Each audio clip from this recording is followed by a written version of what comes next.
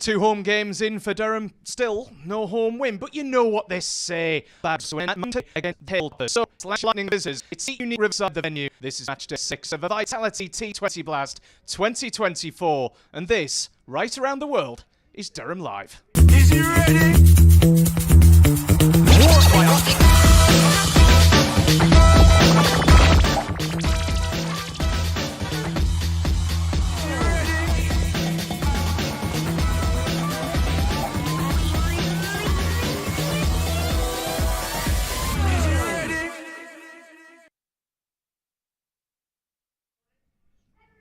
Yes, hello there, as ever. We say this seemingly every single week, but wherever you are watching, whether it's here, in the UK, in the rain, probably, whether it is exclusively live on Fancode in India, or whether it's somewhere else around the globe, and hopefully you're enjoying some sunshine. Hello there, and welcome along to Durham Live, the only place where you can catch every single second of Durham's white ball cricketing summer, which is a bit of a strong word, and certainly the only place where you can catch every single second of today's game. Match day 6 of the Vitality T20 Blast 2024. It is the North Group tabletoppers in town, Lancashire Lightning. What an easy opportunity to pick up Durham's first home win of the season. As you can see, we are oozing confidence in our Daffer News studio today. And as ever, I'm Andy Sixsmith, and as ever, you can catch up for the first half hour or so building up to the start of this one at 2:30 UK time with special guests in our Daffer News studio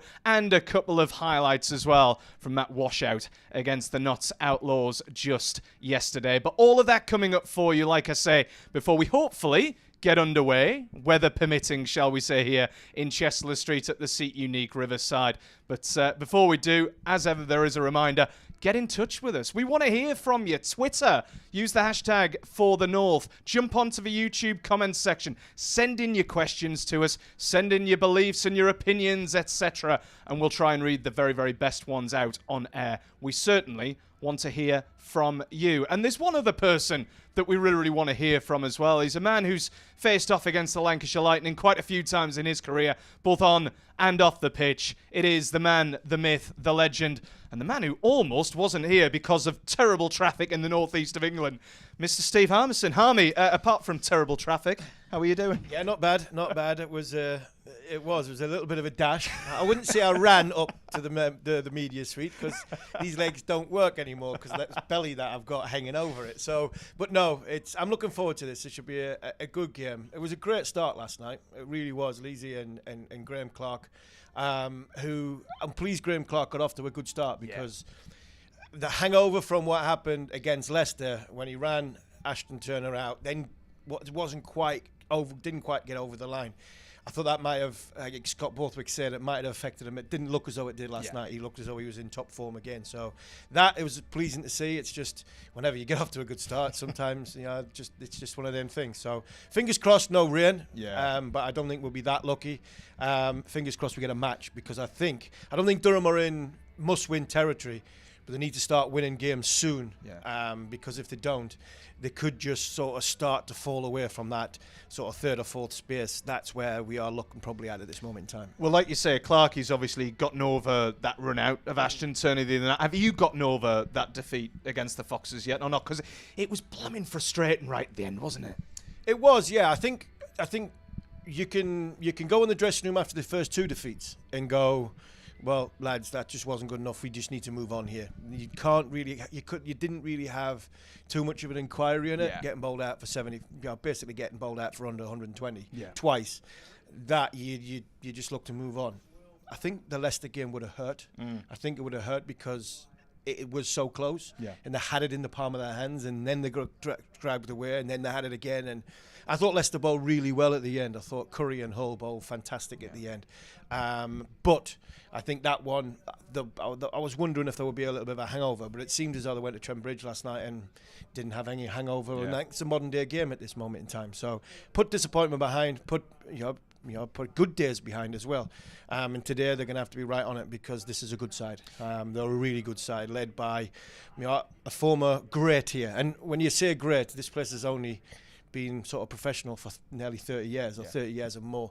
And Dale Benkenstein, who's coach of Lancashire Lightning, he is a Durham grit. So it's fantastic to see Benke here, but hopefully he not at Blackpool.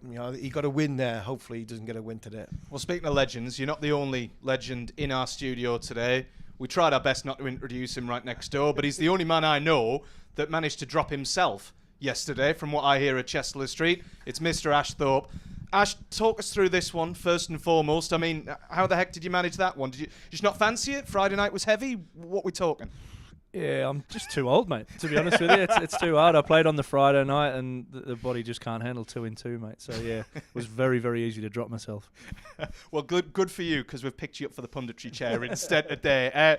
Hami said how much he's looking forward to it. How much are you looking forward to it? Bearing in mind the dark clouds that we're watching over Chester Street at the moment. Yeah, I mean, I've probably got the best rain detector in town. Coming off from the pitch report, there was a few spots of rain out there, but nothing giddy yet. There's a few clouds out there, but hopefully we get some cricket in today, and it's important that Durham get a win. So we'll make a mental note of this one. If we do need a rain detector, we just send Thorpe out, and just to feel those raindrops on the top of his head. Before we come on to Lancashire, and before we come on to the pitch report, indeed, obviously the weather wasn't great down against Notts Outlaws yesterday. Are we a little bit surprised that we've made it through 2 home games without mentioning the dreaded R word yet, Army, or not? Probably the way the summer's gone. Yeah, we're in June. The last sort of 3 or 4 rounds of golf I've played with a woolly hat and a big coat on. So I thought we were going to get through this pre-match without mentioning golf, you know. No, I was. It's.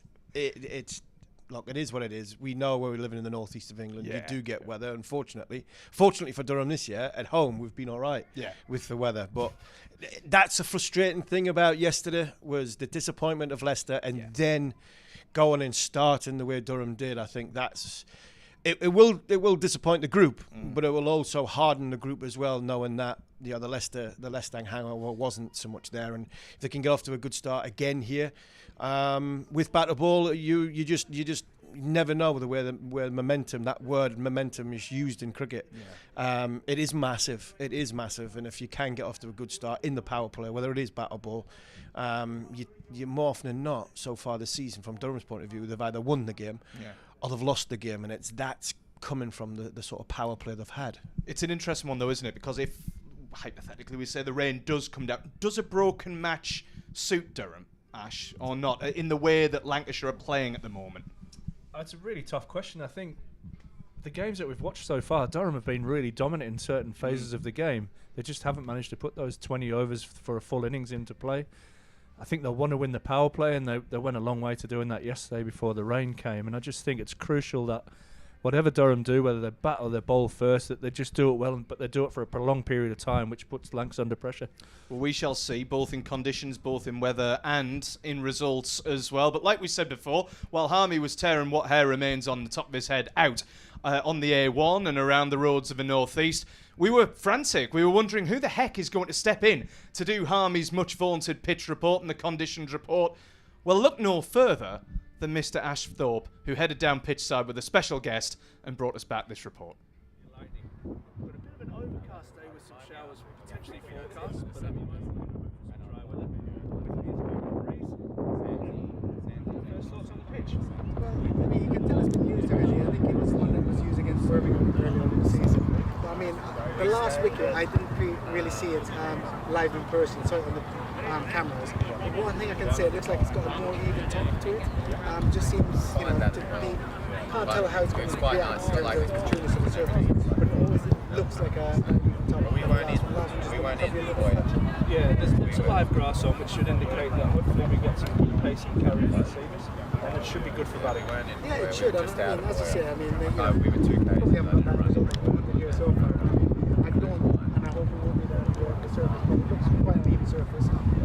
So hopefully we'll get a good game on tonight. Absolutely. So we're on pitch 8 today that Vic and the team have prepared, which is 2 over from pitch 6, which the Leicester game was on. We've got a breeze that's coming over the pavilion side, so from the east across to the west. Pretty big boundaries either side, so any particular end that you as a right-hander pick? What was the attack from? Well, I think, nowadays they hit much bigger than I do. I only got a singles round bit. But for me, you can tell me what's the wind might come into play later today. I think obviously hitting the scoreboard end will be what you're looking for. So they might be looking to try and finish the guys hitting into the wind if they're left-handers at the back end, right-handers at the back end of the thing. I think you might want to ball the spinners again, turning into where they're getting hit. But for me, the spinners have gone really well. Looks like a used surface, so Durham will probably be quite happy with it. Last question, mate. If you won the toss, what are you doing? I think it's a tough one, but I'd put him out first on the spin attack on a used wicket, and then try and use the spinners later. Brilliant. Thanks to Gareth Breeze. So kick off, 2:30, first ball. Let's hope we get a full day's cricket. Well, breezy by name and breezy by nature, Gareth Breeze joins us in the studio after it was a little bit windy pitch side, but as you can see, pictures on the screen right now, the coin toss has already taken place here at the Seat Unique Riverside on match day 6 of the Vitality T20 Blast 2024. Good news if you are a Durham fan. Durham have won the toss, and finally Alex Lees has decided to listen to Steve Harmison, and Durham have decided to have a bat as well, which could make things very, very interesting. We're back here in the Daffa News studio, sheltering from the wind, sheltering from the impending rain, if it was to happen in the next half hour or so. Breeze, you've been pitch side. Talk us through it. What are the conditions like, apart from it being a little bit windy, shall we say? Yeah, well, I think that's going to play a part tonight. It doesn't look like the biggest boundary towards the scoreboard end, and the wind is actually howling towards that end. So I think tactically, the captains will have to use that with the ball, and also it might be something that's targeted with the batters. Harmy, as we always say, it's a good toss to win. There's always a good toss to win, but a good decision from Leesy to bat. Yeah, I think so. Off the back of last night, it is. You've gone and you've opened the power play and blasted it. No wickets down. So I think that is a good sign that Leicester's out the way. So, look, it's only a good toss to win if you actually do the first bit right, and that is the initial power play. Yeah. And I think whichever way you do, bat or ball, you have to hit the ground run and start them. As I say, you set the tone, and I think that's important from Lees and Clark, who did it yesterday. So they're a good side. They've got some excellent performers. They've got a very energetic team, has Lancashire Lightning. You've got Saqib Mahmood, who's coming back from injury, England international, who I think who will play for England again. Keaton's back, Keaton Jennings is back. Great to see Will Smith, another legend there. Captain the 2009 championship winning side. He was obviously match referee in this game. So Durham galore here today, but hopefully the weather stays fine. And I think batting first, I think sometimes can cost you when it's raining, because when you're batting second and everything gets reduced, you see the game as it is. So Leesy's obviously looked at the forecast. He's trusted whatever app he's got on his phone and gone, right, I'm believing in that one. There's not going to be as much rain, so I'm going to bat first and we're going to get runs on the board and squeeze the life out of Lancashire Lightning with our slow bowlers, and hopefully, like what Breezy said, we can utilise the sort of shorter boundary with the wind. Without getting all promotional, we were discussing this just off air, and I mean, there are so many different apps for the weather out there these days, and so many different apps are telling us different things about the weather. I mean, the one I was looking at before was no rain whatsoever. Then I walk in here and someone turns around and says, Andy, it's thunderstorms all afternoon. Thankfully, it's not raining at the minute, but in cricket, which one do you go for, guys? Breezy, which one do you look at? I think it was one of the hardest things I found coming over from the West Indies, because most of the times in the West Indies, despite what England went through in the first game, most of the times you turn up for cricket, you basically play all day. Yeah. And I think that impact of that stop-start all the time, and how it, for a long season, sometimes you, oh God, I want a day to be rained off, that kind of thing. It does affect the psyche, I think, a little bit, and I think you want to be able to just go out and just play, and whether not necessarily be a part of it. Yeah. I think tonight Alex Lees, along with the fact that we're on a used wicket, has basically just gone for the fact that, look, this is the surface I'm playing on. Yeah. Not going to depend on the apps. I'm just going to basically play what I see in front of me. Yeah, he probably does right. Yeah, I think from the weather point of view, you just trust your own, especially here, you trust your eyes and think, well, 20 minutes is going to rain. That's it. Because if you look at apps and you look at the TV, I mean, some of the weather people couldn't get yesterday's weather right. Yeah. So it's. When you look on this ground, there's many times I stood at fine leg, and Muchie will tell you as well when you say, how you going? It's going to rain. It's going to rain, yes. Is that it's going to rain? I hope it rains. And you're hoping it rains. And then you look at it and go, it's raining there, and it's raining behind me, but it's not raining here. Why? It misses a hell of a lot here. It goes down the river and it misses. So there's 18 years experience sitting here watching clouds up there. So when it rains, you go off, and you're thankful that you go off. But I think important that Durham try and get as much game in as possible, because, like I said at the top, it's not quite last chance saloon, and it's a must-win game. But I think the way the form's gone, I think it's getting close to it. I have to say, we're doing an absolutely tremendous PR job for the North East of England's tourism board, aren't we? Like right now, turn around and say the weather's always awful. It's a beautiful place to come. So if you're watching this somewhere in, I don't know, St. Lucia, if you're watching this in Estonia, wherever you are in the world, come and visit the North East. It's sunny 364 days a year. A Jamaican moved here. So. Breeze is the perfect example. To be fair, it is. It's one of the best places in the world to live. Just don't tell too many people, because we don't want too many people coming up here. Now, the coastline in the northeast of England is fantastic. It's a bit like Cornwall and Devon without the sun. It's beautiful beaches. You just don't want to tell too many people. It's a bit late for that, isn't it, considering we're going around the world with this one, but never mind. Listen, focusing back on the cricket then, guys. We've talked about the pitch, we've talked about the conditions, and we've talked about Durham winning the toss and deciding to bat first. What is a good total, then, on this pitch, given the pitch that we're playing on today as well, Harmy? You're probably looking... Look, I think if you get 160 at Durham, you're always in the game, because of the size and the sort of diameter of the field. And, if you're smart and you can chip it into areas, and you can run well here, and that can make up for the lack of boundaries. If you've got bowlers that can run up and hit the pitch, there's always something there for you in and around that sort of 5-6 metre mark. So I don't think it's a 200 ground, a 200 pitch. Yeah. You can get it if you bat well and you bat smartly, but I think anything over 160. What was the Birmingham Bears game that was here? That was a reasonably Durham just didn't even get started in that game. Yeah. But if you go and you look at that, I think if you get 160 here, batting first, you always feel as though you've got a chance to win in the game. Especially against Lancashire as well, Breezy. I mean, 160 would probably snap your hand off for that if it was off. Yeah, I think you would. And I think the good thing about the T20 format is that although they're leaders and they're playing really well, I think anybody can beat anybody on the day. Yeah. And I think that's something that we've seen around the world, regardless of what opposition you're playing against. I think, as Harmy said, though, that most of the totals here predominantly have probably been around that 150 to 170 mark. Don't think Durham has ever been like a 180 plus in T20 totals. So I think anywhere around there make it really competitive. Well, we shall soon see, because the start of this one is about 18 minutes or so, approximately anyway, away for match day 6 of the Vitality T20 Blast. Lancashire Lightning, the visitors, taking on Durham, of course. But as the boys have mentioned, there was a partial game yesterday against the Notts Outlaws down at Trent Bridge, and while the North East is beautiful in terms of its weather 364 days a year, it's not necessarily the case down in Nottingham, as these highlights are going to show of a quick 5-over affair midway through the day yesterday. Yeah, comes in from this Radcliffe Road end. We're going to get underway, and it's a poor ball to start with. Crikey me, it's a wide, high, full toss, which Graham Clark has just slapped away through. He's a left-hander, of course.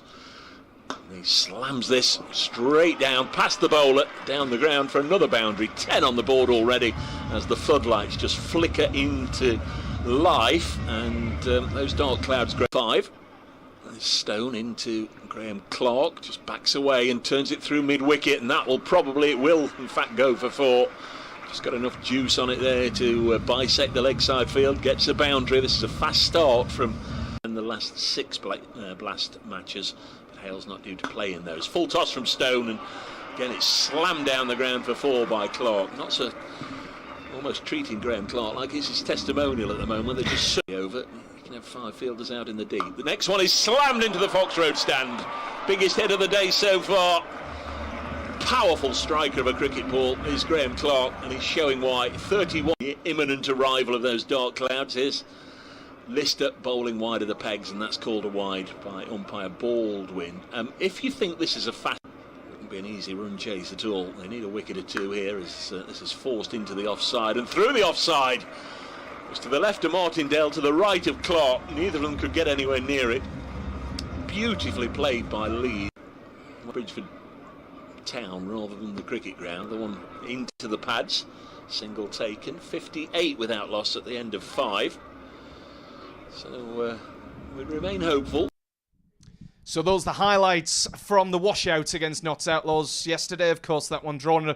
Massive apologies to George Lister. We've done him right dirty there with that awful wide that he bowled up against Graham Clark. But as you can see on the screen right now, we have the starting lineup for your Durham side taking on Lancashire Lightning today. Pretty much unsurprisingly, gone unchanged there, which means that Ben McKinney, I suppose you can say that he's hopefully going to make his actual debut today rather than just sitting in the stands. Great to see that. And obviously you've got that opening partnership of Alex Lees and Graham Clark. Durham have won the toss, have decided to have a bat. They looked such good nick, didn't they, against the Notts Outlaws just yesterday. Be really interesting to see how they go against the table toppers Lancashire Lightning today.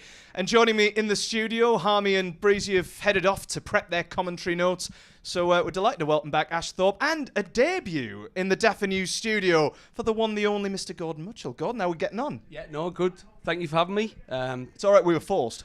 But no, I did. It was like the good old days driving in. There was a few pre-match nerves, but looking forward to getting stuck in. You don't need to have any nerves when you're alongside Ash Thorpe, do you? No. He's promised me he's going to look after me.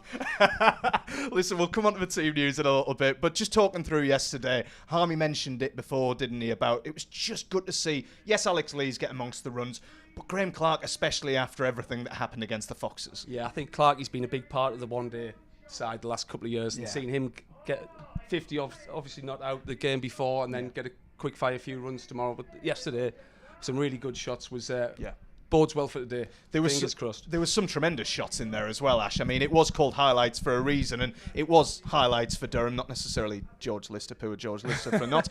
But they did look in good nick, didn't they? Yeah, it looked a good pitch. First of all, the ball looked to be coming onto the bat really nice, and they played some strong shots, didn't they? You know, Clarkie, if it's full, he's really strong to drive, but he loves to pick that ball up off his hip as well, and hopefully we'll see more of that today.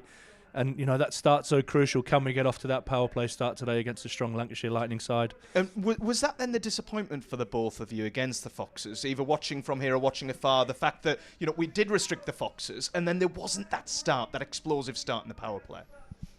Yes, I think so. I think obviously you want to get off to a good start in the power play. It sets the tone for the rest of the innings. But as we said, I thought Clarkie hung in really well there, and the game was there to be won. Just those little things didn't quite go away the other night. So hopefully they do this afternoon, and we get the first win at home. So how much confidence do you reckon, even if it was just 5 overs, how much confidence do you reckon that gives Leesy and Clarkie going into today against a admittedly strong seamer lineup for Lancs? Yeah, I mean, there's nothing like going out there and hitting the ball in the middle of the bat, and those two did that yesterday. And, you know, they'll be looking forward to trying to get that start. And that might have been a reason why they've won the toss and decided to bat to carry on that momentum from yesterday. Yeah, so they're opening up. Obviously, I mentioned it on air just before, about 2 minutes ago. Great to see Ben McKinney in there as well for a T20 debut. Yeah, that's great. I was lucky enough to go down to Scarborough for a couple of days with Will Gidman last year. And just the way he hit the ball in the warm-ups and things, it was just made a different sound. And I'm really excited to look to watch him play. Yeah. And obviously, like Breezy mentioned earlier, with the shorter boundary on one side, obviously having the left-hander makes it a bit more easier to attack that short boundary. Well, I'll tell you what, you were mentioning Scarbados right there. Harmy was just saying off air that his family are currently down at Flamingo Land, and the hailstones have come down. Torrential rain down there. Let's just hope that doesn't reach us here at this unique Riverside this afternoon, and we do get a full 40 overs in. Looking at Lancashire, then, Thorpe, I mean, there's not much to say, really. The poor team, poor T20 outfit. Not got much going for them, really. Yeah, they're average. We'll probably bang them in twice and win outright. They're going that poorly. But you've only got to go back to that first game of the season that we had against them on a pretty good Old Trafford pitch. What surprised me is that it was young Aswinwall. He basically bounced Durham out, you know. And you're talking about Ashton Turner and people like that in the team. And they used the short ball really well, so that'll be fresh in their memory banks as well. Yeah. So it'll be interesting to see what their attack goes with today. What's the strongest for you, just looking from the outside in here, Gordon? What's the strongest part of that Lancashire team? Because, I mean, it's got strength and depth, bearing in mind that they've got a few away with the T20 World Cup as well. That's it. I think they cover all bases, don't they? They seem to be a well-drilled team. I know Harmy's already mentioned Dale Benkenstein's leading that side. Keaton Jennings, who didn't play the first games, back in. And as I said, they just look as if they all know the roles, and obviously they've got off to a winning start. So hopefully we can put the brakes on today. We've talked about Clarkey and Leesy, obviously, but one batter who I'm really remiss to mention today, because I think we put the mockers on him against the Foxes, is obviously Dave Beddingham. You know, a tremendous season so far. Didn't quite go to plan against the Foxes, but he got an absolutely awful ball on the pitch. How big a game is it for him today, just to start up again, Thorpe? I think when you're in the form that he's in, he'll put that right to one side and just go out there and hit the ground running again. I mean, you look at the way he's batted over the last 18 months, and I keep saying this, he seems to be batting on a different pitch to everybody else at the moment. And long may that continue, especially for us Durham fans. Yeah, I mean, what do you reckon him, Gordon, just from what you've seen of him this season in all formats as well? Yeah, I mean, I haven't seen an awful lot of him, but what I have seen, he just looks as if he's got his game in total control. If drop is short, that pull shot's just as good as I've seen. Obviously, was lucky when I was a young lad to go and watch Ricky Ponting play at the Wacker. And it reminds me a little bit of him, the way he just, if you bang it short, it's gone. Yeah. And as I say, he's just simple.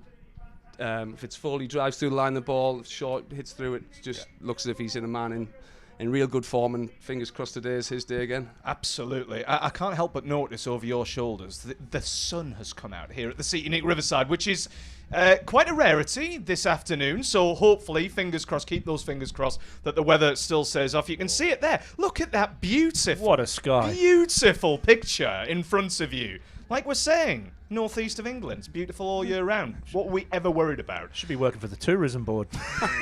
Not after we panned it just before, Thorpe. Unfortunately, I would have been sacked pretty quickly from that one regardless.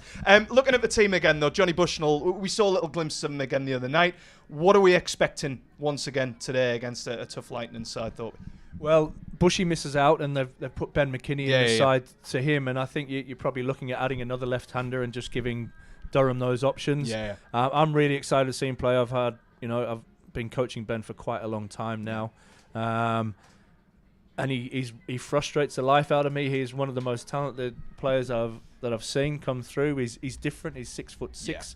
He's a brilliant athlete, and he just needs to start putting that potential into performances, and I think we'll see a bright future for him. This is why we have you in the punditry chair, to get the presenter out of holes like that. Obviously, my eyesight is just letting me down on Father's Day today, even though I'm not a father. But necessarily, thank you very much, Thorpe, for going really easy on me with that one. But yeah, great to see that team in there for Durham. We shall see how they get on. Gordon, you've kind of been around, obviously, today. Have you had a chat with a few people, or not, around the Seat Unique Riverside? Yes, obviously when Thorpe and Breezy did the match report, Dale Benkenstein was over speaking, so I managed to catch up with Dale, and then Keaton Jennings came and had a chat. He was running down that far side. He's an intelligent man. He was definitely running downwind, and he was looking very fast. It's great. And obviously, I didn't realise Will Smith was here as well, so it's really looking forward to today, catching up with some old friends. It's crazy, isn't it? It's like a Durham full-on reunion, isn't it? The Riverside today, Thorpe? It's beautiful. I mean, it's Father's Day, and we've all abandoned our children, which is brilliant. Just to catch up with some former teammates and stuff like that. But that is the beauty of coming down to the Riverside. You know, you do see old teammates and a lot of people that you play club cricket with and against, and the cricket community is alive and well in the northeast. You mentioned that as well. I mean, we're expecting a decent crowd in on a Sunday afternoon here in the UK. I mean, it is Father's Day over here.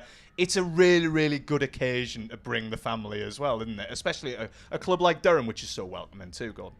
Oh no, definitely. It's always a pleasure to come here, and I think the atmosphere is always really good. Obviously, they've got the pizza oven and the bands playing and all that sort of thing going on around the Moxie beer truck as well out there. Ross Quinn's one of my friends who runs What a plug. So I better give him a bit of a plug. Thorpe, he's out of his seat here. He's gone. You're on your own, fella. Like, I must admit, it's not necessarily for the kids, the beer truck. But no, I mean, it always brings a smile to my face when I come here. So fingers crossed the sun stays out and we have a win. This is literally what I'm doing now. I'm just literally holding out to hear a producer say, Andy, you can go off air now, so you can head down to go and enjoy, a drink. You can go and enjoy a little bit of food or anything like that. But we're about a minute away from handing over to the commentary team now. What's the final words going on in there? Because, like we say, it hasn't been the greatest start at home on the pitch so far. What are they saying before they go out there? Yeah, for me, it's just, can we put that that performance together for longer periods of time. I Yeah. think we've dominated certain periods of every game that we've played in, but we just haven't put enough together to transfer pressure back onto the opposition. So for me, can we win the power play to start with, and then can we build that partnership to have batters in at the end to go hard and give us a score that we can defend? So as the countdown to blast off starts, that 60-second countdown here at the Seat Unique Riverside. Final thoughts, gents. How is it going today? Howie Gordon, what are we thinking? I think we're going to win with 2 overs to spare. Oh, you can come Ball back amount. more often, fella. Ball I told you there was positivity in the Deaf News studio today, folks. Thorpe, are we as positive or? Yeah, I think we can get the win. Yeah. Hopefully a few Durham old boys on the opposition will look after us a little bit, but I think we're due that complete performance, and hopefully the boys can put on a show for all the fathers and the families that are out here today. Well said, mate. Well said. Hopefully Durham can get the win then, and hopefully we can get a full 40 overs in as well, and the weather stays away. But for now, with 5 minutes to go until the start of this one, it is match day 6 of the Vitality T20 Blast 2024, and there's only one thing to do, and that's to hand over to your commentary team right at the start of this one. To first, Gareth Breeze, and of course, the main man himself, Mr. Steve Harmison. Yeah, thanks, Andy. Welcome to the Seat Unique Riverside here in Chesley Street. Look at the sun, it's shining. And the problem is, it's what's behind the camera at this moment in time. There is a little bit of rain forecast. I do have to warn everybody at home, there is a little bit of rain forecast, but hopefully the wind's up, and because the wind's up here, it normally blows it straight through. So fingers crossed for a full T20 game. Umpires are now walking out onto the middle, followed by Keaton Jennings, the Lancashire Lightning captain. There's a guard of honour by the little mascots, the young kids. I'm not sure what age group that is. It looks like under 6s or under 7s. The 2 mascots, Chester the Lion is there waiting to grab a quick high five with the Durham captain. Alex Lees, he's won the toss. He walks out alongside Graham Clark, and Durham are unchanged from a team that played at Trent Bridge last night. That's Clark, Lees, Beddingham, Robinson, Turner, Rain, McKinney, Coughlin, Potts, Parkinson and Souter. And Lancashire Lightning, where they're flying, aren't they? They've played 6, they've won 5, they're 10 points from there. Them from the Blast so far this season, and again, they are strong. No Tom Aspinall, who was a damage in the first game of this T20 Blast. He got 5 wickets in that game. He bounced Durham out, as Ashley Thorpe said a little bit earlier. But there go with Bohannon, Wells, Jennings as captain, Bruce Hurst is the wicketkeeper, the evergreen Stephen Croft, Balderson, Green, Luke Wood, England international, Brotherwick and Saqib Mahmood, another England international. It is a picture here at the Seat Unique Riverside. Luke Wood just going through his final preparations, and alongside me is former West Indian international and Durham legend Gareth Breeze. Breezy, it is a lovely day. It is a little bit cooler out there. You were out there this morning, you've seen the breeze going towards the what we're seeing on the screen now, towards the right of the screen. It's going across the ground, and Luke Wells be looking to try and get some swing early doors.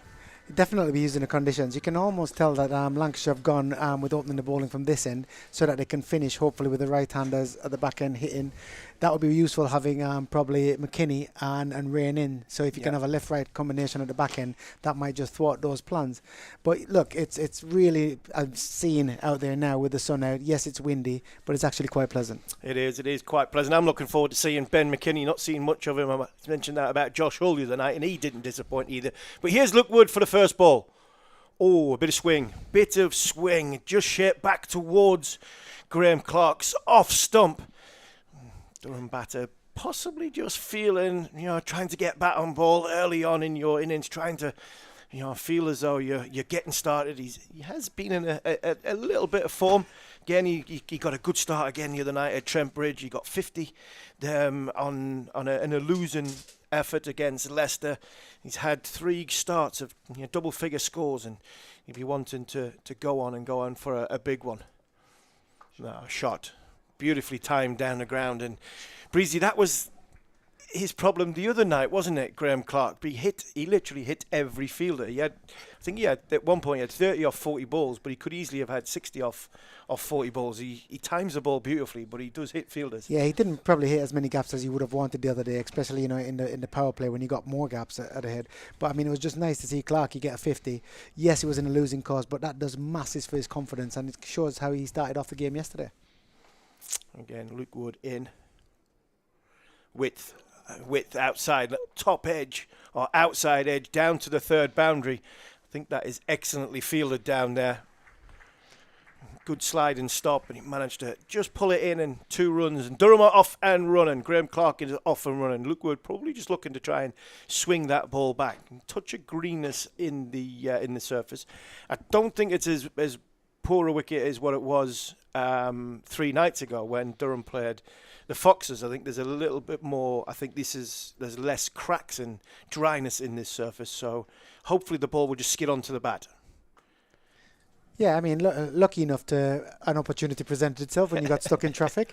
But, you know, enjoyed the pitch report with Ash and seeing the actual surface. And it does look a much better surface. Look, I mean, you can't guarantee how it's going to play, but it just looked like a smoother top on it and more even with the grass coverage. It was just a little bit patchy the other night. So hopefully that transfers into how it plays tonight. Yeah, the patchiness the other night was that there was a lot of cracks, but there was a lot of dryness around the cracked areas, which I think it led for a bit of inconsistent bounce in the surface. This one looks a lot better held together. Again, with shot, great shot from Graham Clark. Luke Wood trying to get the ball to come back into the right-hander, and it's a little bit of width, and Graham Clark's not going to miss out on that. A beautiful shot. Yeah, well, you know, as you say, when you get those loose balls, you don't want to be hitting the field, as you mentioned about it against Leicester. But just touching on that again, I think sometimes that's what happens. You know, leading into that Leicester game, he probably hadn't had the scores that he wanted, and now he's probably just, you know, a little bit more confident. Yeah, confidence, you know, always builds when you access the boundary, especially early in your innings. 5 balls into it now. That one swung back just a little bit. I think it held in the surface as well. So, as well as there is a boundary, it's a good over for the Lancashire Lightning. 6 from it. Luke Wood bowling the first over of this contest. Graham Clark managed to get all 6 balls, and he's, you know, a 2 and a 4. But positive start from the Lightning, but also, you know, positive start from Graham Clark as well. It was a nice boundary. Yeah, I mean, you look at there's been a lot of talk about the surface, but you think about the second ball, drove crisply to mid-off, then he's played a nice back foot punch through the gap for 4 there. So far, I mean, nothing, you know, in terms of demons from the surface. It just looks like there's a bit of swing, which you'd expect with the new ball and left arm seam, especially with these conditions. So hopefully it keeps going like that. Yeah, a bit of swing. That's what Luke Wood will be looking for. Saki Mahmood is going to bowl the ball. Both the first over and from the opposite end that we're at, Saqib Mahmood, England international, both on the West Indies tour, that dreadful West Indies tour a couple of years ago. Actually shot straight down the ground, over the top of the man, slip in place, and now coming straight out. Saqib Mahmood, a loosener there, just to giving Alex Lees a bit of width, and the Durham captain opened up beautifully over the top. He's not got any questions about the surface. No, none whatsoever. First ball, he's listening to you, Breezy, before. Not many people do, Harmy. But, yeah. No, it was an excellent shot. Just give himself some natural width. Just opened his sort of right hip up so he could get his hands through the ball and got width off Saqib Mahmood. This time, better area from the Lancashire bowler. Quick single, throw at the stumps. And good backing up. Good backing up. They're a younger side, the Lightning. Very energetic. Well marshalled by Keaton Jennings, somebody who we all know well here at Chesley Street, brought up through Durham's academy, left when Durham had a little bit of a troubled time when, from a financial point of view, there was 4 or 5 good young England players had to leave the club, but you know, in the last few years, Tim Bostock, Marcus North, and now Ryan Campbell are bringing the good days back, and a few 1 or 2 players have come back, but Keaton Jennings went on to play for England, and he's now captain of the Lightning, who is standing at slip, 3rd inside the circle, you know, cover point, man at sort of deep point outside the ring. That one there pitched up again, and good positive movements from Clark.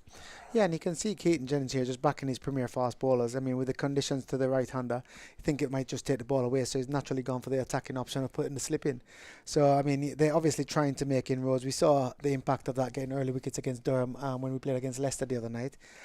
So I think that's what they're going to look to do, try and get into the batting lineup, hopefully during this power play. And Keaton Jennings knows Graham Clark very, very well from them academy days, and knows that Clark's got harder hands, so probably why he's got slip in. Pitched up, that's a good shot through mid-wicket. That's a fantastic shot from Graham Clark. This time just over pitched from Saqib Mahmood. It is going into the wind, but timed beautifully into the gap. He's hit that, and he's also managed to change the field, so they've got rid of the slip here. So obviously they think that it's a decent surface, and they're probably going into a little bit more of a defensive mindset, which is probably early doors, you'd say. Yeah, just looking at this field, you've got 2 men outside the circle, remember, inside the power play. It's 6 overs of power play and 20 over match. 2 fielders outside the circle, 1 at deep square leg, 1 at deep point. Mahmood in again. This time, ball just bounced a touch because of the big shot and the previous ball.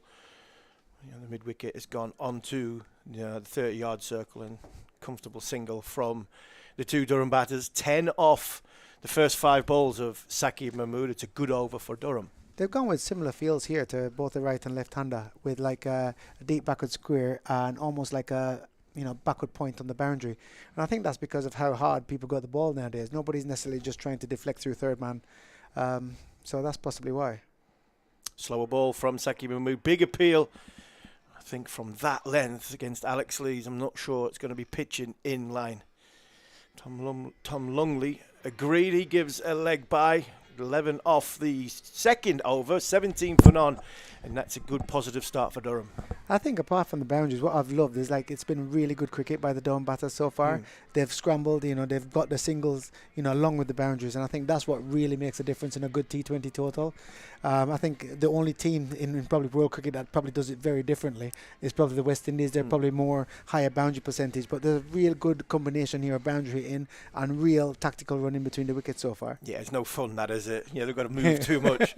The West Indians are champagne Charlies who just love to hit boundaries, in it, 6s and 4s, not interested in running singles, especially the likes of Andre Russell and 1 or 2 others. But in comes Luke Wood again.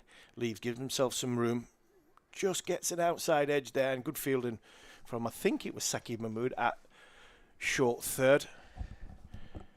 Again, another good single here. But, mentioning the West Indies, geez, I mean, when you see how people are hitting the ball nowadays in world cricket. Why would you run? And I think that's one of the things. Sometimes, you spoke the other day about having the big boundaries when we used to play here. And I think also having an understanding of what you do well and what, really keeps you in the game for a long time. You saw like Sherfain Rutherford the other night, really left it till last. Then he scored 37 in 2 overs. Yeah, it's absolutely short ball from Wood, and that's a free hit really for Graham Clark. I think he's rolled his fingers across the seam, so I'm not sure it was a proper bouncer, or he didn't quite complete his action, but it just seemed to sit into the pitch. Didn't really come off as well as Luke Wood would like, and Graham Clark could easy access that over the top of mid wicket, and it's a good welcome boundary and pressure on the bowler early in the power play over. That's one shot he hasn't really struggled with the short ball. I mean, he played that, with this disdain against Leicester the other night. Probably the twice he played it, hitting it for 6. And then last night you saw him picking up a couple off his hips too. So he's really comfortable with the short ball, Clarkey. It's better length from Wood.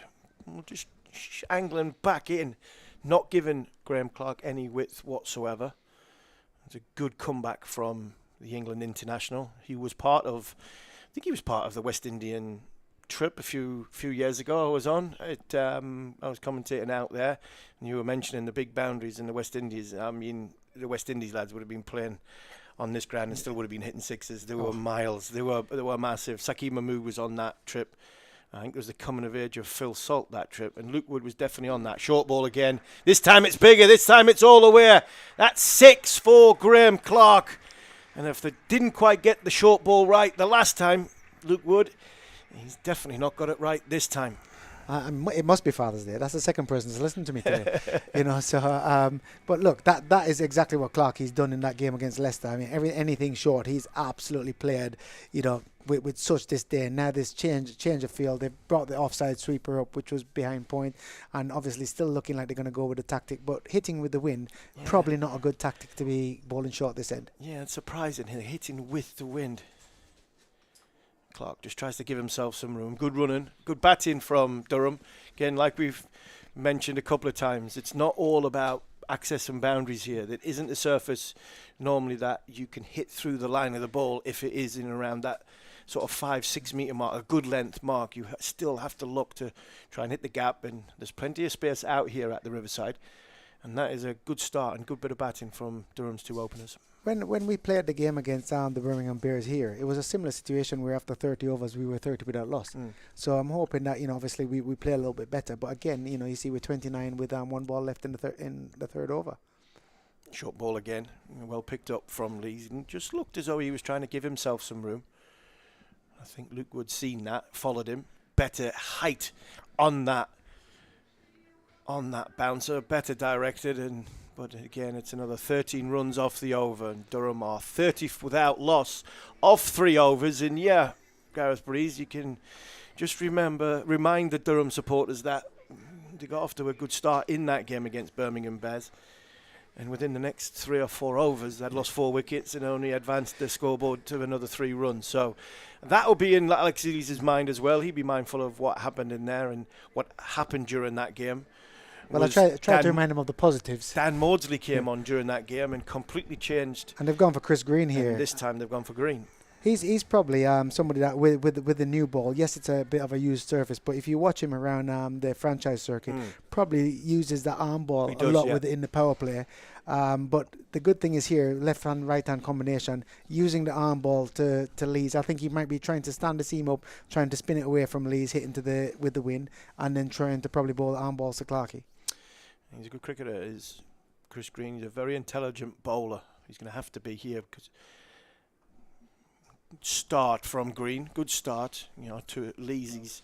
Alex Lees' leg side is the so what Alex Lees looks for is possibly that slog sweep. He likes that slog sweep, no matter what type of spinner, he likes the sort of pull in front of square into the leg side, and if he does that today from this end, that is with a very, very strong wind.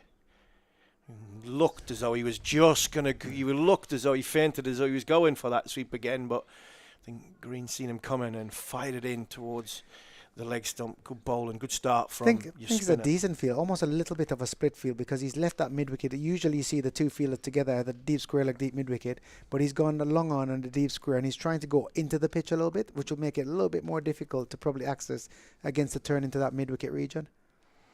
Yeah, the fielder on the leg side on the boundary he's in a little bit of no man's land, really. Lees knocks it down the ground, and Chris Green just fell into Graham Clark. He puts his hands up and he apologises. He's in no man's land, really, on that leg side. He doesn't seem to be at deep square. He doesn't seem to be out. It's just in front of square. I think what he's looking at here is that if he was to play with more of an upright bat into that mid-wicket area, because it's a used wicket, he might be able to access the leading edge. So then the sweep might come into the game a little bit more. So I think he's tried to protect more the sweep than the slog into that mid-wicket area. The hard sweep. He's looking after the hard sweep and hoping that the pickup will he's got his man in at mid-wicket. Different to Clark, right-hander. And that's a wide down leg side. Just try to bowl that a little bit quicker. He's definitely got away with that round the wicket. Yeah. Square leg and 45 in the circle with the long on and deep mid-wicket, and Clarkey just missed out on that. Yeah. Graham Clark's leg side is into the wind. It's in towards the change room area, and it's not really put him off. He's gone for the sweep. Mix up in the middle, and wrong end was thrown. 2 batters were in the middle. It was an excellent bit of fielding. Fantastic dive and stop by Balderson. But as he's tried to throw the ball, when he's lying on the ground, he hasn't seen that Graham Clark and Alex Lees are more towards the wicketkeeper's end, and if that had gone to the bowler's end, I think Durham might have lost their first wicket. Green in again. What's that? 3 off the over so far. Good over in the power play. Lees down the wicket. Strong shot, but well fielded. Looking, just sense when this happens. From a batter's point of view, you're wanting to access the boundary because you're still in the power play and the spin bowler's bowling. I think sometimes it's just one of those things, you tell the spinners are going to probably be impactful on the surface.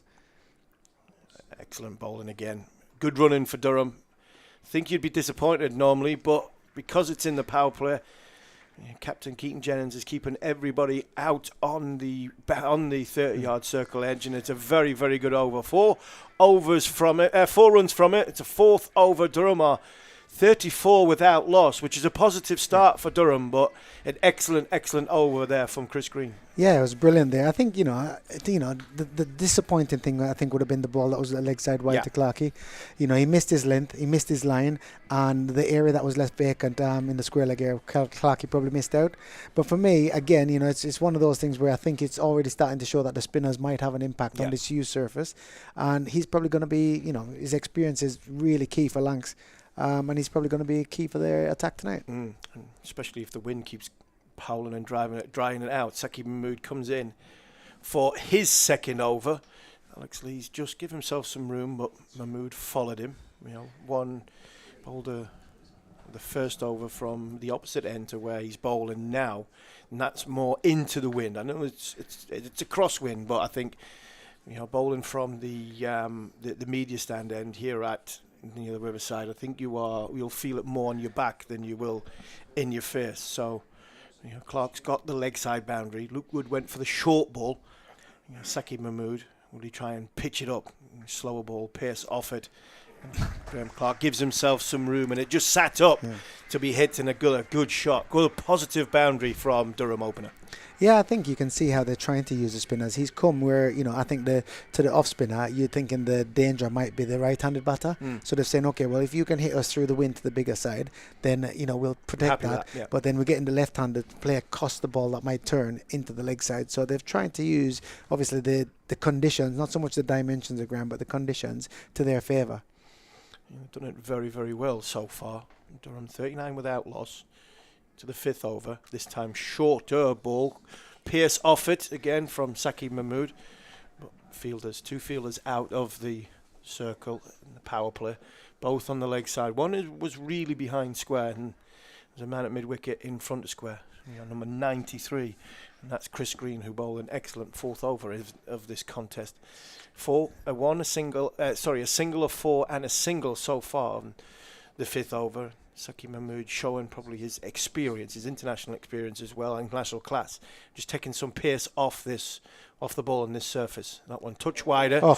Luckily to reach it, and he just got an under edge on it, did the Durham captain, and that flies away for four. I think physicality played a part there, because I wouldn't have gotten that one. But no, really, really good from Leesy to get some bat on that, and with the third man area vacant, pick up another boundary for the over. So a good over here. It's shown so far only one over of spin, but so far it's been easier to score off the seamers so far. Yeah, I'm not sure if you would have gotten there because of flexibility or just complete lack of height. And it took, into the fourth over for the abuse to start. Mahmood comes in again. Good start from Durham. That's a short ball, and that could be a wide. Oh, no ball, sorry, no ball. Yeah, that's given as a no ball. Steve O'Shaughnessy, former Lancashire batter, is at the media stand end. Tom Longley, former Derbyshire bowler, who is at the other end, and just signalled, did Longley, the O'Shaughnessy, a no ball, and Saqib Mahmood is going to have to bowl that one again. Again, he started positively in this over, and the last couple of balls he just let it slip. Yeah, shot. Excellent shot down the ground from Alex Lees. He's gone to try and hit the Yorker, nail the Yorker, but unfortunately hasn't quite getting it into that white line. And again, Lees is just trying to give himself some room, naturally opening his right foot up, opening his right hip up to access the ball, and he played a beautiful shot down the ground. Yeah, forced another change here, so I think he's probably going to look to go more pace off, getting him to hit. They've got a deep mid wicket now and deep square leg. They've brought third man up, so I'm assuming he's going to go more to variations, try and disrupt Lee's flow here. Yeah, expecting slower into the pitch. Yep. That's exactly what happened. Alex Lees comes out with the end of the over with a signal. 50 partnership as well between Lees and Clark. Another excellent partnership, a good stand. 1 over left in the power play. Clark has 28 from 15. Lees 19 from 15. Durham 51 for none after 5 overs. Brilliant start from the guys, picking up from last night where they left off, and here we go to bring in Mr. Thorpe and Mr. Muchall to carry on the work that we've started. Yeah, what an opening stand from Harmison and Breeze there. Muchi, no pressure on you. Welcome to the commentary box for the first time. A little bit of nerves on debut, mate? Yes, always a few nerves on debut, but a good start from the boys so far. It's Chris Fingers Green crossed. in there and tries to fire that down the leg side, and actually he's again manages to get a bat on that and will go for a single. So as we said, good start. Durham 52 on the board now without loss. And how do you think they'll attack this last over the power play, Gordon? Yeah, I think, well, the way Clarkie's played, he's played some strong shots. He's eyeing up the leg side as we speak, which is into the wind. There's a big gap at mid-wicket if he wants to drop it in there for 2. But I think he might, if he gets any width, he might try and go over the offside, and maybe he's just dabbed in that leg side for 2 if he can. Excellent stuff. So plenty of options here. Last over of the power play. 52 without loss. Clark on strike. Chris Green round the wicket. And Clark sweeps, but he can't beat the man at backward square. This is where he got a little bit frustrated the other night. He kept hitting really strong shots, but straight to the fielders. But he's off to a good start so far tonight. He's on 28 from just the 12 deliveries. He's picked up the short ball really well so far off the seamers. Again, Chris Green will come round the wicket from the Lumley end. And he backs away and he hits that big gap at mid-wicket that Gordon Mutcher was talking about and finds the boundary with ease. Excellent start from Durham. Great shot. I think these two played really well. They've jumped on anything that Lancashire have given them. Whenever they've over-pitched, they've got a big stride in and hit through the line of the ball. And as we've said, anything short, they've put away with disdain. Clark on to 32 now. 56 without loss, Durham. Clark backs away and hits this one straight and gets a good piece of it, but he might only collect the 1 there as it's Bohannon, I think, does the fielding down there at long on and gets around quickly and gets rid of the ball quickly, preventing a second. Green's the commentator's dream here with those bright green shoes on. We'll be able to recognise him. Yeah, they're a lot with the red uniform of Lancs. But yeah, probably more of his Sydney Thunder colours. Lee's poised very still at the crease. This one is pushed into the pitch and it's got a top edge, and I think the wind is going to carry that all the way, and it has. So we've got a strong breeze coming across the ground from the west. So coming from the members' pavilion across to the old scoreboard, and Lee's got a top edge on that, and it looked like it was going straight down Deep Square's throat, and the wind's carried that all the way for another 6. Good experience from the captain there, using that wind. Definitely didn't mean to hit it like that, but 6 to the total. That might be a good indicator for the way that Durham actually bowl later on in their innings and try and protect that boundary, because that's carried an absolute mile when it looked like it was actually just going to be an easy catch. Last ball of the power play, Durham 63 without loss. Excellent start. I think you'll try and take that leg side on again here. And Gordon calls it. He hits that out to Bohannon, but all the way along the carpet there's a misfield, and Clark puts some pressure on. We'll get back just. There was a bit of hesitation as Lees looked like he'd settled for a single. And just a couple of moments of hesitation between these two, who have opened the batting now for quite a while together. But that ends the power play. Durham 65 without loss, Gordon. Absolutely brilliant start. Obviously no wickets down and 65 on the board. The pitch seems to be playing really well. It's coming on nicely. And the margin for error is quite small on here. If you over pitch or you drop short, it's definitely coming on the bat well, so fingers crossed we can play this next middle period the same way. Yeah, this is where Durham need to continue to build. They don't necessarily have to go at the same rate, but to have some batters in hand at the end to launch. So you mentioned that Lancashire have all bases covered. We have the leg spin now of Luke Wells coming to the attack. He's a bit of a part-timer, but also a bit of a golden arm. So yes, you just got to keep watching these guys, because you do sometimes relax when they come on. Clark's obviously got that short leg side boundary here, so it'll be interesting to see how he plays. He comes in now and drags this one down, but into the pitch. And he's tall, Luke Wells. He must be the best part of 6'3", 6'4", so he'll try and drive the ball into this pitch. And this could be a really fascinating period of play here to see how the pitch goes against the slower bowlers. He went quite wide there, trying to protect that leg side boundary, so it'll be interesting to see how he does try and bowl this. Comes in again now from the Finkel end, and Clark decides to hit him back over his head for 6. Absolutely glorious strike from Graham Clark. He got the length that he wanted. He got under that and dispatched it over a really straight mid-on for 6. Absolutely brilliant shot. I think testament to the pitch is that he didn't try and overhit that. He just stood, stood there, took one nice stride down the wicket and put his hands through the ball, and it's flown over the boundary rope. 71 now without loss, Durham. As Wells comes in again. This one again, he drives into the pitch, but this one's hit through the covers, and it's going to take some stopping. In fact, it won't be stopped, and Graham Clark is on a roll. Glorious. That was slapped through the cover region, got the length and the width, and Luke Wells immediately under pressure. Again, set a great base there and hit that gap. He seems to be in control at the moment, Clark. 75 now without loss, Durham. Halfway through the 7th. And again, this is short, and this is tucked away into the leg side, and they will settle for the single as Chris Green does the fielding. We talked the other night, the last time we were here, we watched Graham Clark bat. He really struggled. He ran out Ashton Turner. He'd been feeling like the worst human being on the earth. And then he's turned that around at Nottingham last night, and so far this afternoon has hit the ball beautifully. 44 he's on now. 76 without loss, Durham, as left-handed Lees now on strike. So will be hitting really into the wind if he decides to go leg side, which he does, and he just pushes that comfortably out to long on, where the old man Stephen Croft does the fielding. You'll have had a few battles with him over the years. Yeah, fierce competitor, always somebody you want to get rid of when you're bowling as well. So and that catch he took in that first game was absolutely fantastic. It was outrageous. Still for an old moving man. well. 77 without loss, last ball of the over, and Clark hits this one. Doesn't quite get all of it as he pulls it out into the leg side. After 7 overs, Durham is 78 without loss. We've got Clark on 45 and Lees on 29.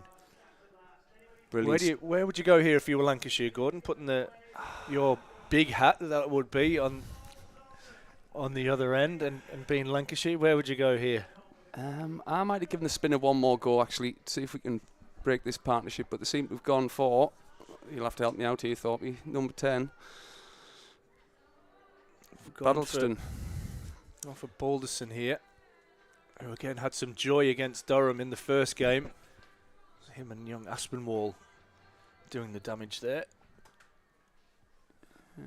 But Balderson is going to come on. He's going to bowl from the Lumley end.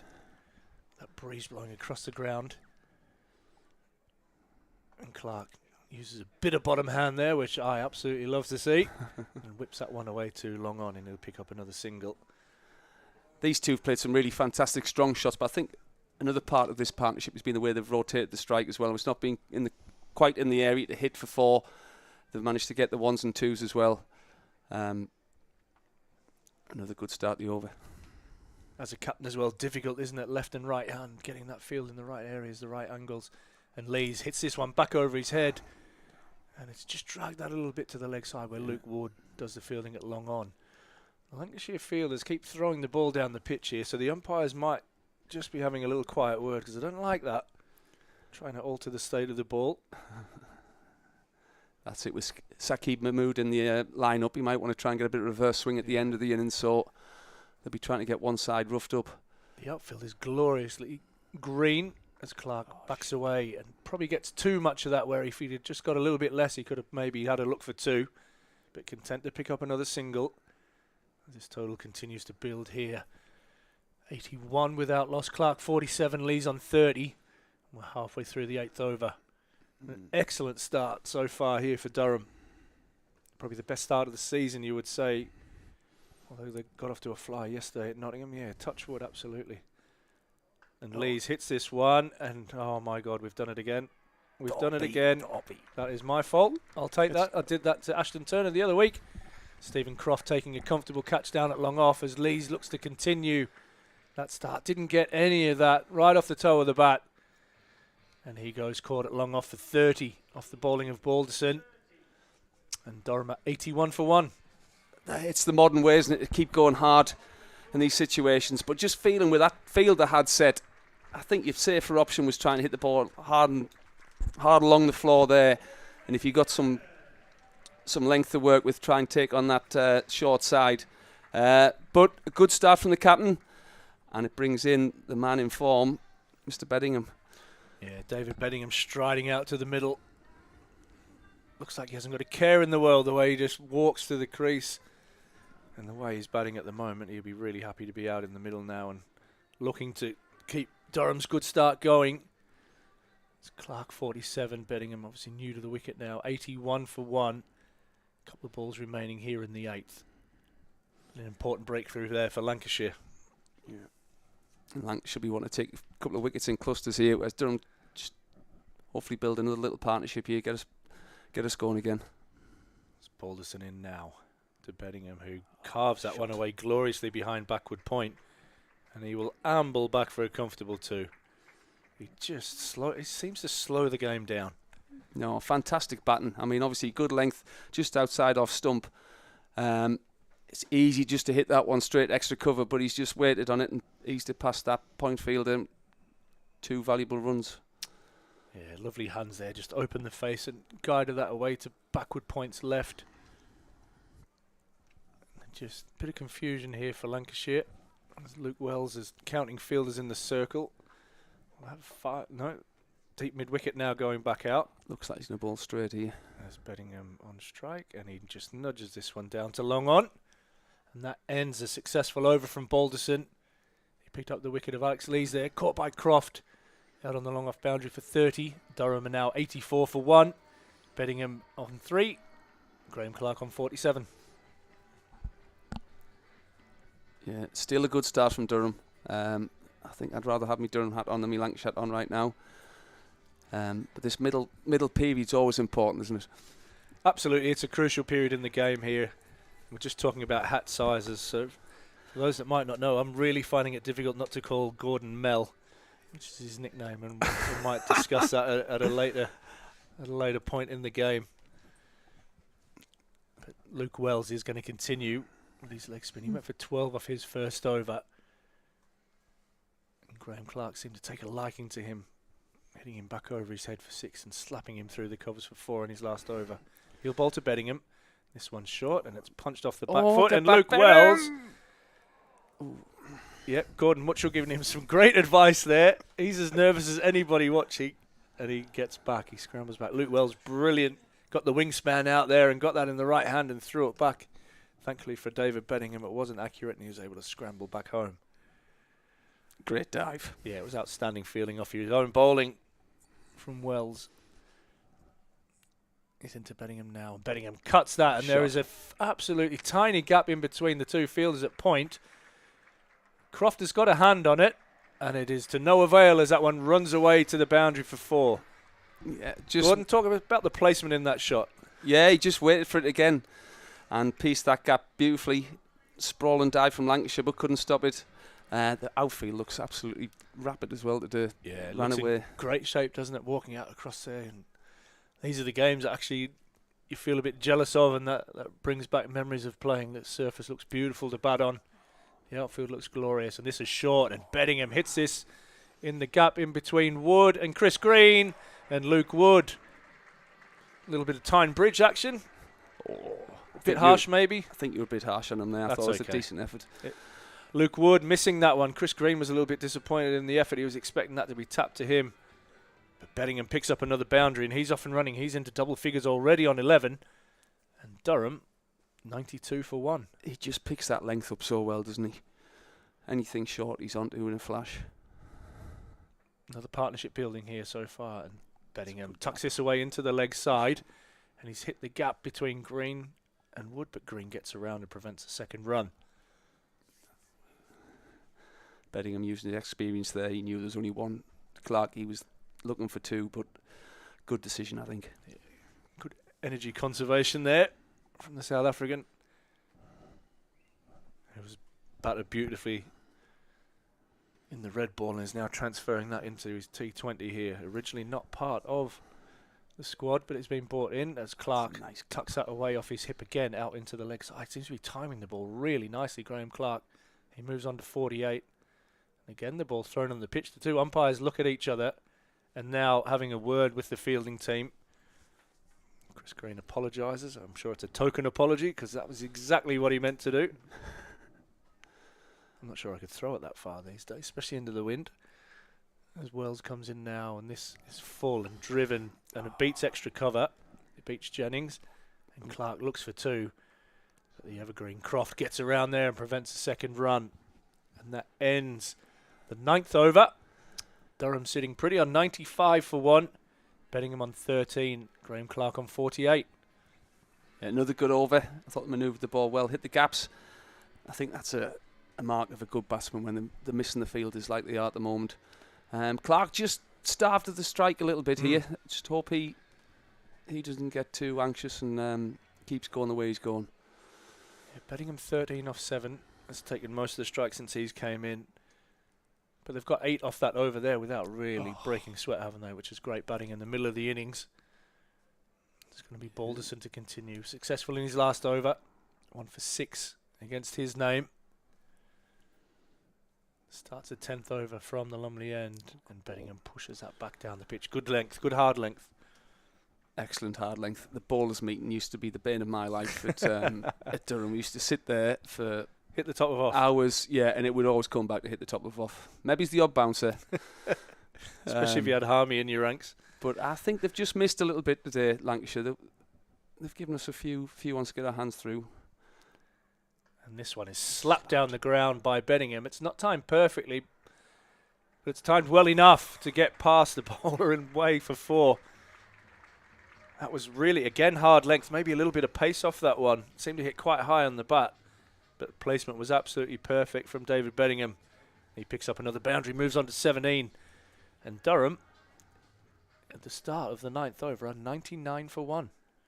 Absolutely fantastic shot again. I think he knew roughly where that ball was going to be, and that's a great gap. Wasn't maybe the easiest shot to play, but he got in a great position to hit it down the ground there from that hard length.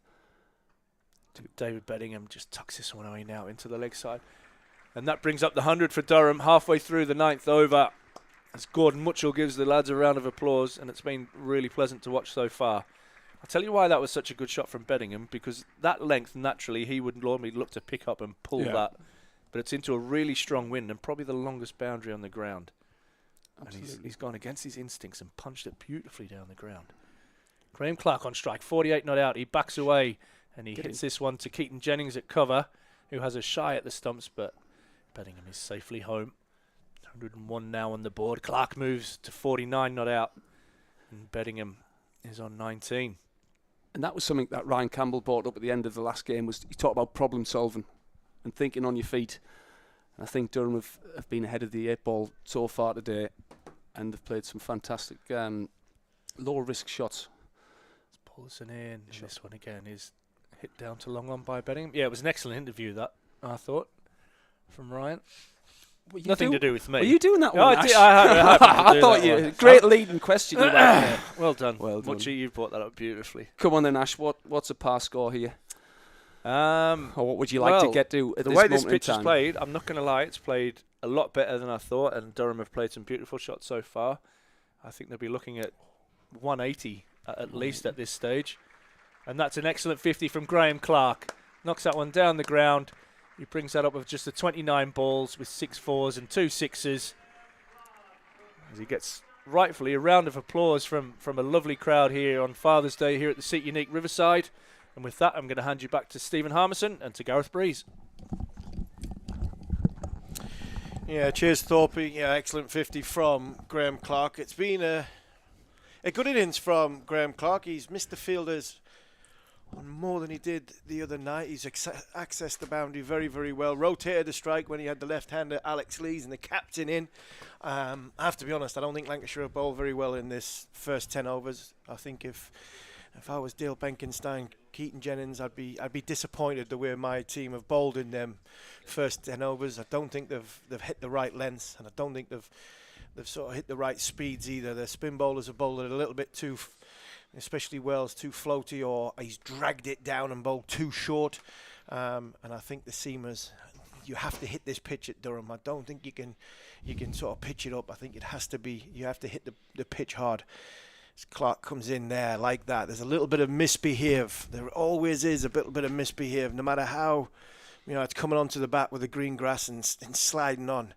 If you get it hard into that sort of 5.5, 6 metre length, it does from time to time. It'll be a little bit inconsistent. I don't think Lancashire have hit their lengths as well as they would like, or their plans would have liked. But Durham, You know, they don't mind that. They'll capitalise brilliantly. Lees and Clark got them off to a good start. Beddingham's coming in and it looks as though he's batting in slow motion, and Clark will be wanting to try and double that up and try and get as many runs as he possibly can as he scampers well there. It's a good strong shot through mid-wicket, and he gets 2. And Breezy, would you fair to say that Lancashire haven't bowled as well as probably their plans would, and they would like? I would have to agree. I think even Green almost got a wicket, but then the conditions took over. He got a top edge. He had the field pretty well set for that top edge, and that gust basically just took the ball over the boundary. It sounds like it was that easy, but it was actually carried much further than you would have expected. This time, by the way, Fuller gets a good hand on it, dives and stops it well, and has to do the fielding off his own bowl. And some of their angles as well, I think, men on the boundary have not. This is a huge surface here. I mean, the size of the Seat Unique Riverside, it is a massive ground, especially in the sort of extra cover mid-wicket, diagonal pockets of the ground. And it's hard to bowl spin, and especially inside the power play, but outside the power play, you could get run around, and I think that's what's happened as Bladrick goes Fuller again, and Graham Clark looks disappointed he didn't get more than just a single for that. I think what you have to say though is that Durham batters have been really clinical in have. how they've gone about it. Yes, I'd say probably Wells didn't bowl as well as Lancashire would have wanted him to. He probably got exposed both sides of the wickets through the length that you said he bowled. But I think Chris Green did a decent job. I think the options that they picked, were really good options and really clinical. Helped with the wind, as we mentioned before. But I think so far, when you see how Blatherwick has gone about this so far, I think he might be probably one of the harder ones to get away, mixing up his pace and using that length, as you said, into the pitch to access some help from the surface. Yeah, he has. He's bowled it nicely into the pitch so far. 5 balls into his spell. Only gone for 4 runs, but he's mixed it up nicely. He's hit the deck where you'd want on this surface, and he's kept a similar length with his change-ups as well. So you can see that he's probably been standing on the boundary or edge of the 30-yard circle and thinking, when I get a chance of this is how I'm going to bowl on it. And he's executed it really, really well. He needs to get out of this over. 4 from it so far. 5 balls gone. Clark, who's on strike, 53 not out. That's a full toss. That might be a free hit. No ball. Just probably gone for the Yorker to try and finish the over strong, and he's just come out of his action just a little bit there, and it's gone flying towards just over the midriff of Graham Clark. It was a sign of apology, Graham Clark. I think, as Ash said, he probably commentators curse on lazy, and then I've just said the same thing about Blatherwick, because this one could actually go to the short side for 6 now, which would spoil the start. Yeah, it would spoil the start a little bit, because his first five balls of this over was very, very good. Free hit for Graham Clark, and he hasn't missed out on that. And a good over has turned into one which has gone for 12, and that's a big hit from Graham Clark. Blatherwick has just rolled his fingers across it, and it's sat up in the surface, and I think that's what I mean about the way Lancashire have bowled so far. I don't think they've been as consistent as they want from lines and from lengths and from speeds, and unfortunately Durham have capitalised on that, and now 115 for 1 off 11 overs. Durham have got to be looking at somewhere close, if not in excess of 200. Muchie talked about that interview the other night, and for me it's been really smart. When you think about somebody like a Beddingham who's so good on a short ball, resisting the pull shots early on in his innings, hitting them into the wind, the 3-out leg side. But you can see anything short, Clark, he's tried to get up and under into the leg side with the wind, and I think that's really clinical and smart batting. It is smart batting, and Beddingham, he's playing very, very well with red ball cricket at this minute in time. And that one, he's picked up the short one. This time it's just out the hand and reach of the fielder down at deep square. He's picked it up absolutely beautifully. I think he's got that for 6 too. Unfortunately for the Lancashire red ball captain, Josh Bohannon, he's just not quite got enough leverage on it as he was diving. It was a great attempt down at deep square. I think he's going to cause himself a little bit of damage as the Lancashire batter. I think he's just feeling his wrist or the ends of his fingers. I think it did get a little fingertip on it. It was a beautifully timed shot, a great shot from David Bellingham, and pressure now on the bowler. 6 off the first ball, and that is a beautiful shot. That's a fantastic cricket shot from David Bellingham. This time, he just waited on the back foot, and he's punched it through extra cover. Man was in superb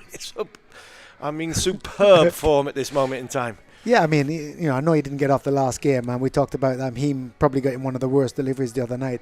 But for me, there's been no drop-off in momentum since he's come in. No. After the fall of Alex Lees. He's not looked like he's really gone at a second gear, although his score of 30 or 14 balls would not suggest that. But all he's done is played really good cricket shots. Proper cricket shots, says David Bellingham. 10 off the first 2 balls.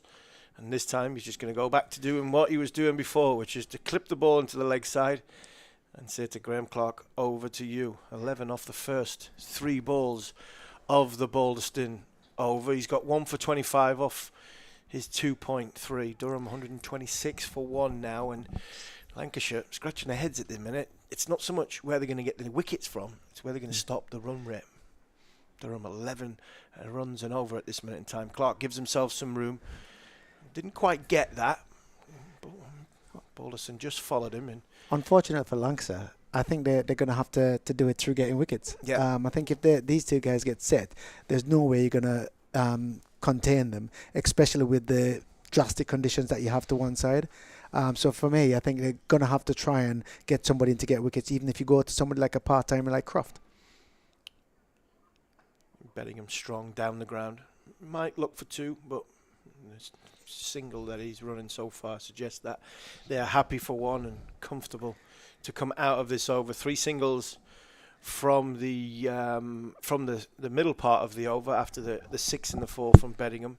Yeah, I think they're going to have to look for wickets. I think this is a pace-off pitch. I think if you hit the pitch, it's got something there for the quicker bowlers, more taller bowlers. But that there again, bowled straight, and Graham Clark quite happy just to knock it down the ground, and Durham very, very happy. We're 14 off the 12th over, 129 for 1 now. Clark 61, Bellingham 32, and Lancashire in a little bit of trouble at this minute in time. I think you're probably going to have to go out the box here with the tactics because of how drastic the conditions are. I mean, you look across and the flags are like absolutely held in towards the castle. But for me, I think what needs to happen is that if you bowl pace off from this end, the variations of pace are going to have to be independent. I think if you bowl pace off from the far end and have the batter have to make the ball hitting into the Ballantyne's area, into the wind, then I think that would be a good tactic. And if you're bowling from the commentary box end, then you probably want to go to probably your wide Yorkers or a plan to take the leg side out of it.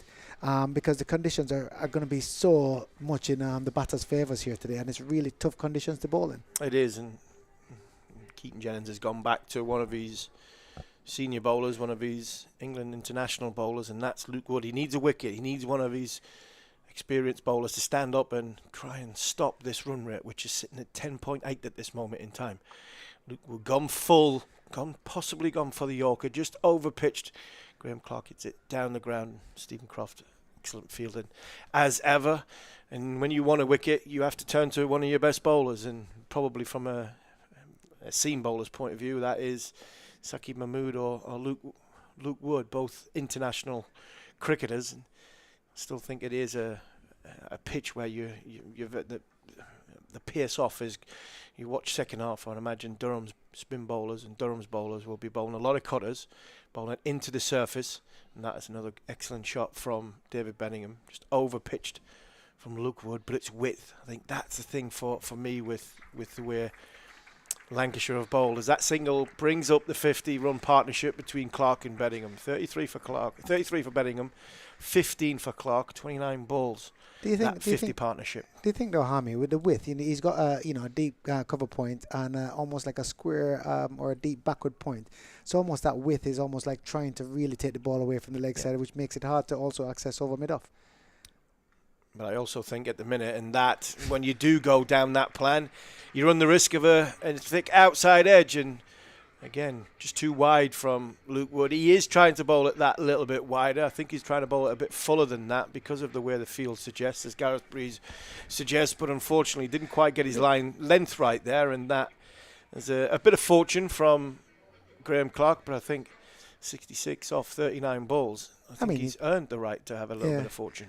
I mean, hindsight's a hell of a thing, but you could almost think about dropping the short third man back and bringing square leg up. I don't think Clarkie's going to get down one knee from outside off stump to try and get over square leg.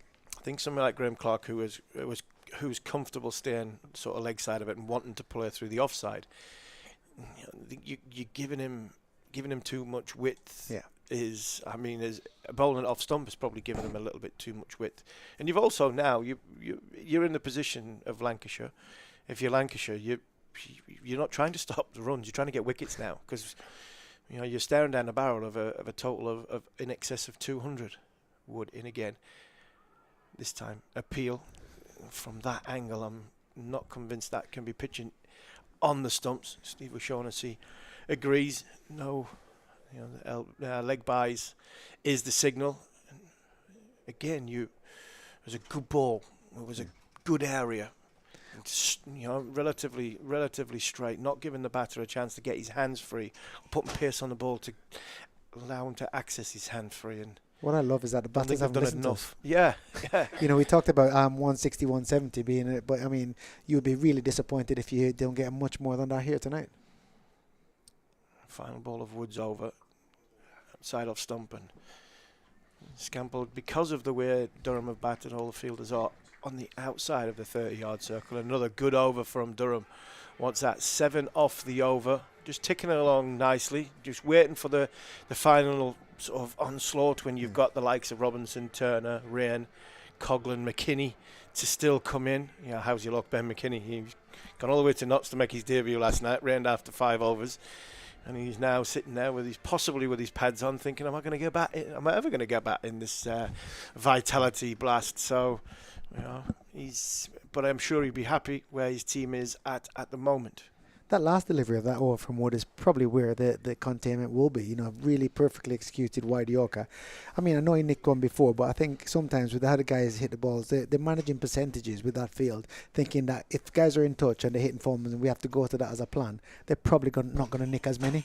So if they middle it, it's probably going out to our fielders on the boundary. Yeah, I think the plans have been there from the Lancashire Lightning. I just don't think they've been executed as well as they would like to have executed them. I think that's fair criticism.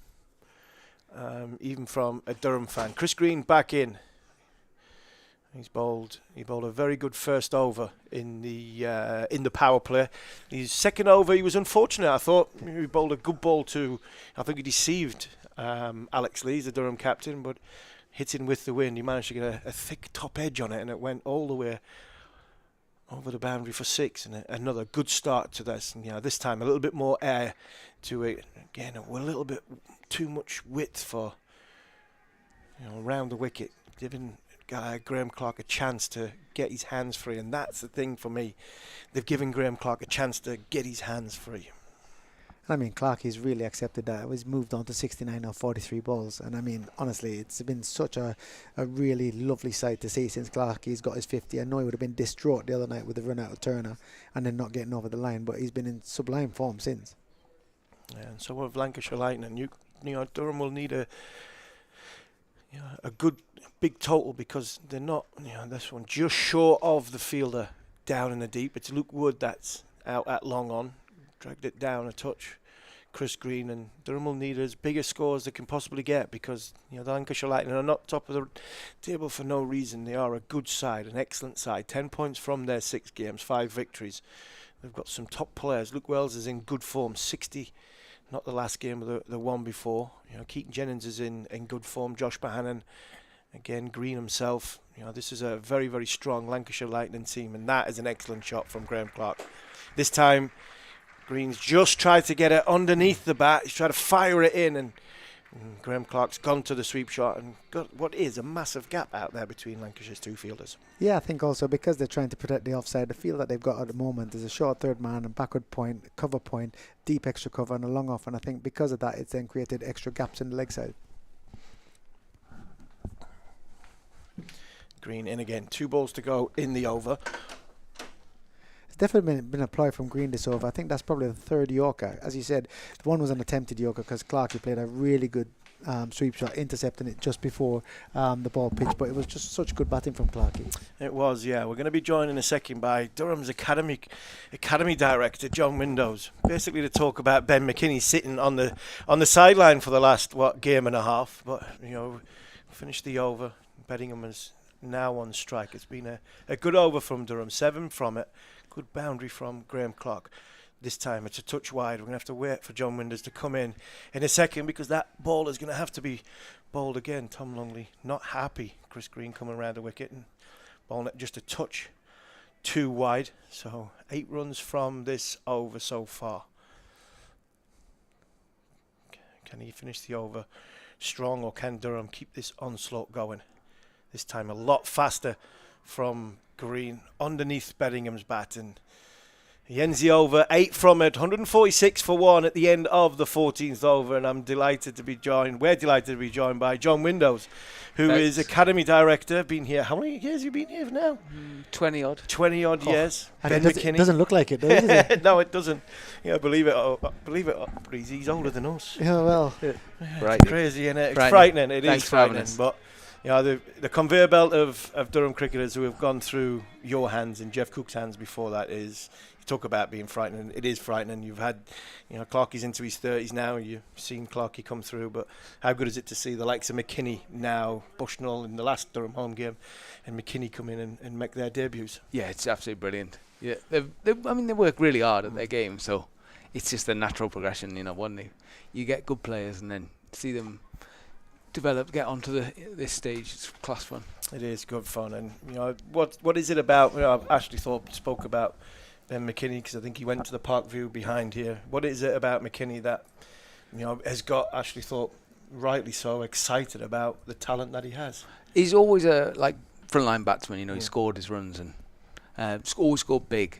That was the thing. And then you knew when he grew into his body, as he's 6 foot plenty now, he's going to be able to take the game on like he has done. No, you don't know the feeling, Breezy. As Saqib Mahmood comes in again, he's gone for the wide Yorker, and fortunately for him, he's not getting it close enough to that line.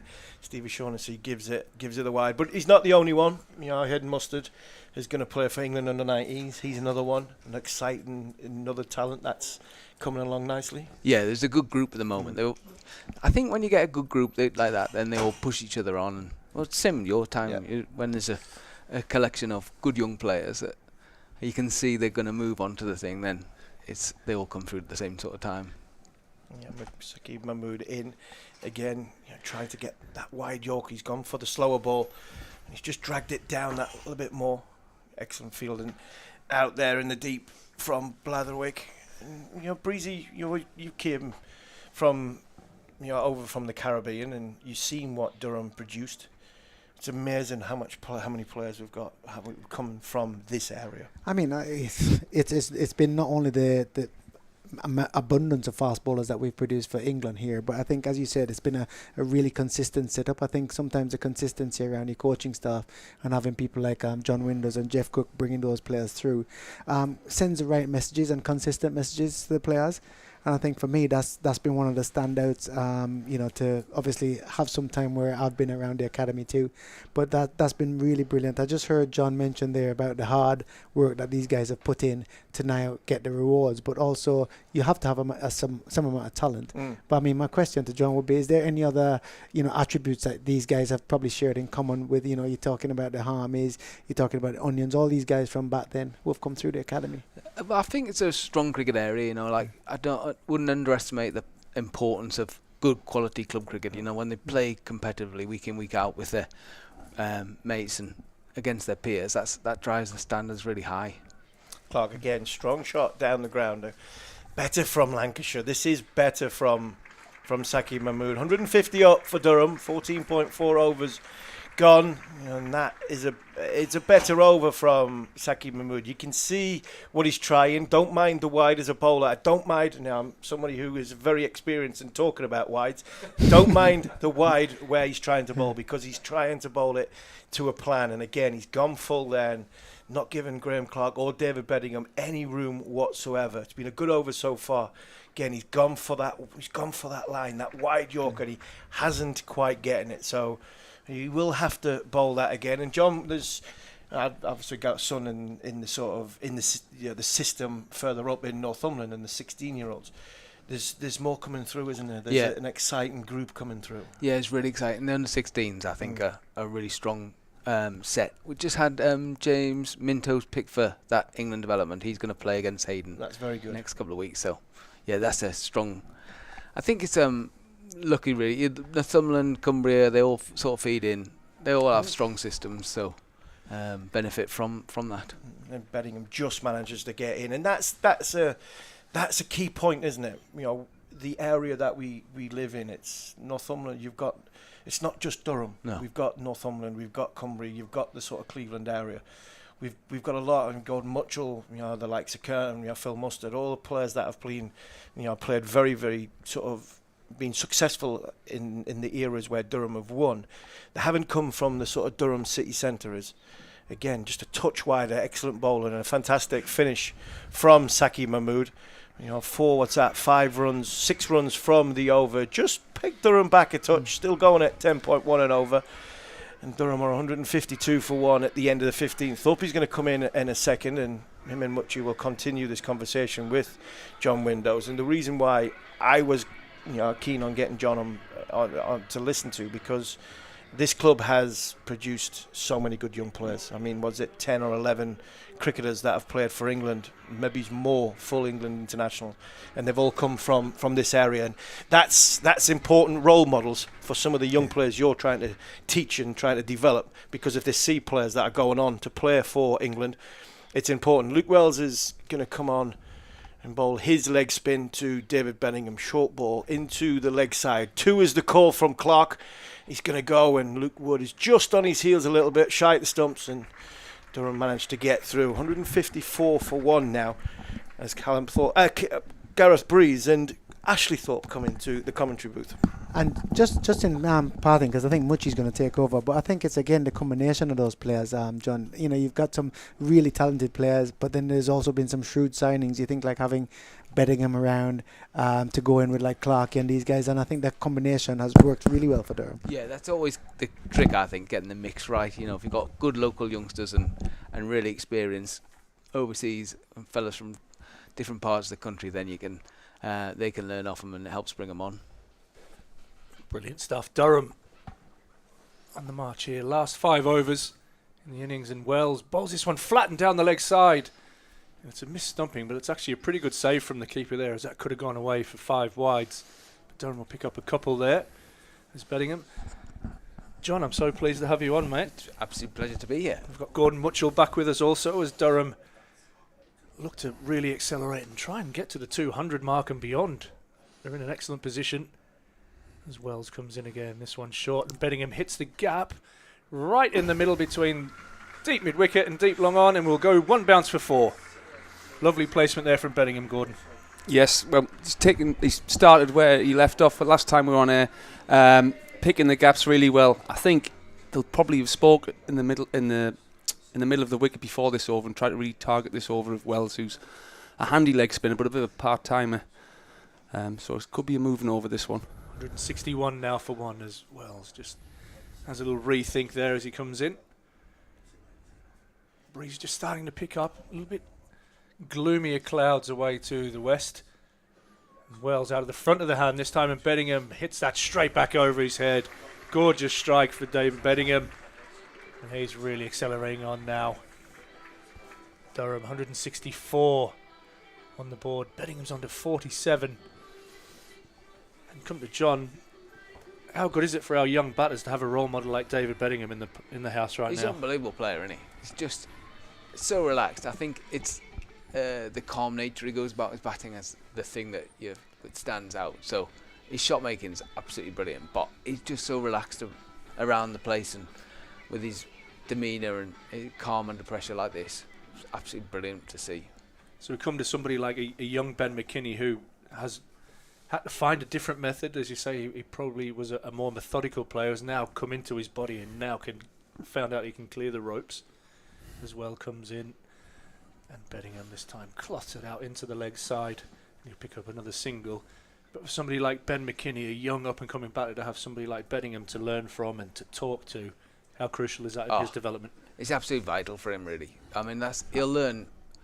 You can talk at length and you can have all the practice, but if you see a fella like this play, it just absorbs into you. You know, he'll pick up stuff that he didn't even know he was picking up by watching him. So, yes, perfect for him, really.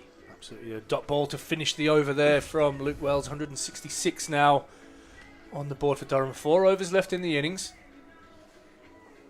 So I heard Stephen talking about, and I missed the very start, but Jeff Cook, famous name around here and one of our Hall of Famers. And you've been under Jeff's wing for quite a while before taking over that academy role. What influence did he have on you? Everything, really. You learn so much from him, and he set the whole thing up, and I'd say that it's all still in the same vein and still run it as it was back then. You wouldn't really recognise any difference. So, yeah, everything to it. You running in and bowling off 12 yards and making lads bat with no pads and things like that? They hit it too much hard now. They do. You don't want to get too close now. Absolutely right. Luke Wood is going to come into the attack from the Finkel end. Left arm over the wicket. And he'll bowl. As Bedingham slaps this one, but he won't beat the sweeper out in the deep on the offside. And he'll pick up another single. He'll move on. Now Durham 167 for 1. Bedingham on to 49. But Gordon, for somebody who's come all the way through the Durham system, what does somebody like John mean to this club? Probably going to embarrass you a little bit here, John. No, obviously, Jeff was in charge when I came through. But I mean, just having that pathway from being a local lad to get through to play first-class cricket out here, and obviously many have gone on to play for England, is absolutely brilliant for the area. And I'm so pleased the girls have now got that opportunity as well. And I think the coach and these guys give you, when you go into that first team, you're ready to go into the first team. You're sort of a little bit ahead of the game in some aspects. So we're definitely very lucky to have had the academy system we've had in Durham for the last 20, 30 years, however long it's been. Yeah, totally agree. It's such a rewarding job, and John will tell you that there's even a young lad at the moment who's playing for Namibia. So people are not just coming through this area. Ironically, his family have from Ashington, and young Jack Brassel has been making his debut out there. And I actually messaged Mark Wood last night and said there's 2 lads from Ashington and only one of them's playing last night. But anyway, in comes Wood, and this is sliced away up in the air, and it's not going to carry there. Maybe the breeze helping Graham Clark out on this occasion as it dies down there out in the deep, and he'll just pick up a single. But yeah, so talk to us about somebody like him coming probably late into the system and then getting like an absolutely incredible opportunity. It's brilliant to see Jack playing last night. It was super.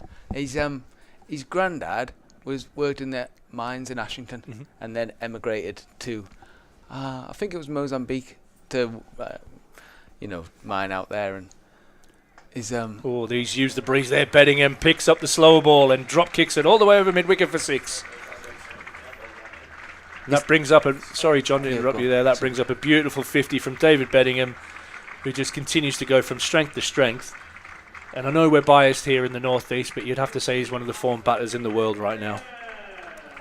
Sorry John, back to where you were. Sorry, yeah, Jack was only young. Jack's dad was only young when he emigrated, and then met with Jack's mum, and then they moved to Namibia and contacted us probably 2015, said could he come for a trial, and anyway COVID and took him a bit of time to get here, and then he's in the academy working hard. He is, and recovering. Probably what people don't see behind the scenes is the work that as a club Durham does. So he had a stress fracture before Christmas and then made the under-19 World Cup and then has made the full squad. So it's a great story and just another example of what this club can produce for young players. And hopefully, Ben McKinney might have some serious pad rash right now, because I'm sure Ashton Turner will be the next cab off the rank if required. And that's pretty wide there from Luke Wood, but he's going to get away with that.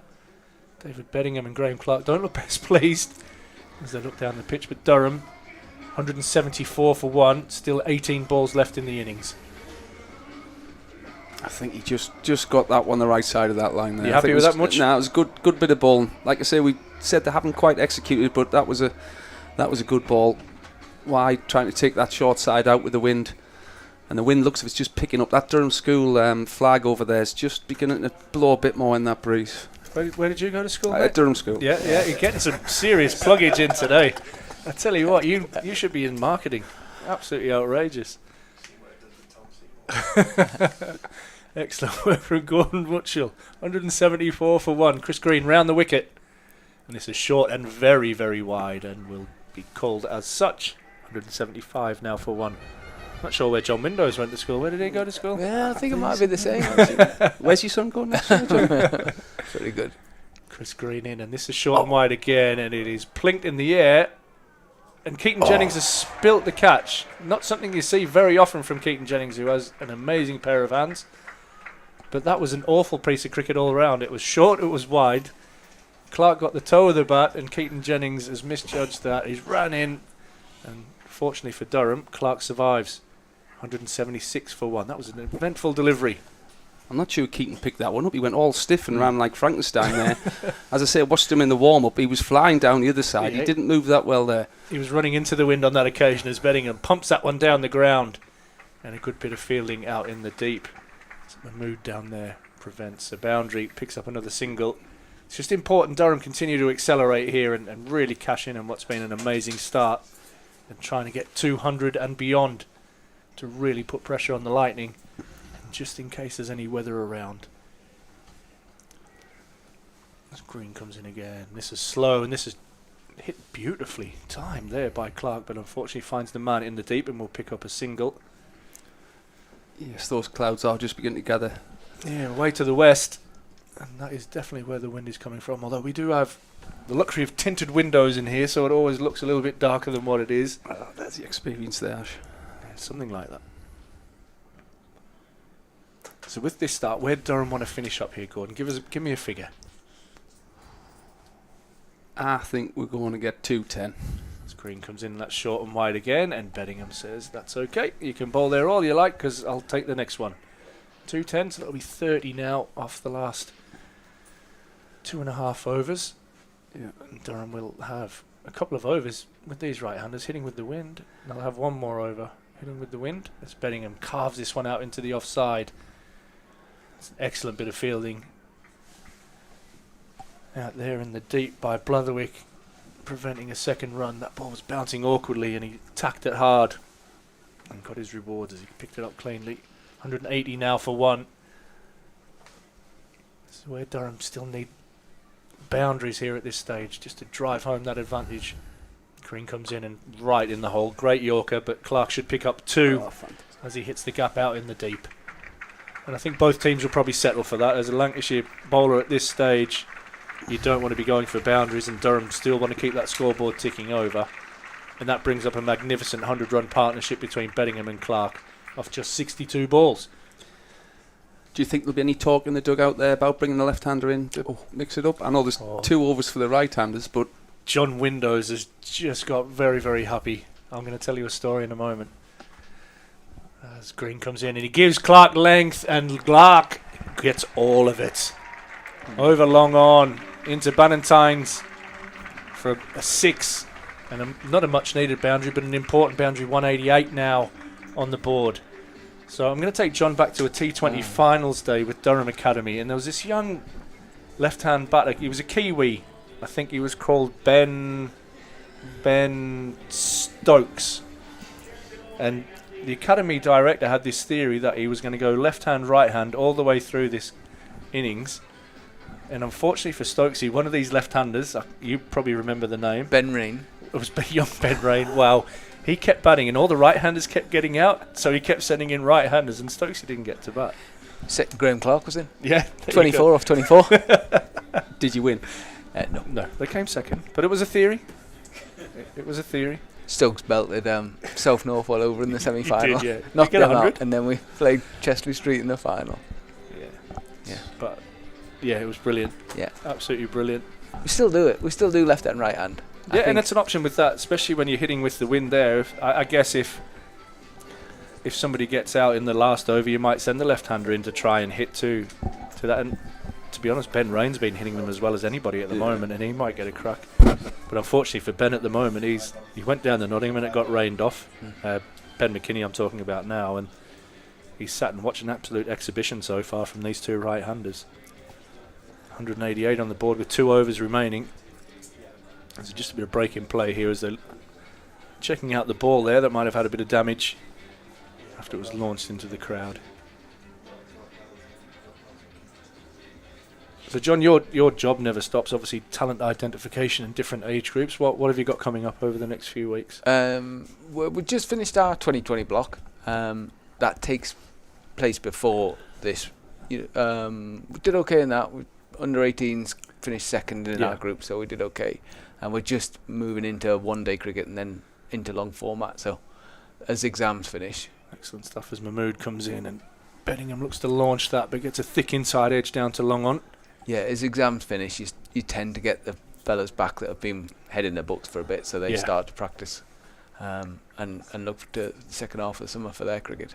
Yeah, absolutely. GCSEs just done last Friday, weren't they, I think, were the last ones, which will be a relief to your family, as young Headley is all done with that now. Absolutely. I think he slept for about 3 days. Excellent stuff as Mahmood comes in from the Finkel end, and he bowls this one again at that wide line. And unfortunately for him, it's outside that wide line. Can you read that cut-off time much in my old eyes? It's not just under the clock. It's on 48, so they need to get through this over, otherwise the Lightning might have to bring an extra fielder into the circle. Is that your eyes, Harmy? Well done, mate. Must be all those golf. Golf and beer, he says.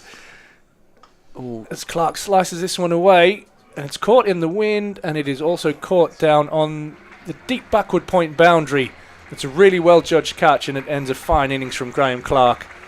There he goes for 87. And I'm just going to let him walk off and get the round of applause that he absolutely deserves.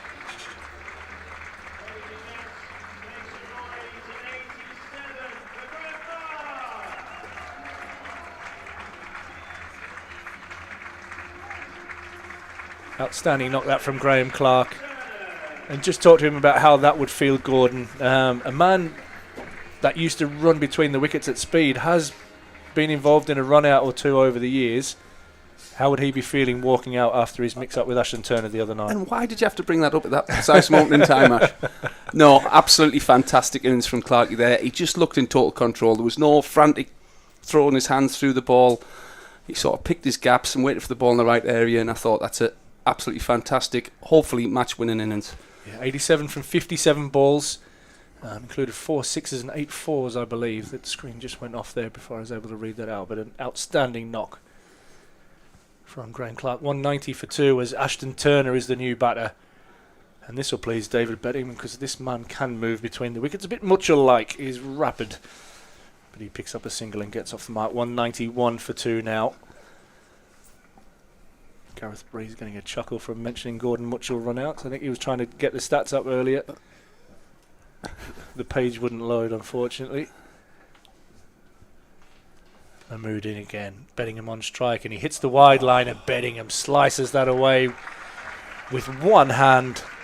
And he just looks like he can do absolutely anything right now, John Windows. What a shot. So well thought through that, wasn't it? Yeah, it's a boundary. It's a strange field. If he's going to look at that wide Yorker, he's still got third man up in the circle. If he's going to do that, you would have thought he would maybe bring square leg up, but Bedingham takes advantage and carves that one away back with a point for 4. And I think that's the difference between Clarkey and Bedingham. Is Clarkey's always trying to hit the ball hard, whereas he's deflected that perfectly. He knew exactly where he's going to bowl it with the field he's got in previous balls, and just pieced that gap beautifully. Oh, he doesn't look to hit it, does he not? Gordon Mitchell, talk me through that shot. That one was right in the slot, so he knew if he bashes the ball there, he's going to hit it straight. If he's wide, he's just going to piece the gap. But no, absolutely fantastic. 200 up for Durham. I think I might have been a bit short, 210. Still at 7 balls remaining, but you're absolutely right. That was right in the slot, and he drop kicked that back over Mahmood's head for a lovely 6. Last ball of the 19th. And this is full and wide again. Bedingham slaps that one out to deep point. And he'll pick up a single. And that ends the over. And John, thank you very much for your time, mate. Hugely appreciated and lovely to have you on. And we've got 1 over remaining. Yeah, 202 for 2 on the board. And you'd have to say Durham probably gambled when they won the toss and batted. Not necessarily with the pitch conditions, but with the weather around, but they've absolutely vindicated that decision, haven't they, Gordon? Oh, 100%. I think the pitch has played absolutely fantastically well. Tip the hat to the ground staff who've done a good job. Obviously, the one the other night probably wasn't as good as they would have liked. But the boys have really put in a good performance and put Lancashire under pressure. And if we do get rain, there's still going to be that scoreboard pressure, whatever form. It's going to be at least 10s, isn't it? And with Duckworth, Lewis, Stern added to that, so it'll make whatever Lancashire have to chase. If it's a full 20 overs, we hope it'll make it tough. As Blatherwick comes into bowl his second over, and Beddingham with the win, gets it all the way. Beautiful shot from David Beddingham. He got the length he wanted, and instead of trying to go across the line, he just freed his hands and hit that over mid-off. Not a great ball from Lancashire's point of view, but beautiful execution from David Beddingham. No, I don't think you can afford to give him any width here with that short boundary. And again, he's just obviously in the zone here, in that purple patch of form, and he's just eased that one over wide, long off. So 208 now for 2 on the board, and Beddingham is on 75. As Blatherwick comes into bowl, and this one is attempted to hit on the leg side, and even his miss hits are going like an absolute rocket at the moment. That one goes down to long on, and will bring Ashton Turner on strike. 209 now for 2 on the board. Beddingham on 76. Graham Clark set a great platform along with Beddingham. He was out for 87. But Durham, 209 now for 2. 4 balls left. I think Turner will try and hit this one in the gap at mid-wicket. He comes into balls, and he's pulled that away, and he's definitely found a gap, but he's just going to take the single, Ashton Turner. Spahannon does the fielding out there in the deep. And we all know what a fine striker of the ball Ashton Turner is. He looks like he's quite content to get Beddingham back on strike at the moment. And why wouldn't you, the way he's playing at the moment? I think that would have been a risky 2, which you could possibly have took on at this point in the innings, but I think he's got complete faith in Beddingham the way he's playing at the moment. As you said, why wouldn't you? 210 on the board, Gordon Mutchell's target. And this one's driven straight back down the ground. Mid-on is skirting around there and prevents the boundary. That's excellent fielding. Is that Chris Green down there by the look of them boots? That is the green boots. That's handy for us to see, especially from my nearly 50-year-old eyes. I must admit, when you asked me to find that cut-off time, I was struggling there. It's a good job Harmy was here. Harmy. Unbelievable vision, that. From the Express. 212 now for 2. 2 balls remaining. Can Durham get another boundary in these last 2 balls to finish the innings off? Oh, that will be a no ball. So there's another 2 runs to the total as he bounces him. He's got the double teapot on, but that was a mile over the batter's head. Yes, I don't think there's any arguments there. As a man who sometimes gets a double teapot on when a wide's called, that one looked pretty clear cut there. Yeah, definitely no doubt about that. As Beddingham didn't even duck, and it looked like about a foot over his head. By the way, still 2 balls remaining, 214 now on the board. Outstanding total here from the Durham batsman. Beddingham gets that, and he's going to slap that straight down to long on and sacrifice himself. He's disappointed that he hasn't put that away, because that was a good hard length there from Blatherwick. And again, something that Beddingham would have fancied taking on there. He has mishit that one, and Chris Green takes a comfortable catch down at long on. But that ends a fabulous innings from David Beddingham, and he'll rightly walk off to it. A lovely round of applause here from a healthy crowd here at the Seat Unique Riverside on Father's Day. It's good there. Gordon and myself have just had a wander around, and there's lots of families around, and fathers and kids, and it's just a lovely atmosphere here. But David Beddingham gets a lovely round of applause as he walks off, even from Gordon Mutchell himself, as Ollie Robinson will come out and face the last ball of the innings. 214 for 3 on the board. Absolutely, and I think they've had the money's worth already. I think it's been an absolutely fantastic performance from Durham. 1 ball to go. I don't know whether they could have just slid McKinney in there just to have 1 ball. Given that last one with the wind. To be fair, the way that Ollie Robinson's batted also. Oh, 100%. Obviously, you've got to send your gun player in. And he'll now face the last ball of the innings. And he's drop kicked it. You pick your batting lineups yourself, mate, because he's drop kicked that one. 1 bounce for 4. Ollie Robinson, 1 ball, 1 4. Finishes the Durham innings off 218 for 3 now. Gordon, give us a quick little summary of that batting innings. Oh, I thought it was brilliant from start to finish there. A good start. I think we won the power play, won the middle and won the end. And I think we've got a slightly above par score there with 218 for 3. Lees, Clark and Beddingham all played fantastically well there, and then Turner and Ollie Robinson there with a nice little cameo at the end. Yeah, absolutely outstanding performance from Durham there. And we'll go through a little bit. Graham Clark out for 87 off 57 balls, 8 4s and 4 6s. Alex Lees got them off to a great partnership as well. He hit 30 before he was out, caught by Croft out in the deep off the bowling of Balderson for 30. And then you've got to say David Beddingham has just given us an absolute pleasurable Sunday afternoon here at the Seat Unique Riverside. He was out in the last over for 78. He struck 7 4s and 4 6s. And Durham, 218 for 3 off their 20 overs. There is a bit of weather around, but we'll see, and hopefully we get another 20 overs of cricket in. And what we're going to do now is we're going to hand over to Andy, Stephen Harmison and Gareth Breeze in the Duffer News studio. Yeah, thanks, Thorpe. Don't rub your eyes, folks. What a fantastic batting performance by Durham. The highest ever total against Lancashire Lightning in the T20 format. Some batting, most certainly, and some opening partnership on comms between Steve Harmison and Gareth Breeze. They join me now in the Daffer News studio. Harmy, we'll come to you first. Is this Durham we're watching, or what the heck's going on out there? Well, that's unfortunately the consistency of Durham, which they would like to get the consistency in the team. The inconsistencies have been there. What Breezy said earlier, Durham played some excellent cricket in this T20 format last year and this year, but their consistency levels have not been something to write home about. So from that, you got to get off to a good start, like we talked about at the top of the show. The power play was excellent. They kicked on from there. In the 2 defeats that we've had so far, I've praised the bowlers of the opposition and said, you know what, it has been a bad defeat, Leicester and against the Bears, against the Birmingham Bears, but they bowled really, really well. I thought Lancashire were miles away today. Really miles away. I thought their lengths weren't. The lengths were poor. I thought their change-ups were of the wrong length. I thought they give Graham Clark far too much width. I thought, they give Durham. They didn't. I'm not saying they made it easy for them, because that's taking something away from the way Graham Clark, Alex Lees, and David Beddingham especially batted. But I think Durham were helped today by some very, very friendly bowling. Not great bowling from Lancashire, but like you say, Hammy, you still got to take advantage of that out in the middle. You've still got to play the shots.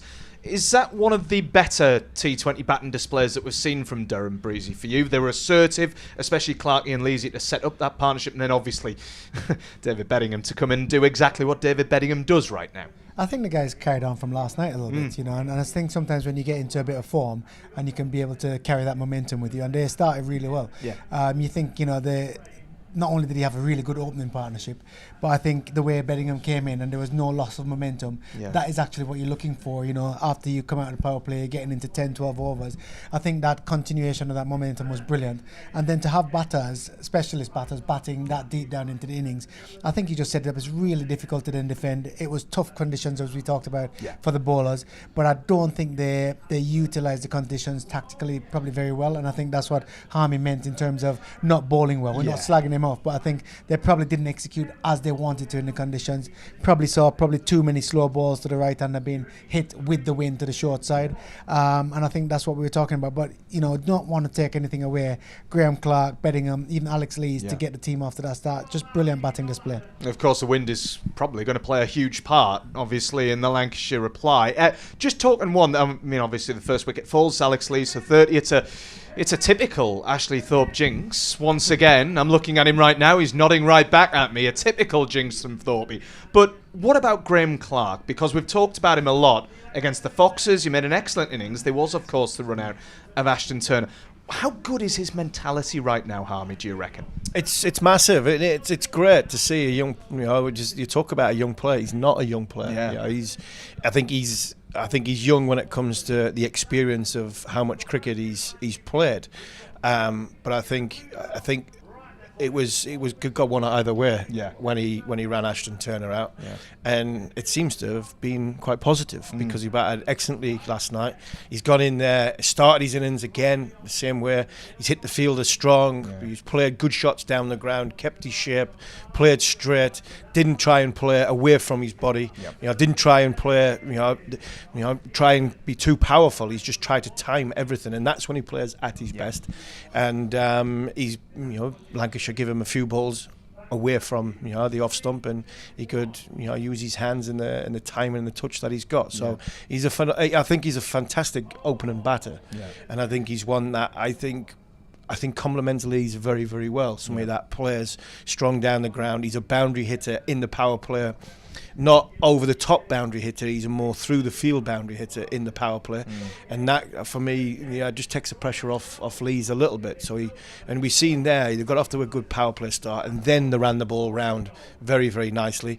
And it was probably the first time Leesy lost his shape, from a batting point of view, and he got out. And that's probably why Alex Lees got out. But I think from Graham Clark's point of view, what's happened to him 2 or 3 days ago, I think since then it seemed to kick him into gear, but it seemed to give him that appetite to I'm gonna play a match winning innings as opposed to playing a good innings in a losing cause. It's the way he meshes with his partners as well, though. I mean, he was taking probably the front foot, you would have said, with Alex Lees at the crease. Then Bedders comes in, and Clarkey just took a step back and said, right, we'll let Bedders play his shots. But the way he is at the minute, David Beddingham, Breezy, I mean, the man looks like he could control fire. How the heck do you bowl against a batsman who's in the form of David Beddingham right now for you two? It must be an absolute nightmare to go after. Yeah, I mean, look, when batters are in form, it's not the ideal time to bowl, but that's when you challenge yourself. And I think tonight would not have been the perfect combination. Yeah. I mean, if somebody's in form and somebody's going well, then you want to actually bowl well. So I think helping him out is not with the way you want to go. Yeah. But I mean, I think it's brilliant. We put the commentator's curse on Beddingham by talking so much about him the other day. Yeah. If there's such a thing as the commentator's curse, but Ashthorpe's nodding his head. But for me, he's played so well again, and I think that's what he's been at Durham. That we talked about with John Windows about that combination of having those batters, so he would be in a similar vein to like your Divinitos and your Benkensteins to help shape the next generation coming through, and I think that's what you want. You want overseas players who not only come in and perform but also leave a legacy and help that next generation come through, and I think that's how you stay really strong as a club. It was great to hear from John on comms there. He had some fantastic things to say about the academy, and one name kept cropping up. Are we ever going to see Ben McKinney bat? No, doesn't look like it. And I think from a team point of view, I think you're quite happy if Ben McKinney doesn't bat. Do you know what I mean? So, no, look, he'll get his chance. He will. 14 games is a long time. It was great to hear from John Windows because the players that have come through this cricket club is frightening. Yeah, it really is frightening. I think you look at the England players that have played for England over the course of the last probably the 150 cap players. We're up there with Surrey and Yorkshire and who's represented their country, and that from a county who is 30 years old. I think it's testament to the likes of Jeff Cook when it first came about this place. I mean, this ground, this whole complex should be named after Jeff Cook. It should be the Jeff Cook Stadium because of what he means to the people of this area, all of us in this room. And John carried on what Jeff did all them years ago, and I think seeing the likes of Mustard and McKinney and Bushnell in the last 3 games make their debut is just another feather in the cap of the legacy that is going to be left by the likes of John and Jeff. We've got an England captain who came, England Test captain who was, John was hugely a part of his development, as you heard on commentary there. So yes, it was great to hear him, and one where I'm sure Ben McKinney will get his chance very, very soon. We hope to see it anyway. Listen, last word from you two before we hand back to commentary, because the two teams are about to retake the field here at the Seat Unique Riverside.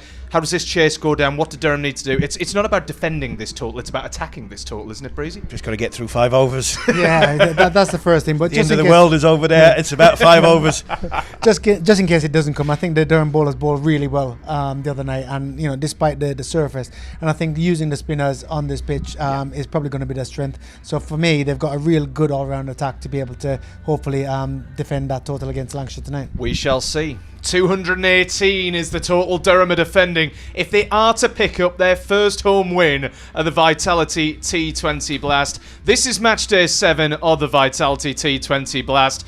Can Durham pick up that first home win? Let's find out, and let's hand you back to your commentary team of Gordon Mutchell and first, the jinx himself, Mr. Ashley Thorpe.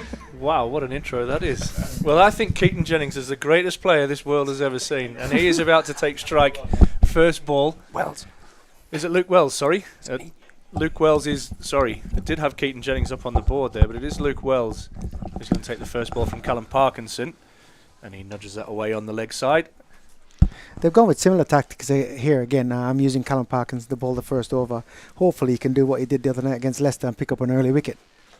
Yeah, so I think spin is going to be crucial tonight, but something that Steve Harmison mentioned earlier, that weather, it looks like it's really closing in, and can we get 5 overs in to make this a game? But yeah, might be an option to probably even get Turner, get a few quick overs through if we can. Yeah, we've got left hand and right hand, so we do have spin options that can go both ways away from the bat.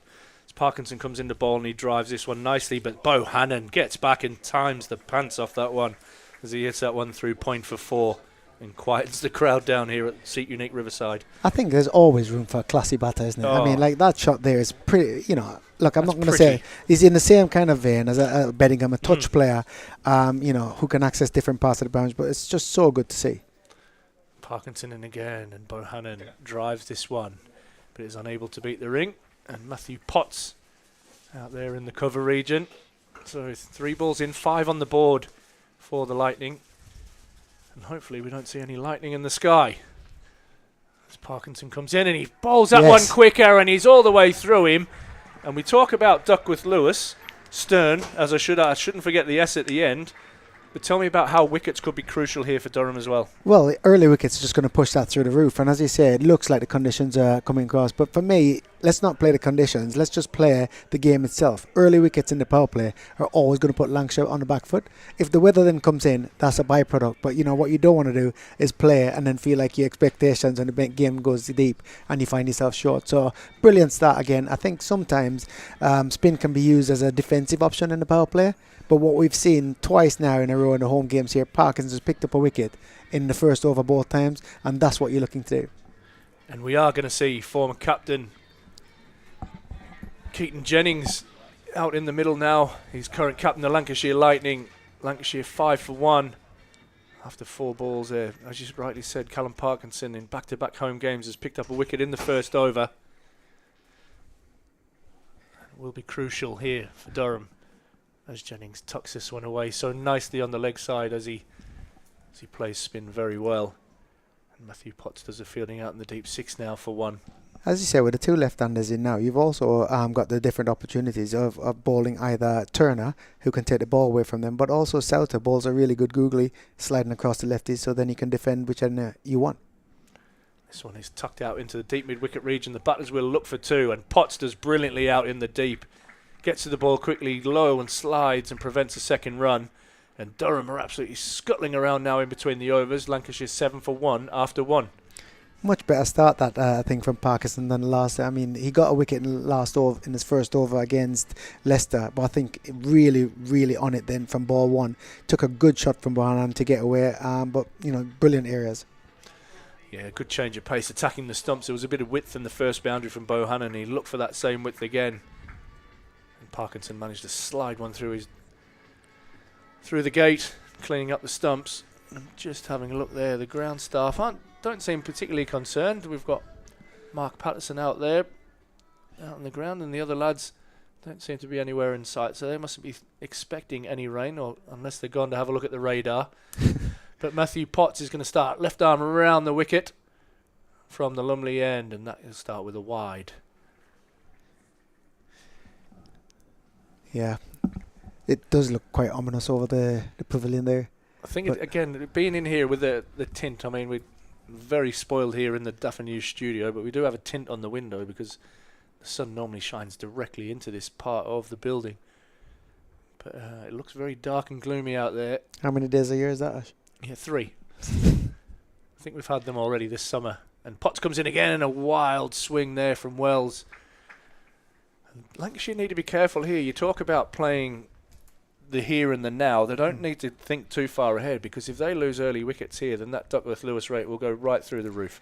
I think what you see sometimes when people put a big total on, and to mention the Durham total, 218, I think it's the 3rd highest total they've scored here. I think there's a 225 against Leicestershire. I think there's a 220 against Derbyshire, and then 218 here tonight.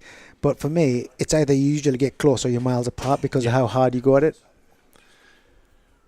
And how hard he goes at it. Wells gets a thick inside edge, but will just get the single as Ben McKinney finally gets some action out on the field. He does the fielding there. 9 now for 1.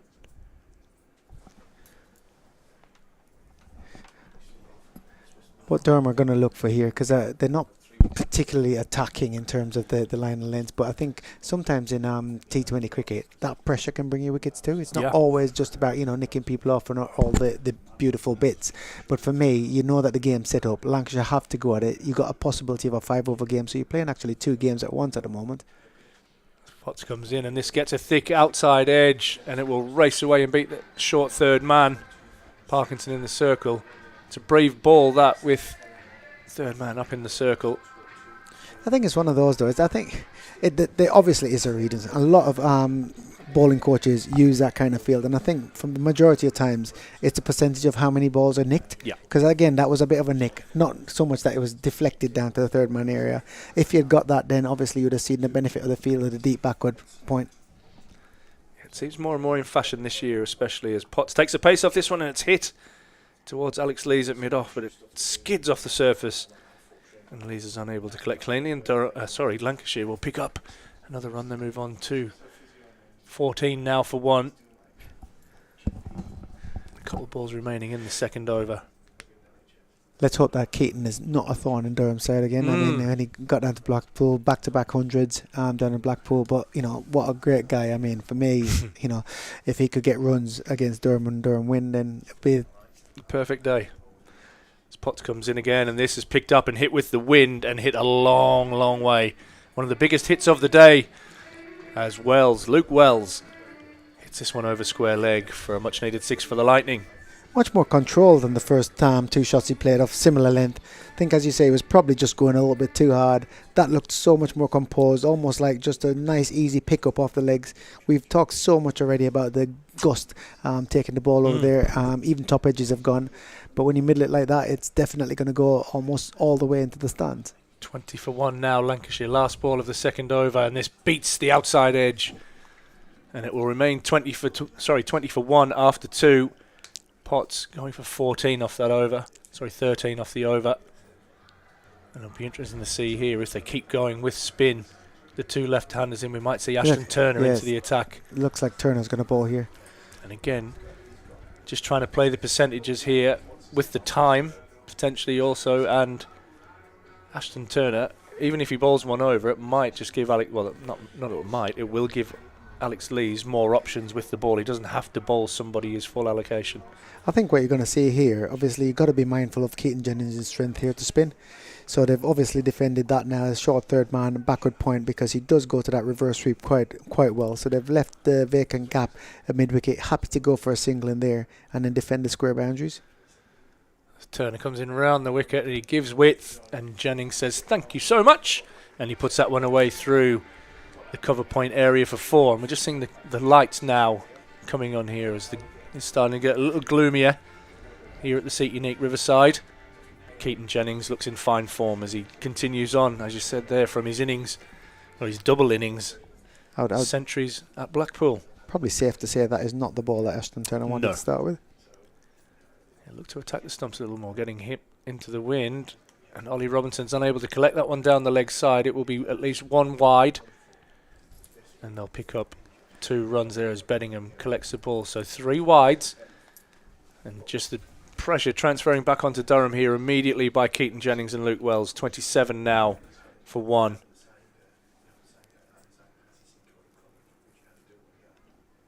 As Turner comes in, and this one's exactly where Turner has been trying to bowl. On the leg stump, and Jennings just collects a single as he pushes that to the vacant mid-wicket area. We've had some really good bowlers on show tonight. They probably haven't performed as well, but I'm not trying to make any excuses, but it's really difficult when you got conditions that are this extreme. Oh, we could have a catch on our hands here as Coghlan is right on the rope and he judges it to perfection. And that is a huge wicket as Luke Wells gets done in the flight really a little bit from Turner. Just took the pace off, and that length that's going to hit the top of the stumps, and Wells has tried to hit that a little bit into the wind. And Coghlan nestled up against the Toblerones and took a well-judged catch. You mentioned about the line that he's looking to bowl. The last 2 balls, he's knocked into that vacant gap. You're happy for that single to go into the gap. That's why they've left that there. But the first delivery, a bit wide offside. Second delivery, wide leg side, trying to overcompensate a little bit. But with the field set as is, he's got a deep mid-wicket, long on. You're trying to look to bowl as straight as possible as a spinner, probably more full so that it's more difficult to access square. And as you say, perfectly executed, and it's really nice when plans come together, isn't it? Absolutely. Great work from Durham, from their overseas player who hasn't had to make an impact with the bat today, but picks up an immediate wicket after a bit of a ropey start with the ball. And it was good to see Coghlan take the catch. He spilt one similar to that on the far side of the ground the other night, which you don't see very often, but he looked very comfortable with that, as Matty Hurst is the new batter with some more maroon looking pads rather than the red. And he'll face now the right-hander, who will be hitting with the wind to the leg side, and he goes into the wind and hits him inside out over the cover region. An excellent fielding there from Matthew Potts as he prevents a boundary, and he actually collects Hurst on the way back with the throw. So despite this going for a few runs and a crucial wicket, Lancashire 31 for 2, and you feel that if Durham can keep picking up wickets regularly, then this is going to be a tough ask for the Lightning, who pretty much to knock off that score from Durham have to be pretty much perfect. Turner will come in again. Right arm round the wicket to the left-handed Keaton Jennings, who's content just to knock that into the leg side and pick up a single. One more delivery to go, but it's been so much better, the areas that you would have wanted to bowl since he's come on. First delivery, as we mentioned, but so much better after that with the control of his line and the length. And I think, you wouldn't be surprised if they look to go after him now, even into the mid-wicket area too. Oh, a lovely length again from Turner on the line. Hurst, full of intent there, just knocks that one down too long on. So an expensive first over for Turner. He's gone for 14, but... Sorry, is it 14? Yeah, it has gone for 14, but he's picked up the crucial wicket of Luke Wells, the very dangerous Luke Wells. Caught, beautifully judged by Paul Coghlan out on the boundary. I think you'd take that though, Ash. That's what he's on for. To pick up 2 wickets in the first 3 overs of the game. Yes, it's but also you think Ashton Turner is probably one of your part-time options. Your bankers are probably going to be Souter and Parkinson, so that's an added bonus, I think. Absolutely. Where have we got Duckworth Lewis? That's on 43 at the moment, so 10 behind the Lightning.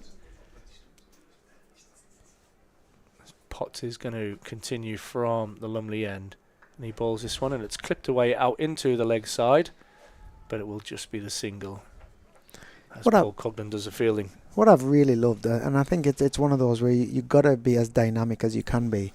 You saw Lizzie use Coggers the other day to bowl 3 overs in the power play.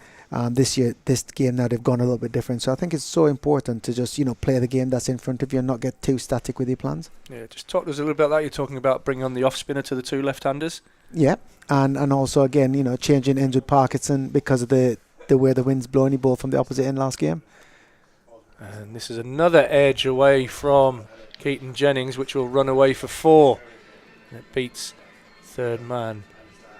So a little bit of luck there for Jennings, but Bedingham unable to stop that one right on the discs at short third man.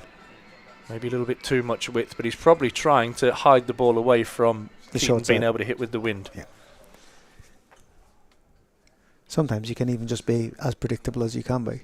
Looks like there's a little bit of rain in the air now. As Potts comes in, and this one's flayed away by Jennings, but right to the man at deep backward point. Coghlan does the fielding. 39 now for 2.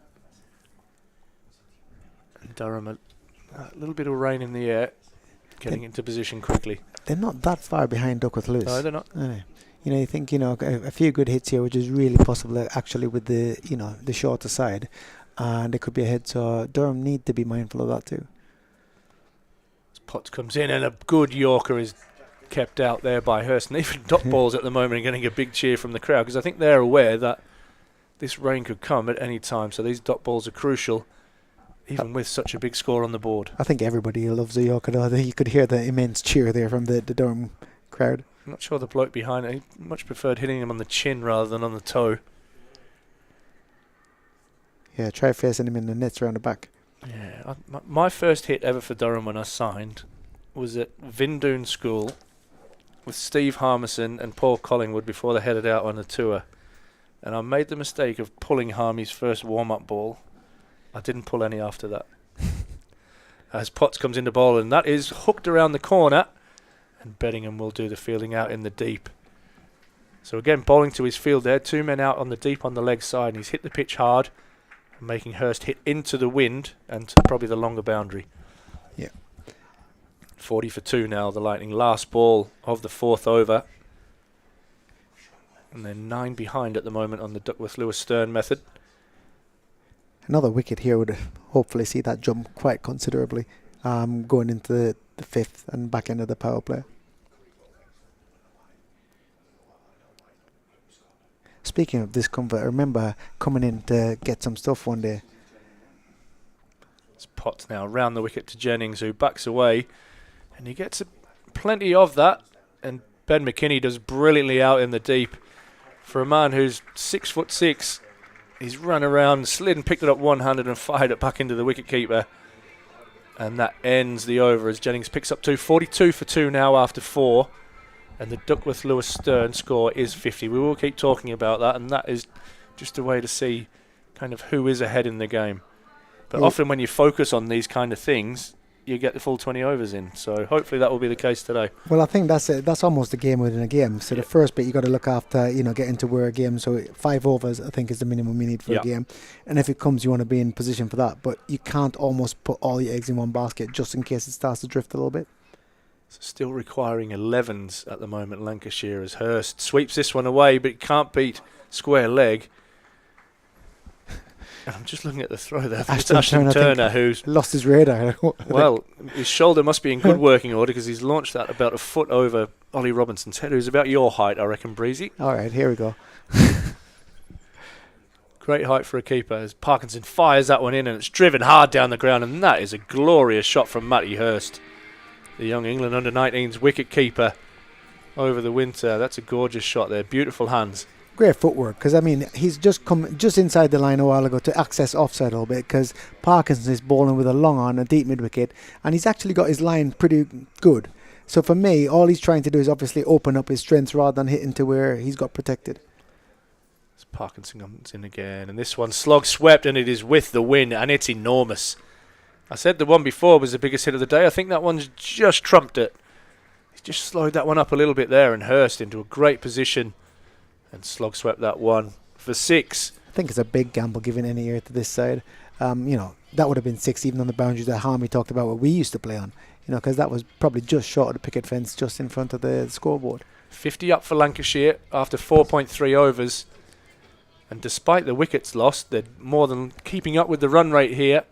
And they're only at the moment. In fact, they're ahead of Duckworth Lewis. Well, those 2 shots were put because they were 8 behind at the start of this over. And this one's full and wide from Parkinson. And they'll collect a single. 54 now. 53 for 2, is it? 53 for 2. Duckworth Lewis just jumping up there to 56. Dude, I mean, such good batting from Hurst there, because you think the first one is, you know, a bit fuller. He's given himself a little bit of a room to open up the offside. Got it for 4. Almost second guessing that he's probably going to go into the pitch or change pace here, and then just capitalising on that one over mid wicket. So really good batting. And that was excellent bowling there on the flip side from Parkinson. He fires that into the feet of Jennings as he looks to come down the wicket. So an important dot ball 53 for 2. Last ball of the 5th over. This one's driven down the ground, and it'll be at least one as Paul Coughlin comes around and does very well as he passes it. And Ben McKinney does well also to go and help out his teammates. And between the two of them, they keep that down to 2. So Lancashire Lightning, after 5, are 55 for 2. And we're going to hand back to Stephen Harmison and Gordon Mutchell. You might have to adjust these much. Yeah, cheers, Thorpe. Yeah, good start from the Lancashire Lightning. 2 wickets they've lost. 55 for 2 in the power play, and 1 over to go is a very, very good start trying to chase down this big total from Durham, 218. Really impressed by young Hurst. He is a fantastic young talent, excellent wicketkeeper. As you've seen in the winter, he performed very, very well for England under 19s. The other end, Lancashire Lightning captain, who knows this ground more than anybody else in red, because he played here for such a long time and grew up in the academy. As Ben Rain comes in for the last over of the power play. We've had 5, so we've now got a game.